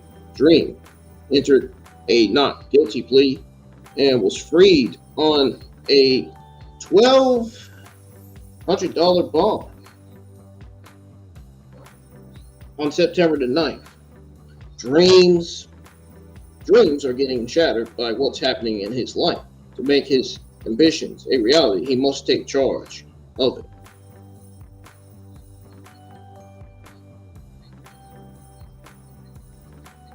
He must take charge of it.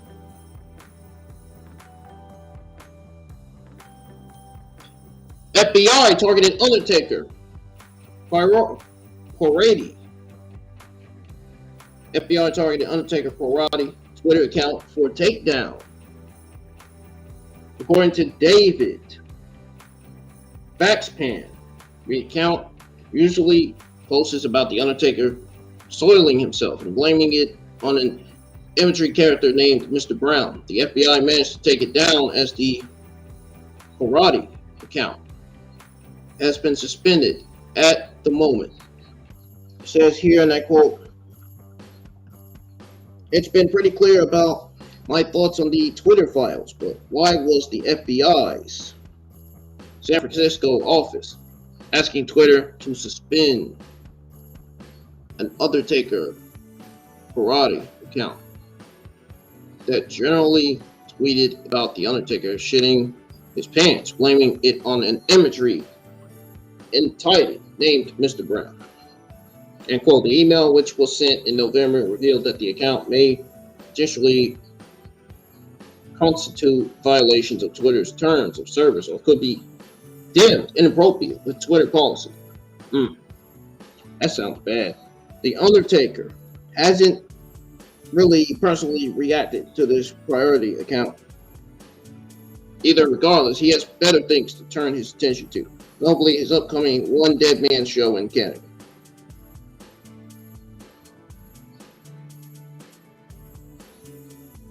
What's y'all's take on Undertaker's priority account getting taken down?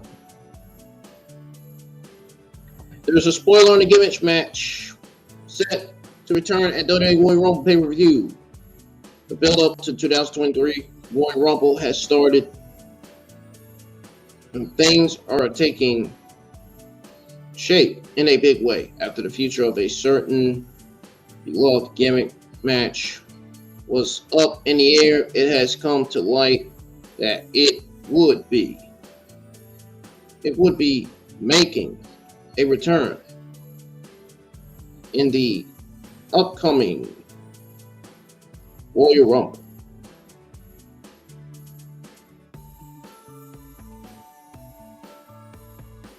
Either this year, Triple H made the decision to next the Hell in a Cell pay-per-view event in order to avoid shoehorning bookings for the pay-per-view. Triple H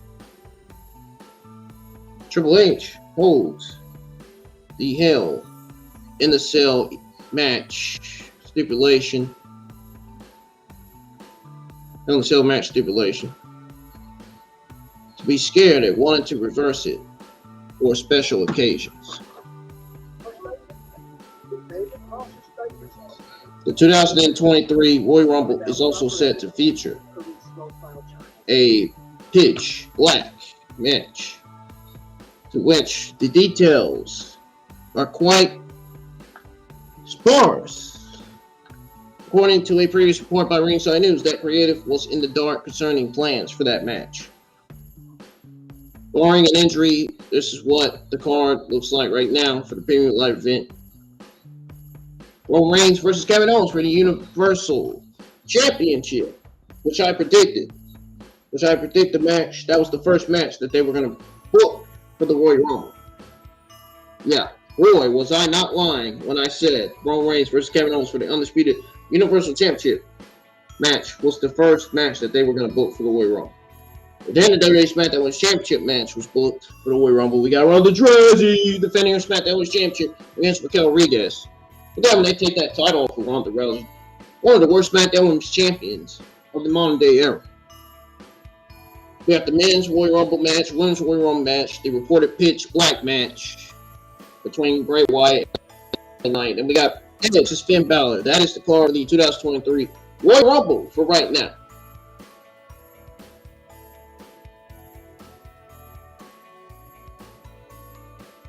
Are you excited to see Hell in the Cell match for the first time at Royal Rumble?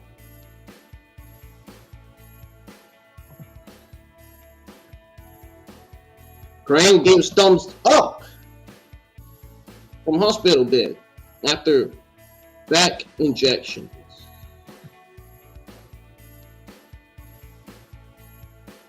It seems that Kurt Angle was all smiles after this procedure. After all, he's no stranger to the doctor's office. It's all maintenance on his body to keep it in the best shape possible. It says here, and I quote, got my back injections this week. Body maintains pain-free, tweeted Kurt Angle. And quote, Kurt Angle recently made an appearance for the WWE to celebrate his birthday on SmackDown. He also made an appearance when Raw visited his hometown earlier this year. We have to wait and see if Kurt Angle makes an appearance next time WWE comes to the city.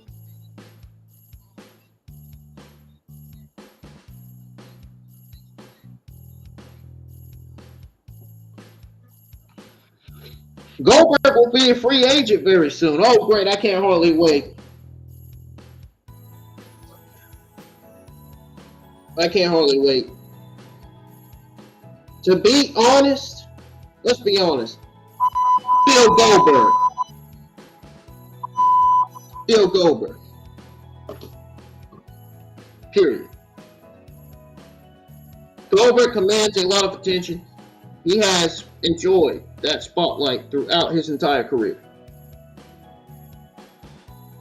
The rumor mill recently started churning for Goldberg. Well, that seems to be unwarranted. Sean said provided some charity behind Fightful's paywall on what's going on with Bill Goldberg's current situation. It was noted that any report about Bill Goldberg inking a new deal were not true. Says here, and I quote, last week rumors circulated that Goldberg had signed a new WWE contract that would see him with a 2-year deal with 5 matches guaranteed. No, nobody wants to see him. Nobody wants to see Goldberg wrestle in the ring, okay? Keep him off of television. Keep him far away from WWE as far away as you can. With 3 matches to be against new talent that he hasn't faced. In addition, the report stated that the shows would be mainly Saudi WrestleMania matches. However, those close to him say not so fast. Specifically, they say that would be news to his reps that negotiate those kind of deals. End quote. It was also noted that Goldberg's current WWE agreement runs through 2022. There are no matches remaining on it, although there is always a chance he could resign with WWE according to his reps. That's not the case yet. It appears that Goldberg will be a free agent at the end of 2022. Let's see when Goldberg shows up again. He could have a few more matches in him, but he will also command a payday. Whatever, who cares? Nobody gives a fuck. Keep him as far away from TV as you can. He needs to stay as far away from WWE as he can, man. What's y'all's take of Goldberg's future in the ring?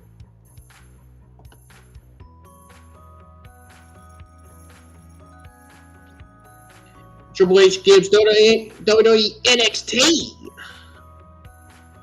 more creative.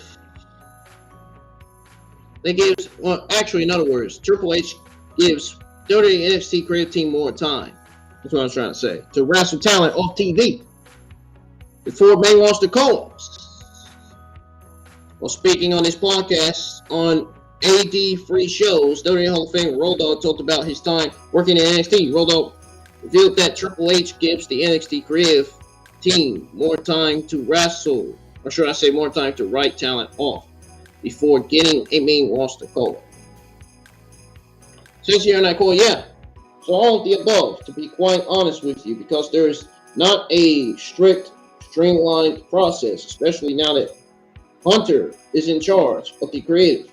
He understands much more about giving fair warning so that you can write the person out or write the person off, or however you're going to do it. It gives you time to prepare creatively for that. I like a heads up. So sometimes we got those, sometimes we didn't.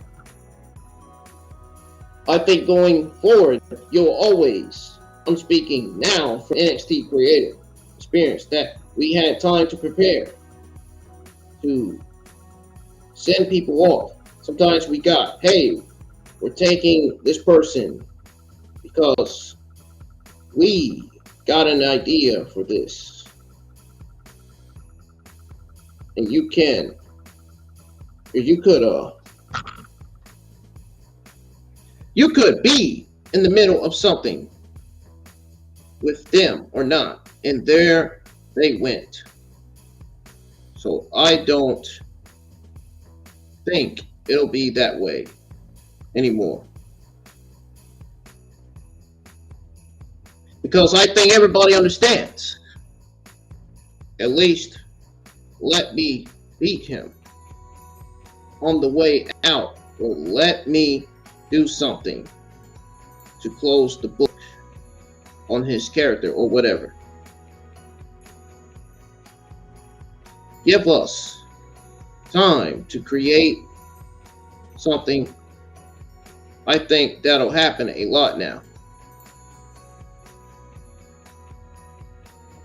End quote. We will have to wait and see whether WWE will end up calling more NXT stars to the main roster soon enough. The likes of Braun Breaker, Cora Jade becoming primed for a main roster call-up. Perhaps fans might get to see them soon enough.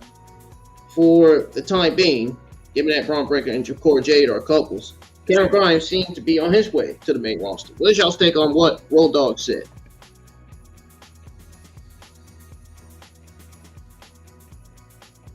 Now, there is a match announced for the Judgment Day this week on Monday Night Raw.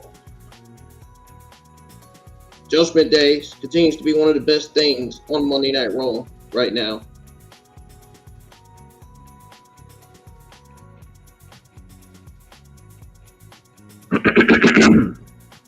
And then there's this news. Then there's your last Monday morning news on this winner takes all ladder match announced for Monday Night Raw tonight. Judgment Day picked up the win. It looks like the rivalry between Judgment Day and Street Profits will continue on Raw as well. A few moments ago, Damian Priest informed his fans via Twitter that he was just informed that he and Finn Balor will face the Street Profits this week on Raw. Just heard the news. Tomorrow night, the Profits get hooked by the Judgment Day. Randy was arrested and taken to jail and booked on first-degree murder charges. And quote, it looks like this rivalry between the Judgment Day and Street Profits is just getting started. Considering the numbers advantage, will be interesting to see if the Profits will be able to find anyone to help them out. The Street Profits versus the Judgment Days. Damian Priest. The Miz versus Loomis. Double or nothing ladder match. Becky Lynch versus Bayley. That is the card for Monday Night Raw. But that doesn't stop there. There's a winner take all ladder match announced for Monday Night Raw.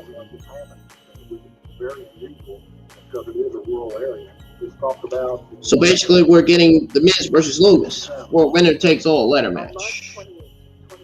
This match will certainly be the one. This match will certainly be that fans will be looking forward to. Apart from this, WWE has a couple of exciting matches lined up.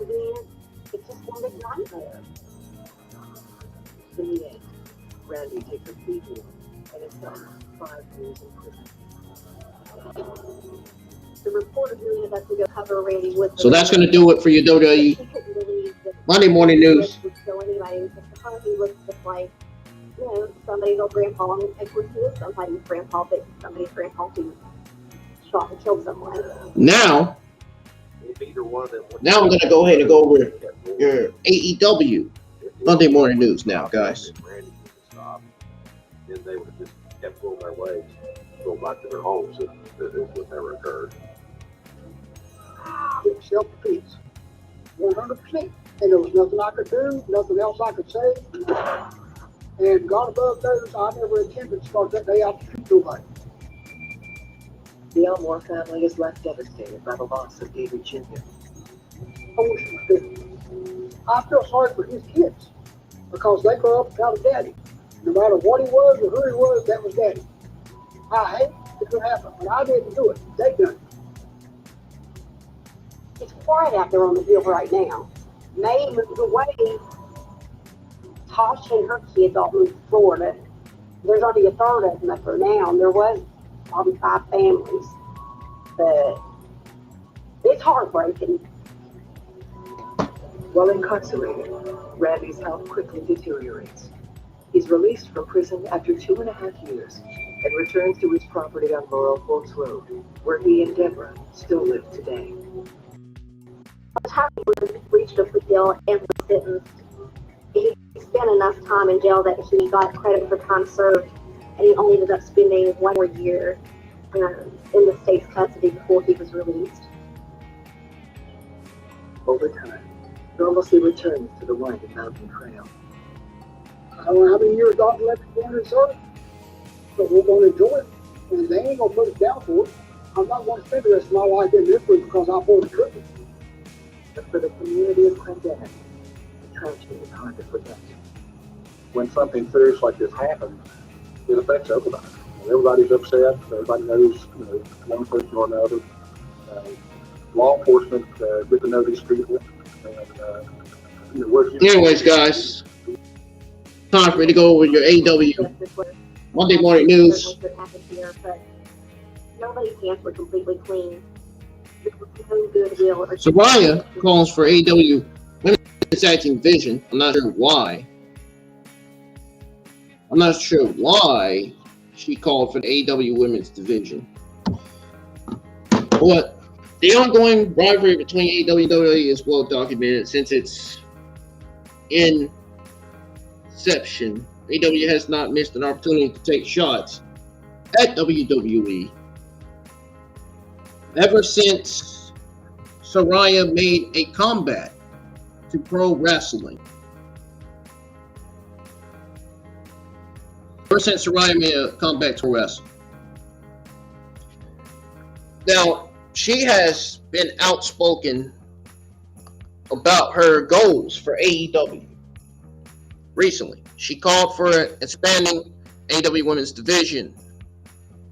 That is what she called for. Now, who in their right mind would be calling for an AEW Women's Division? Expanding AEW Women's Tag Team Division? You gotta be crazy. I don't think anybody wants an AEW Women's Tag Team Division. Let's be honest. I really don't. And even if people want it, they're not going to get it. I don't want AEW to be like WWE. I want AEW to be different than WWE. Just like New Japan Pro Wrestling is different than Stardom. You know what I'm saying? We don't want nothing like that. So with new signings, the AEW Women's Division has continued to expand and receive a lot more, let's say, television time. Saraya, who made her debut at AEW Dynamite Grand Slam, pretty much deliberately the most notable signing to date. Saraya debuted in AEW a couple of months ago and took the pro wrestling world by storm. Now, since her debut at AEW, Saraya and Dr. Britt Baker, DMD, have been involved in a intense rivalry at AEW Full Gear. The two women even engaged in a wrestling match. Recently, Saraya was questioned by Forbes. Alfred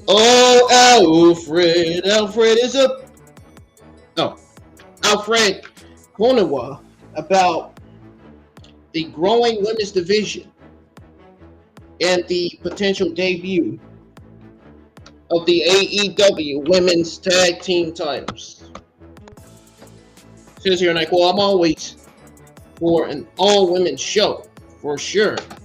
I feel like there could be a tag division we could get going as well, like women's tag team championships. Really? Give me a break. Women's tag team championships. What are you gonna do? Start being like WWE now? My God. It'd be a tag division we could get going as well, says Alfred. Then he continues to say, like women's tag team champions, I don't think we should load wrestling with a ton of championships. There is space for a women's tag division too. And then he goes on to say there are a lot of women we have backstage that are not on the show and that could give them an opportunity to be on the show.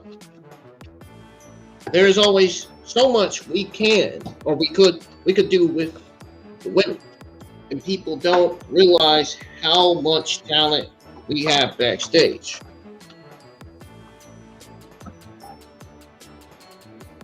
End quote. Now, on the January 11th episode of AEW Dynamite, Riot will compete in tag team action alongside an unidentified partner against Jamie Hayter and Britt Baker. Meanwhile, Death Triangle currently holds the AEW Trios Championships, which were added to AEW's tag team division in 2022.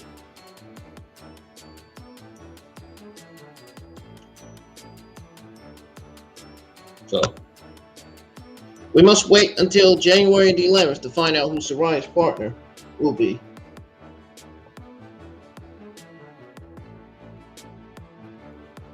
Miro is still waiting for the opportunity for AEW returns, like I'm waiting for them to have Miro return to feud with Samoa Joe. Because that's what I want to see. Miro feuding with Samoa Joe over that TNT Championship. Miro used to work as Rusev when he was in WWE. But his run in the company was ruined due to a lot of questionable booking decisions. He made his way to AEW to have a better run as a professional wrestler. While that was certainly going on for a while, things changed eventually. Miro has been absent for quite some time now, and it seems he is just waiting for the right opportunity to make his comeback, quote unquote, such.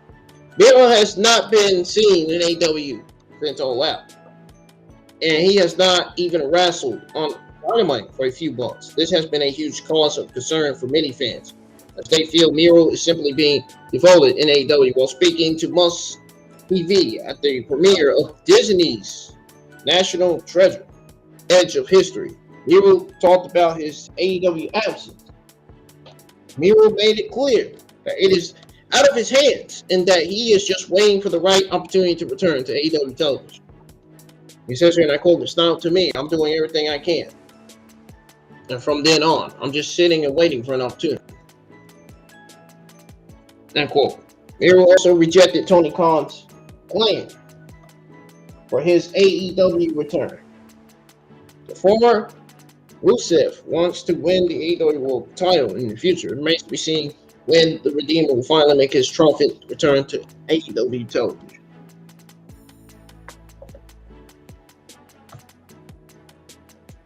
WWE Vice President Michael, ex-WWE Vice President Michael Mansberry hasn't started his new role for AEW yet. It was reported that AEW assigned Michael Mansberry as Senior Vice President and co-executive producer. Mansberry was even backstage for AEW Winter is Coming show. However, Fightful Select is reporting that Mansberry hasn't started working for the company. Michael Mansberry joining AEW should help bolster the company's production and bring it on par with WWE. It will be interesting to see what change he brings to the production.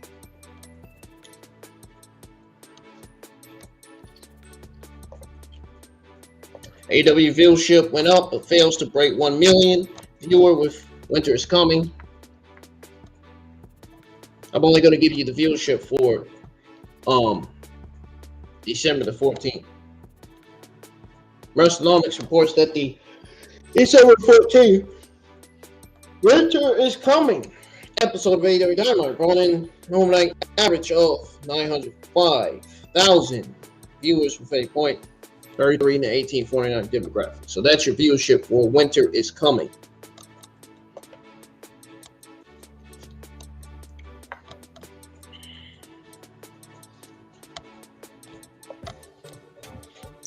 Now, your next AEW Monday Morning News we have is on Andrade. So, AEW secretly signed Action Andrade to contract months ago. Whoa, that's something none of us didn't know about that. That's something none of us saw coming. Yeah, I never saw this news coming. Action Andrade has become an overnight sensation in the wrestling business.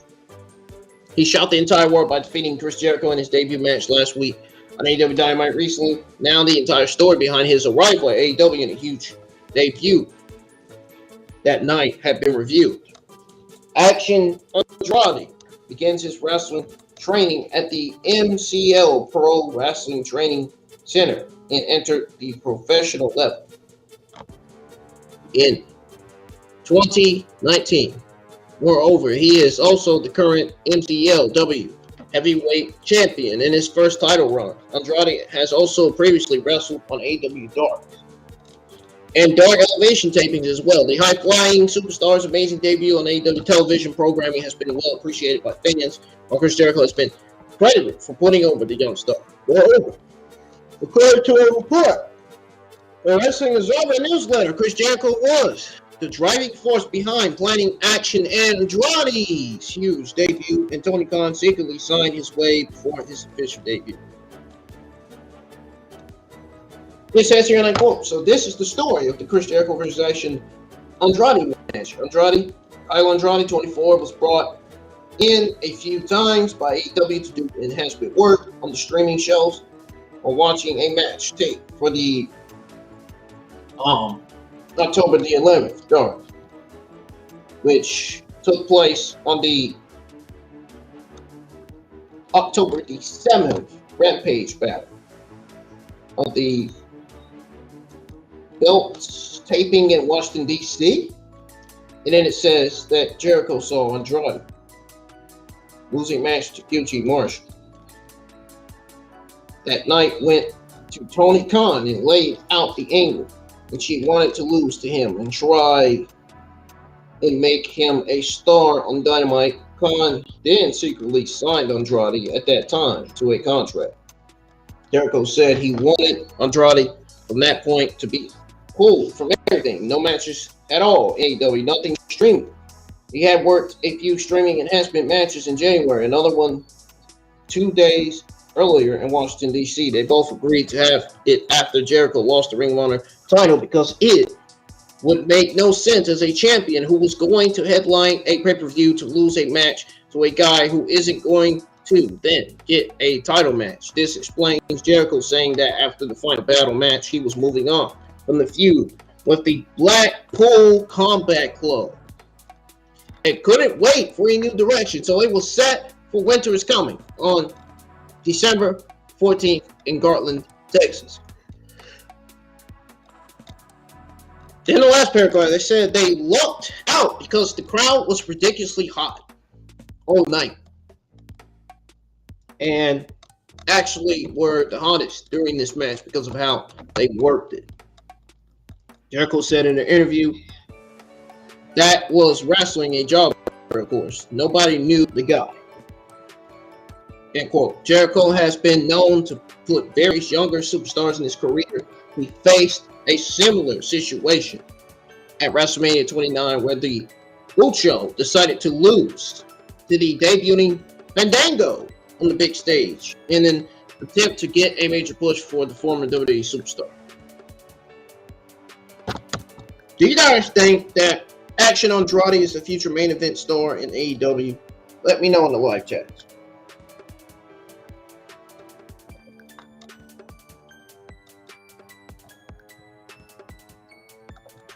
There's some more AEW news here. AEW television is set to get a new look very soon.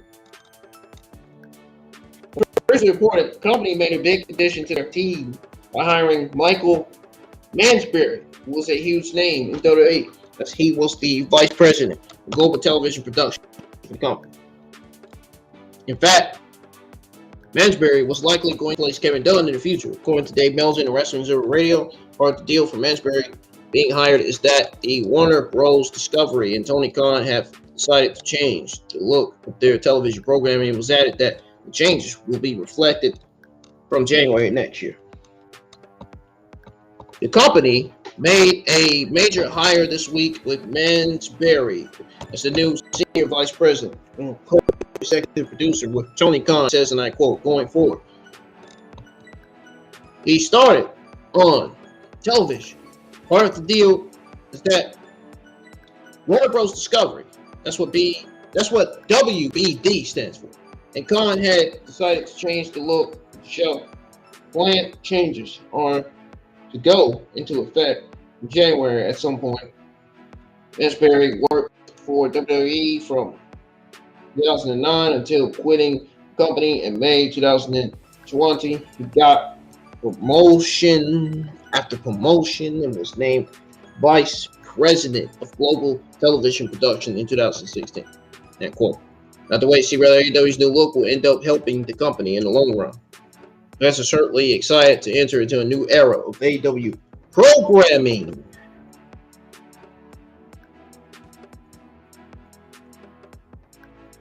Thunder Rosa says times are changing after Mandy Rose's return. Or Mandy Rose's WWE release, not return, excuse me.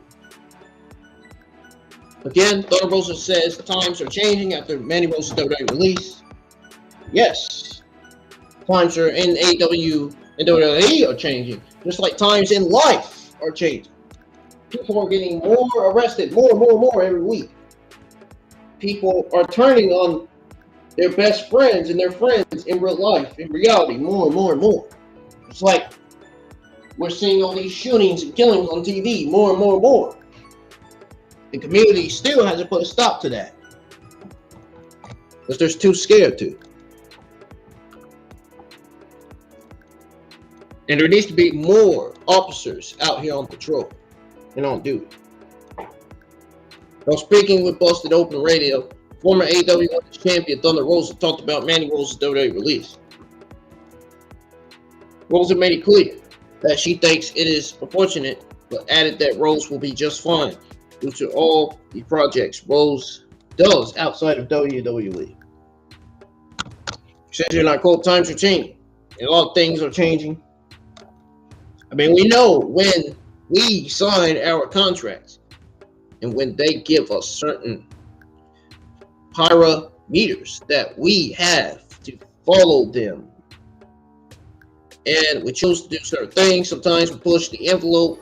Don't want people to take away all the work that Mandy has done in the ring. How much she advanced in her in-ring skills. Everything else as a professional wrestler. Thunder Rosa goes on to say that I don't want to take that away because she is an athlete. She's a wonderful athlete. She's dedicated to what she does. She's dedicated to what she's done. That's true. I believe Thunder Rosa in every way when she says that about Mandy Rose.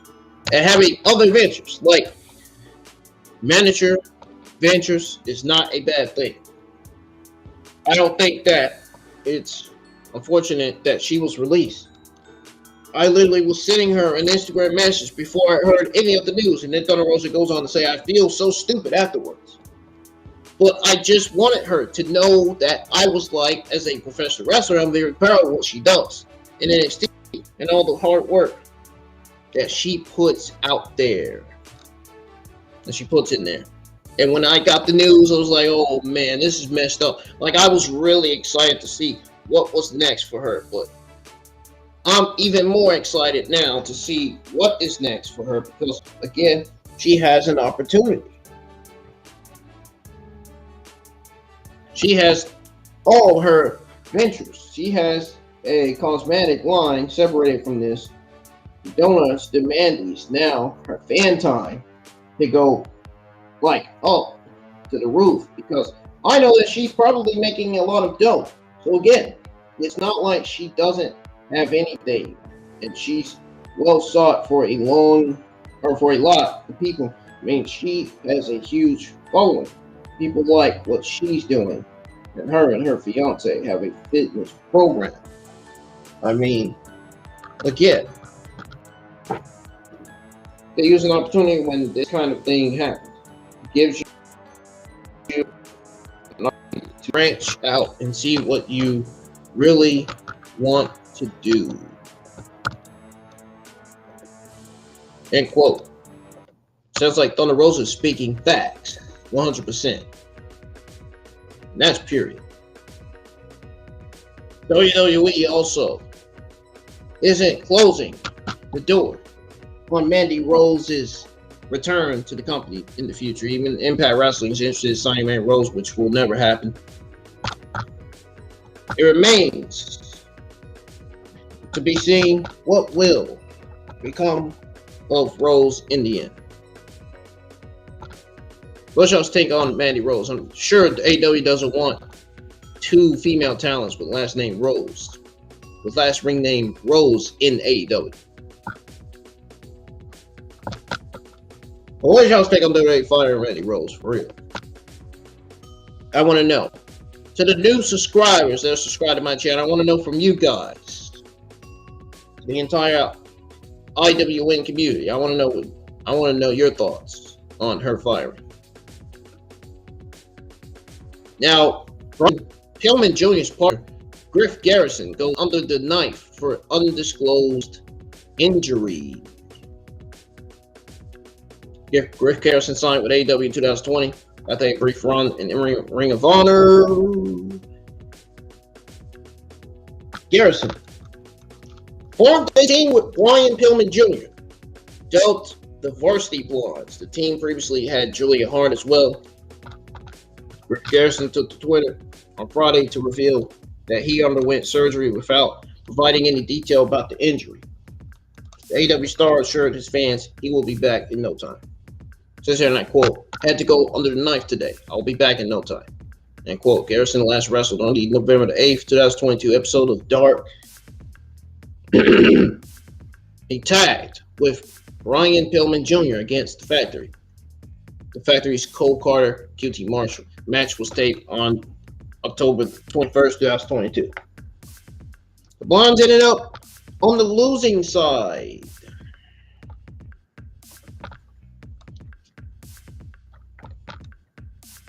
Bryan Danielson promo and more added to AEW Dynamite this week. We're going to go over the card for this week's episode of AEW Dynamite.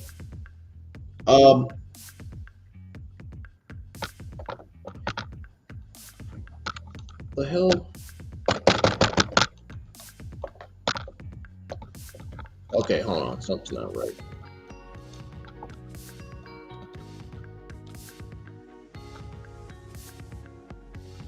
My mouse is not moving. That's weird. I don't understand why my mouse isn't moving. Now my mouse is moving. The heck? Bryan Danielson faced off MJF to cap off AEW Dynamite this week. Or should I say this past Wednesday. The American Dragon will reveal his intentions at the Freeman Coliseum in San Antonio, Texas this week. AEW announced during Rampage that Bryan Danielson will speak to the fans of Dynamite. The American Dragon is expected to kick off the long-awaited feud against MJF. Plus, Ricky Starks will appear live on the show. The former TNT champion lost to MJF in the winner takes all match for the AEW World Championship and the Dynamite Diamond Ring this past Wednesday. Keith Lee and Swerve Strickland will come face to face as well. Things haven't been great between the former AEW World Tag Team Champions ever since Lee walked out on Swerve at Full Gear. The card for this week's episode of Dynamite is the Elite versus Death Triangle with no disqualification match 5 in best of 7 series. Jamie Hayter versus Hikaru Shida for the AEW World Championship. Jamie Hayter is the defending AEW World Championship. Hikaru Shida is the challenger. Jamie Hayter is the champion. FTR versus the Guns. Bryan Danielson, I don't think anybody will be interested in watching the Guns wrestle, but FTR, yeah, different story. Now, Bryan Danielson promo, he'll be cutting promo. Ricky Starks will appear, we just said that. Keith Lee and Swerve Strickland will face off. That is the card for Dynamite this week. What's y'all's take on this story? I think this week's episode of Dynamite is going to deliver well. Sure, nobody's the fans of the Gun Club, but they are good at what they do in the ring. And I will say that this week's episode will deliver with Bryan Danielson on the show. especially when you got guys like Keith Lee and Swerve Strickland and Ricky Starks. Now, AEW scrapped major angle for Jungle Boy. I'm not sure, for those of you that didn't know, well, you're about to find out now. You're about to find out why they scrapped it. Jungle Boy is currently one of the mainstays in AEW television, whose stock only continues to rise as time passed. He is considered one of the 4 pillars of AEW. Fans feel there is a lot of potential in him, that he still hasn't reached. Jungle Boy is now a singles competitor. And it seems AEW had huge plans for Jungle Boy in the past. Chris Jericho faced off against Action Andrade in the past week's show in one-on-one action. Many fans assumed Jericho was going to win, but that was not the case at all. This is because Action Andrade defeated Jericho in a competitive match. Well, speaking on Wrestling Observer Radio, competitive match is something we need to be seeing on Dark and Elevation every week, something we're not seeing on those shows every week. Well, speaking on Wrestling Observer Radio, Dave Meltzer talked about Chris Jericho losing to Action Andrade. Competitive matches we're seeing on Rampage and Dynamite, but we need to be seeing them on Dark and Elevation too. But anyways, Dave Meltzer talked about Chris Jericho losing to Andrade. During the discussion, Meltzer revealed that AEW had huge plans for Jungle Boy to defeat Chris Jericho at one point in time. Says here, and I quote, "He was going to do something similar with Jungle Boy, but he didn't want to do it with no crowd. By the time the crowd came back, the whole dynamic had changed. He was in different places. It didn't feel it, or did it? To do it now. He could have done it with Jungle Boy. Konosuke and others, the thing on those is, in all 3 cases, people watching the match in the back of their heads would go, maybe he's going to do it. If those guys would have won, it would have been big for them to win, but it wouldn't have been as big as a talking point." End quote. Jericho decided to put Action Andrade over as he felt Andrade will become a huge star. Have to wait to see whether Chris Jericho's Medius touch ends up benefiting Andrade or not in AEW. As for Jungle Boy, only time will tell whether he will get a proper push in the future, which he should. He absolutely deserves a proper push. I don't know why you would not want to properly push him in AEW. That would be dumb. You are a dumb fucking idiot. You are as blind as green grass if you're not planning on properly pushing Jungle Boy in AEW. You are as dumb as chewing gum, dude. What's y'all's take on Jungle Boy? Let me know, man. I would love for somebody negative to come in chat and shit on Jungle Boy. I wish they would. I'll put them right on blast. We have the TNT title match added for AEW Dynamite New Year's Bash. On the December 16th edition of Rampage, Samoa Joe simply said that he has no intention of defeating, or should I say defending, in Texas, where the December the 21st and December 23rd AEW Holiday Bash episodes of Dynamite Rampage will be held. It was then announced during the show that Samoa Joe will be defending his TNT Championship against Wardlow on the December 28th AEW Dynamite New Year's Smash event. I tell you, every day I hear train noise, I hear sirens. Well, folks, that's what happens when you're living in Salisbury, North Carolina, a place that's known to be violent. Even Charlotte, North Carolina is known to be violent as well. That's where all these Hispanics are coming from. These Hispanics from Mexico are coming from. No, the Hispanics from Mexico, they're coming from Mexico. That explains why there's a lot of Hispanic females that stay in Charlotte, because they all come from Mexico. There are a lot of male Hispanics from Mexico that live in Charlotte.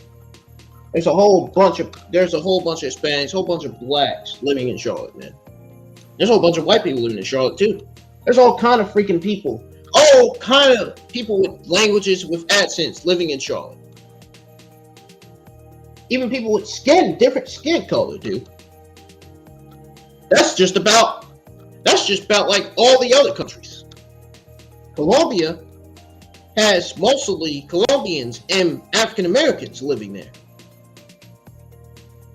There's not too many white people that live in Colombia. There's mostly Colombians and blacks, African Americans living there. I'm telling you right now. I'm telling you what I know. Colombia can be violent sometimes, but it's a good place. It looks great. I'd rather be in Colombia than live here in Southern North Carolina, which is very known to be violent. A lot of bad things have happened here. It's not even fun. It's not even funny, man. A lot of shootings, a lot of killings, a lot of raping, a lot of stabbing. Oh, it's a lot of stuff that's happened. What a bad neighborhood I'm living in. I wish I was. I'll be glad when I get the fuck out of here, man. Go live in Florida with my brother or something. I'll be glad when I get the off out of here, dude. Go live with my brother in Florida, or go get my own place. Go fucking get an apartment in Colombia or something, dude. Get the heck away from here. I don't even want to live here anymore. That's how bad this place is, man. That's how bad the United States, America is. I just want out of the United States, period, to be honest. But the New Year's Bash, the AEW Dynamite New Year's Bash card for right now is Samoa Joe versus Wardlow, the TNT title, and Death Triangle versus the Elite Falls Count Anywhere match for the Trios titles. So I guess that's the 7th and last match. What's y'all's take on this upcoming card?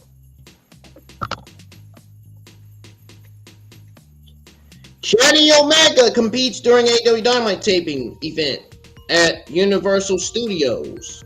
That's something we didn't know about. Now, here's something you guys already know about, and that is that Kenny Omega's in-ring skills have put him at the forefront of discussions when it comes to being the best professional wrestler on the planet. Can't say that about Ronda Rousey. Nope.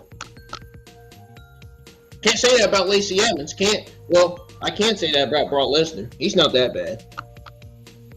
Omega has always competed at a high level, especially during his time in New Japan Pro Wrestling.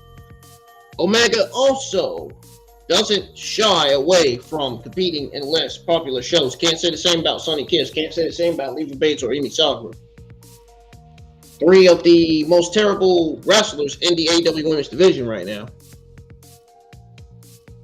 As Omega decide to compete, I will admit, one thing about Emi Sakura, I will admit, she is better than Leva Bates and Sonny Kiss. That's one thing I'll admit about Emi Sakura. That's it. That's one thing I'll give Emi Sakura credit for. Her gimmick, cringe.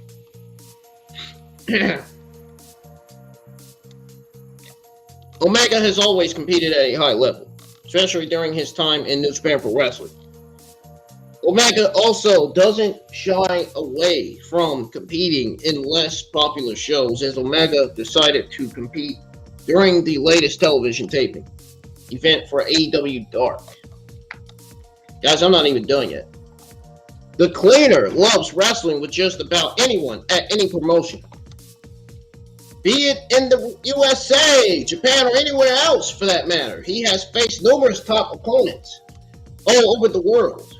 My hand is feeling weird. Why?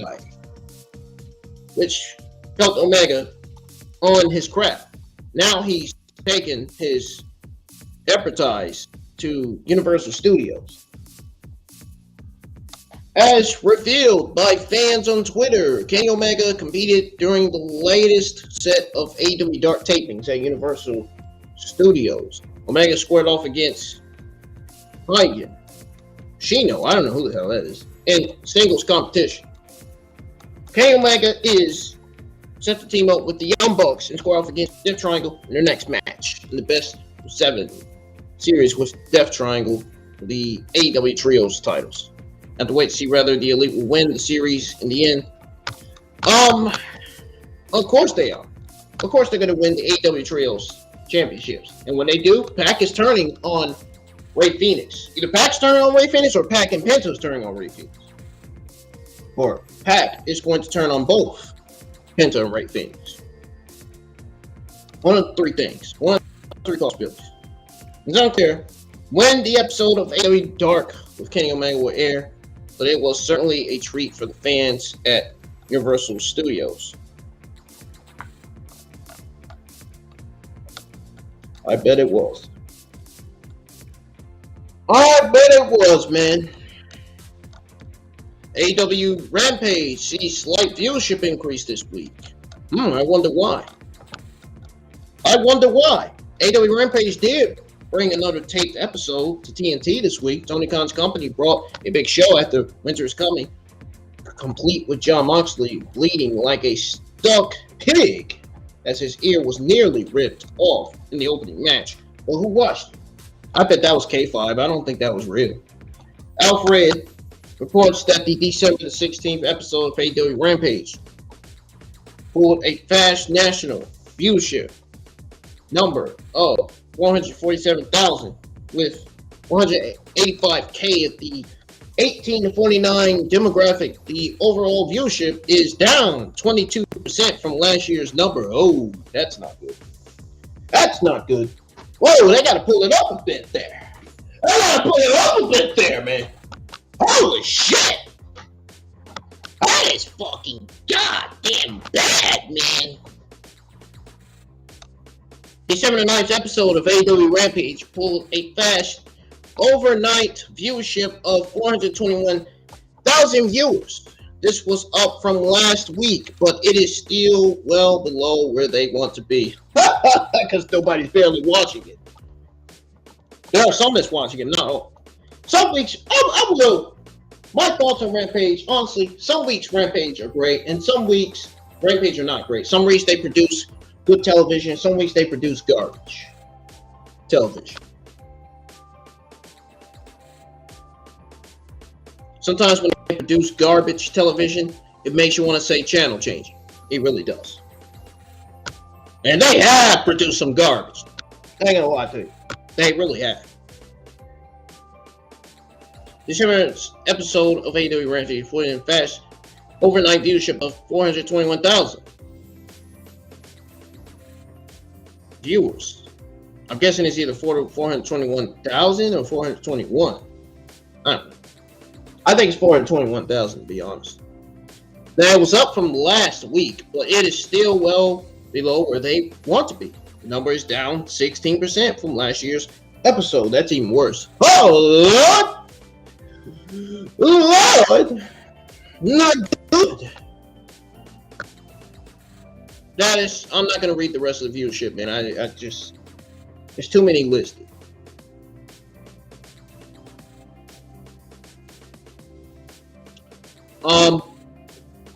Let me see, what else we got here?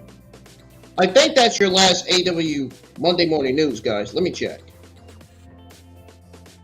I should still have a few things listed. Yeah, as a matter of fact, I do. Your last AEW Tuesday Morning News is on Tony Khan. Hang on. Let me go ahead and find it real quick. Yeah. So, yeah, this is your last AEW Monday Morning News. It's on Tony Khan and Tay Mello. Nothing going on between Tony Khan and Tay Mello. Get your minds out of the gutter. They're not dating. Tay Conti is dating Sammy Guevara. She's married to him. Tay Mello says Tony Khan does a good job keeping everyone on AEW television. Well, he does a good job keeping most talent on TV. Not all talent. He hasn't done a good job keeping Andrade or Miro on TV. I know that.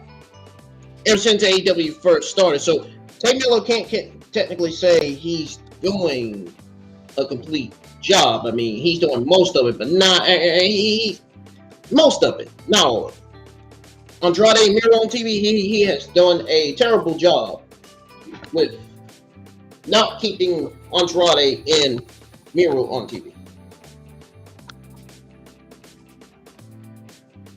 They've been off TV. They should be back on TV. They should not be off TV this long. Adam Cole, baby, should not be off TV this long. I don't know how you cannot bring somebody. I don't know how you cannot have somebody like Adam Cole return. How can you not have somebody like Miro return? How can you not have somebody like Andrade? 3 megastars, man. How can you not have these stars return to television? Really? And then there's this news on Ibushi coming over to AEW very, very soon, going into next year. Ibushi will be there. Oh, man. There was even a rumor that Okada could be signing with AEW. You know? There's all this talent, man. What is going on? And I think Will Ospreay could be on his way to AEW as well. There's a lot of people from New Japan Pro Wrestling that could be on their way to AEW. That includes Will Ospreay, Okada, and Bushi. That's crazy. That's crazy, man. And I don't think Okada is... The rumor of Okada signing with AEW, I don't think that's never happening. Given that AEW, I think, still has a partnership with New Japan Pro Wrestling, I believe, I think.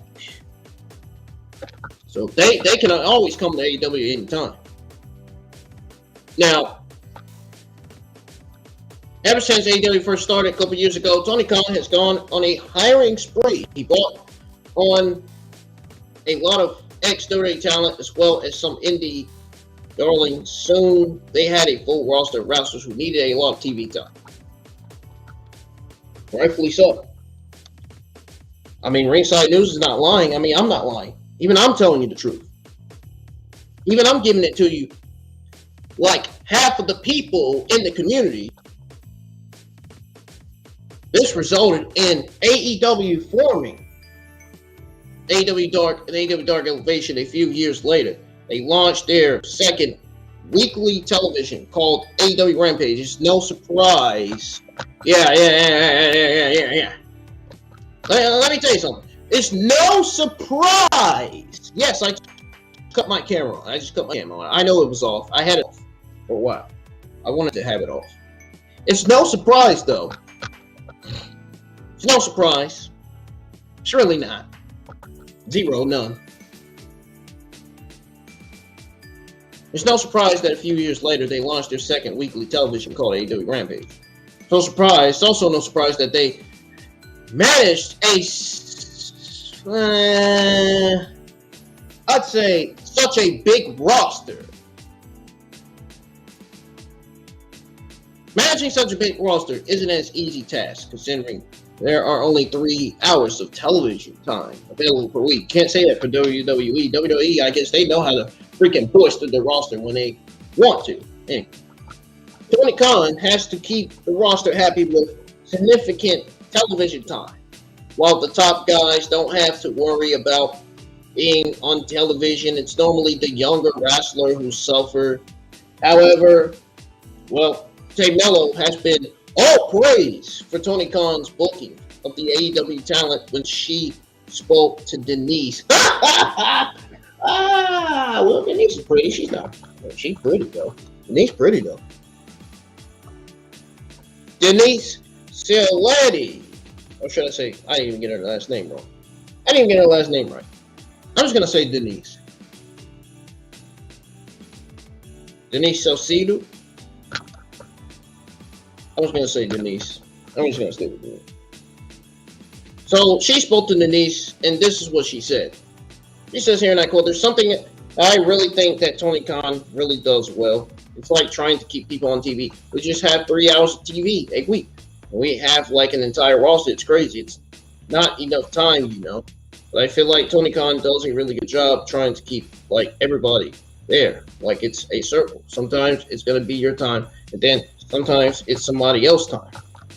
Tay Mello says, end quote. Despite many fans criticizing Tony Khan's booking decisions recently, it looks like some of his talent are happy with the way things are going. Only time will tell if he will continue to remain in the good books of his wrestlers. Ladies and gentlemen, that's going to do it for your AEW One Day Morning News. Yes, folks, I'm not tired. I done 2 naps yesterday. One early in the afternoon and one last night. When I got up last night, it was 10 something. I was already supposed to be live with the American Monster and On the Case with Paul Azan. Watch along number 1, but that has been pushed to Thursday. I got both episodes recorded. Yes, you're going to hear me talking. I'm going to make you laugh and entertain you guys. You're going to be like, oh my God, they're looking for this suspect. They're looking for that. They're looking for this guy. That's all that's on the news nowadays. The shootings, killings. Well, I watch ID because it's one of my favorite channels. I mean, it has shootings and killings. But that's all that's on TV every day. For real. That's all we hear every day is that. People are going nuts, taking things too far.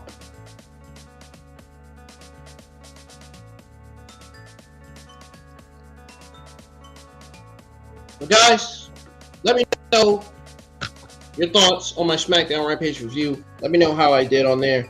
And let me know how I did giving you guys your WWE and AEW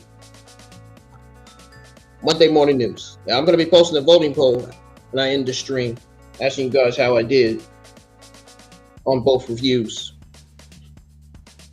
You guys have any questions about what content I'm streaming on the channel, let me know. I mean, the schedule is posted on my community page on YouTube. What you got to do is go to my channel and click on community and check it out. It's there. Schedule's posted. Lots of new content will be streamed on the channel this week, man. I'm gonna be buying a new game by the end of this year.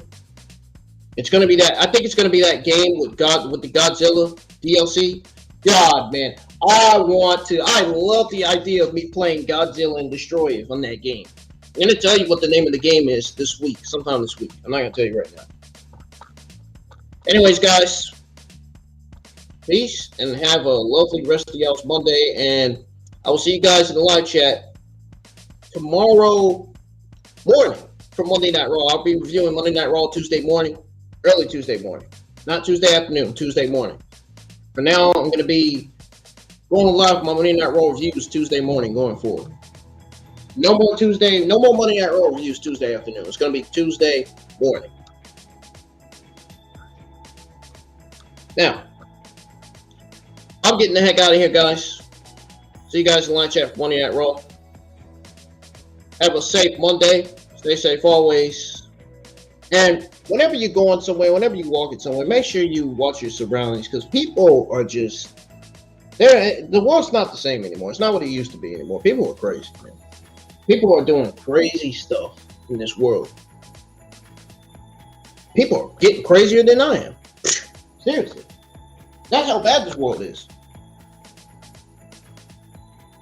But see you guys in the live chat for Monday Night Raw. I will have your WWE AEW Tuesday afternoon news after the Raw review. We're going to go over as the new news, as all the news articles come in. All the news come in for this week. There probably won't be much, but I'll keep you guys up to date in the community page. But see you guys tomorrow for Monday Night Raw. I'm out of here. Peace. Deuces.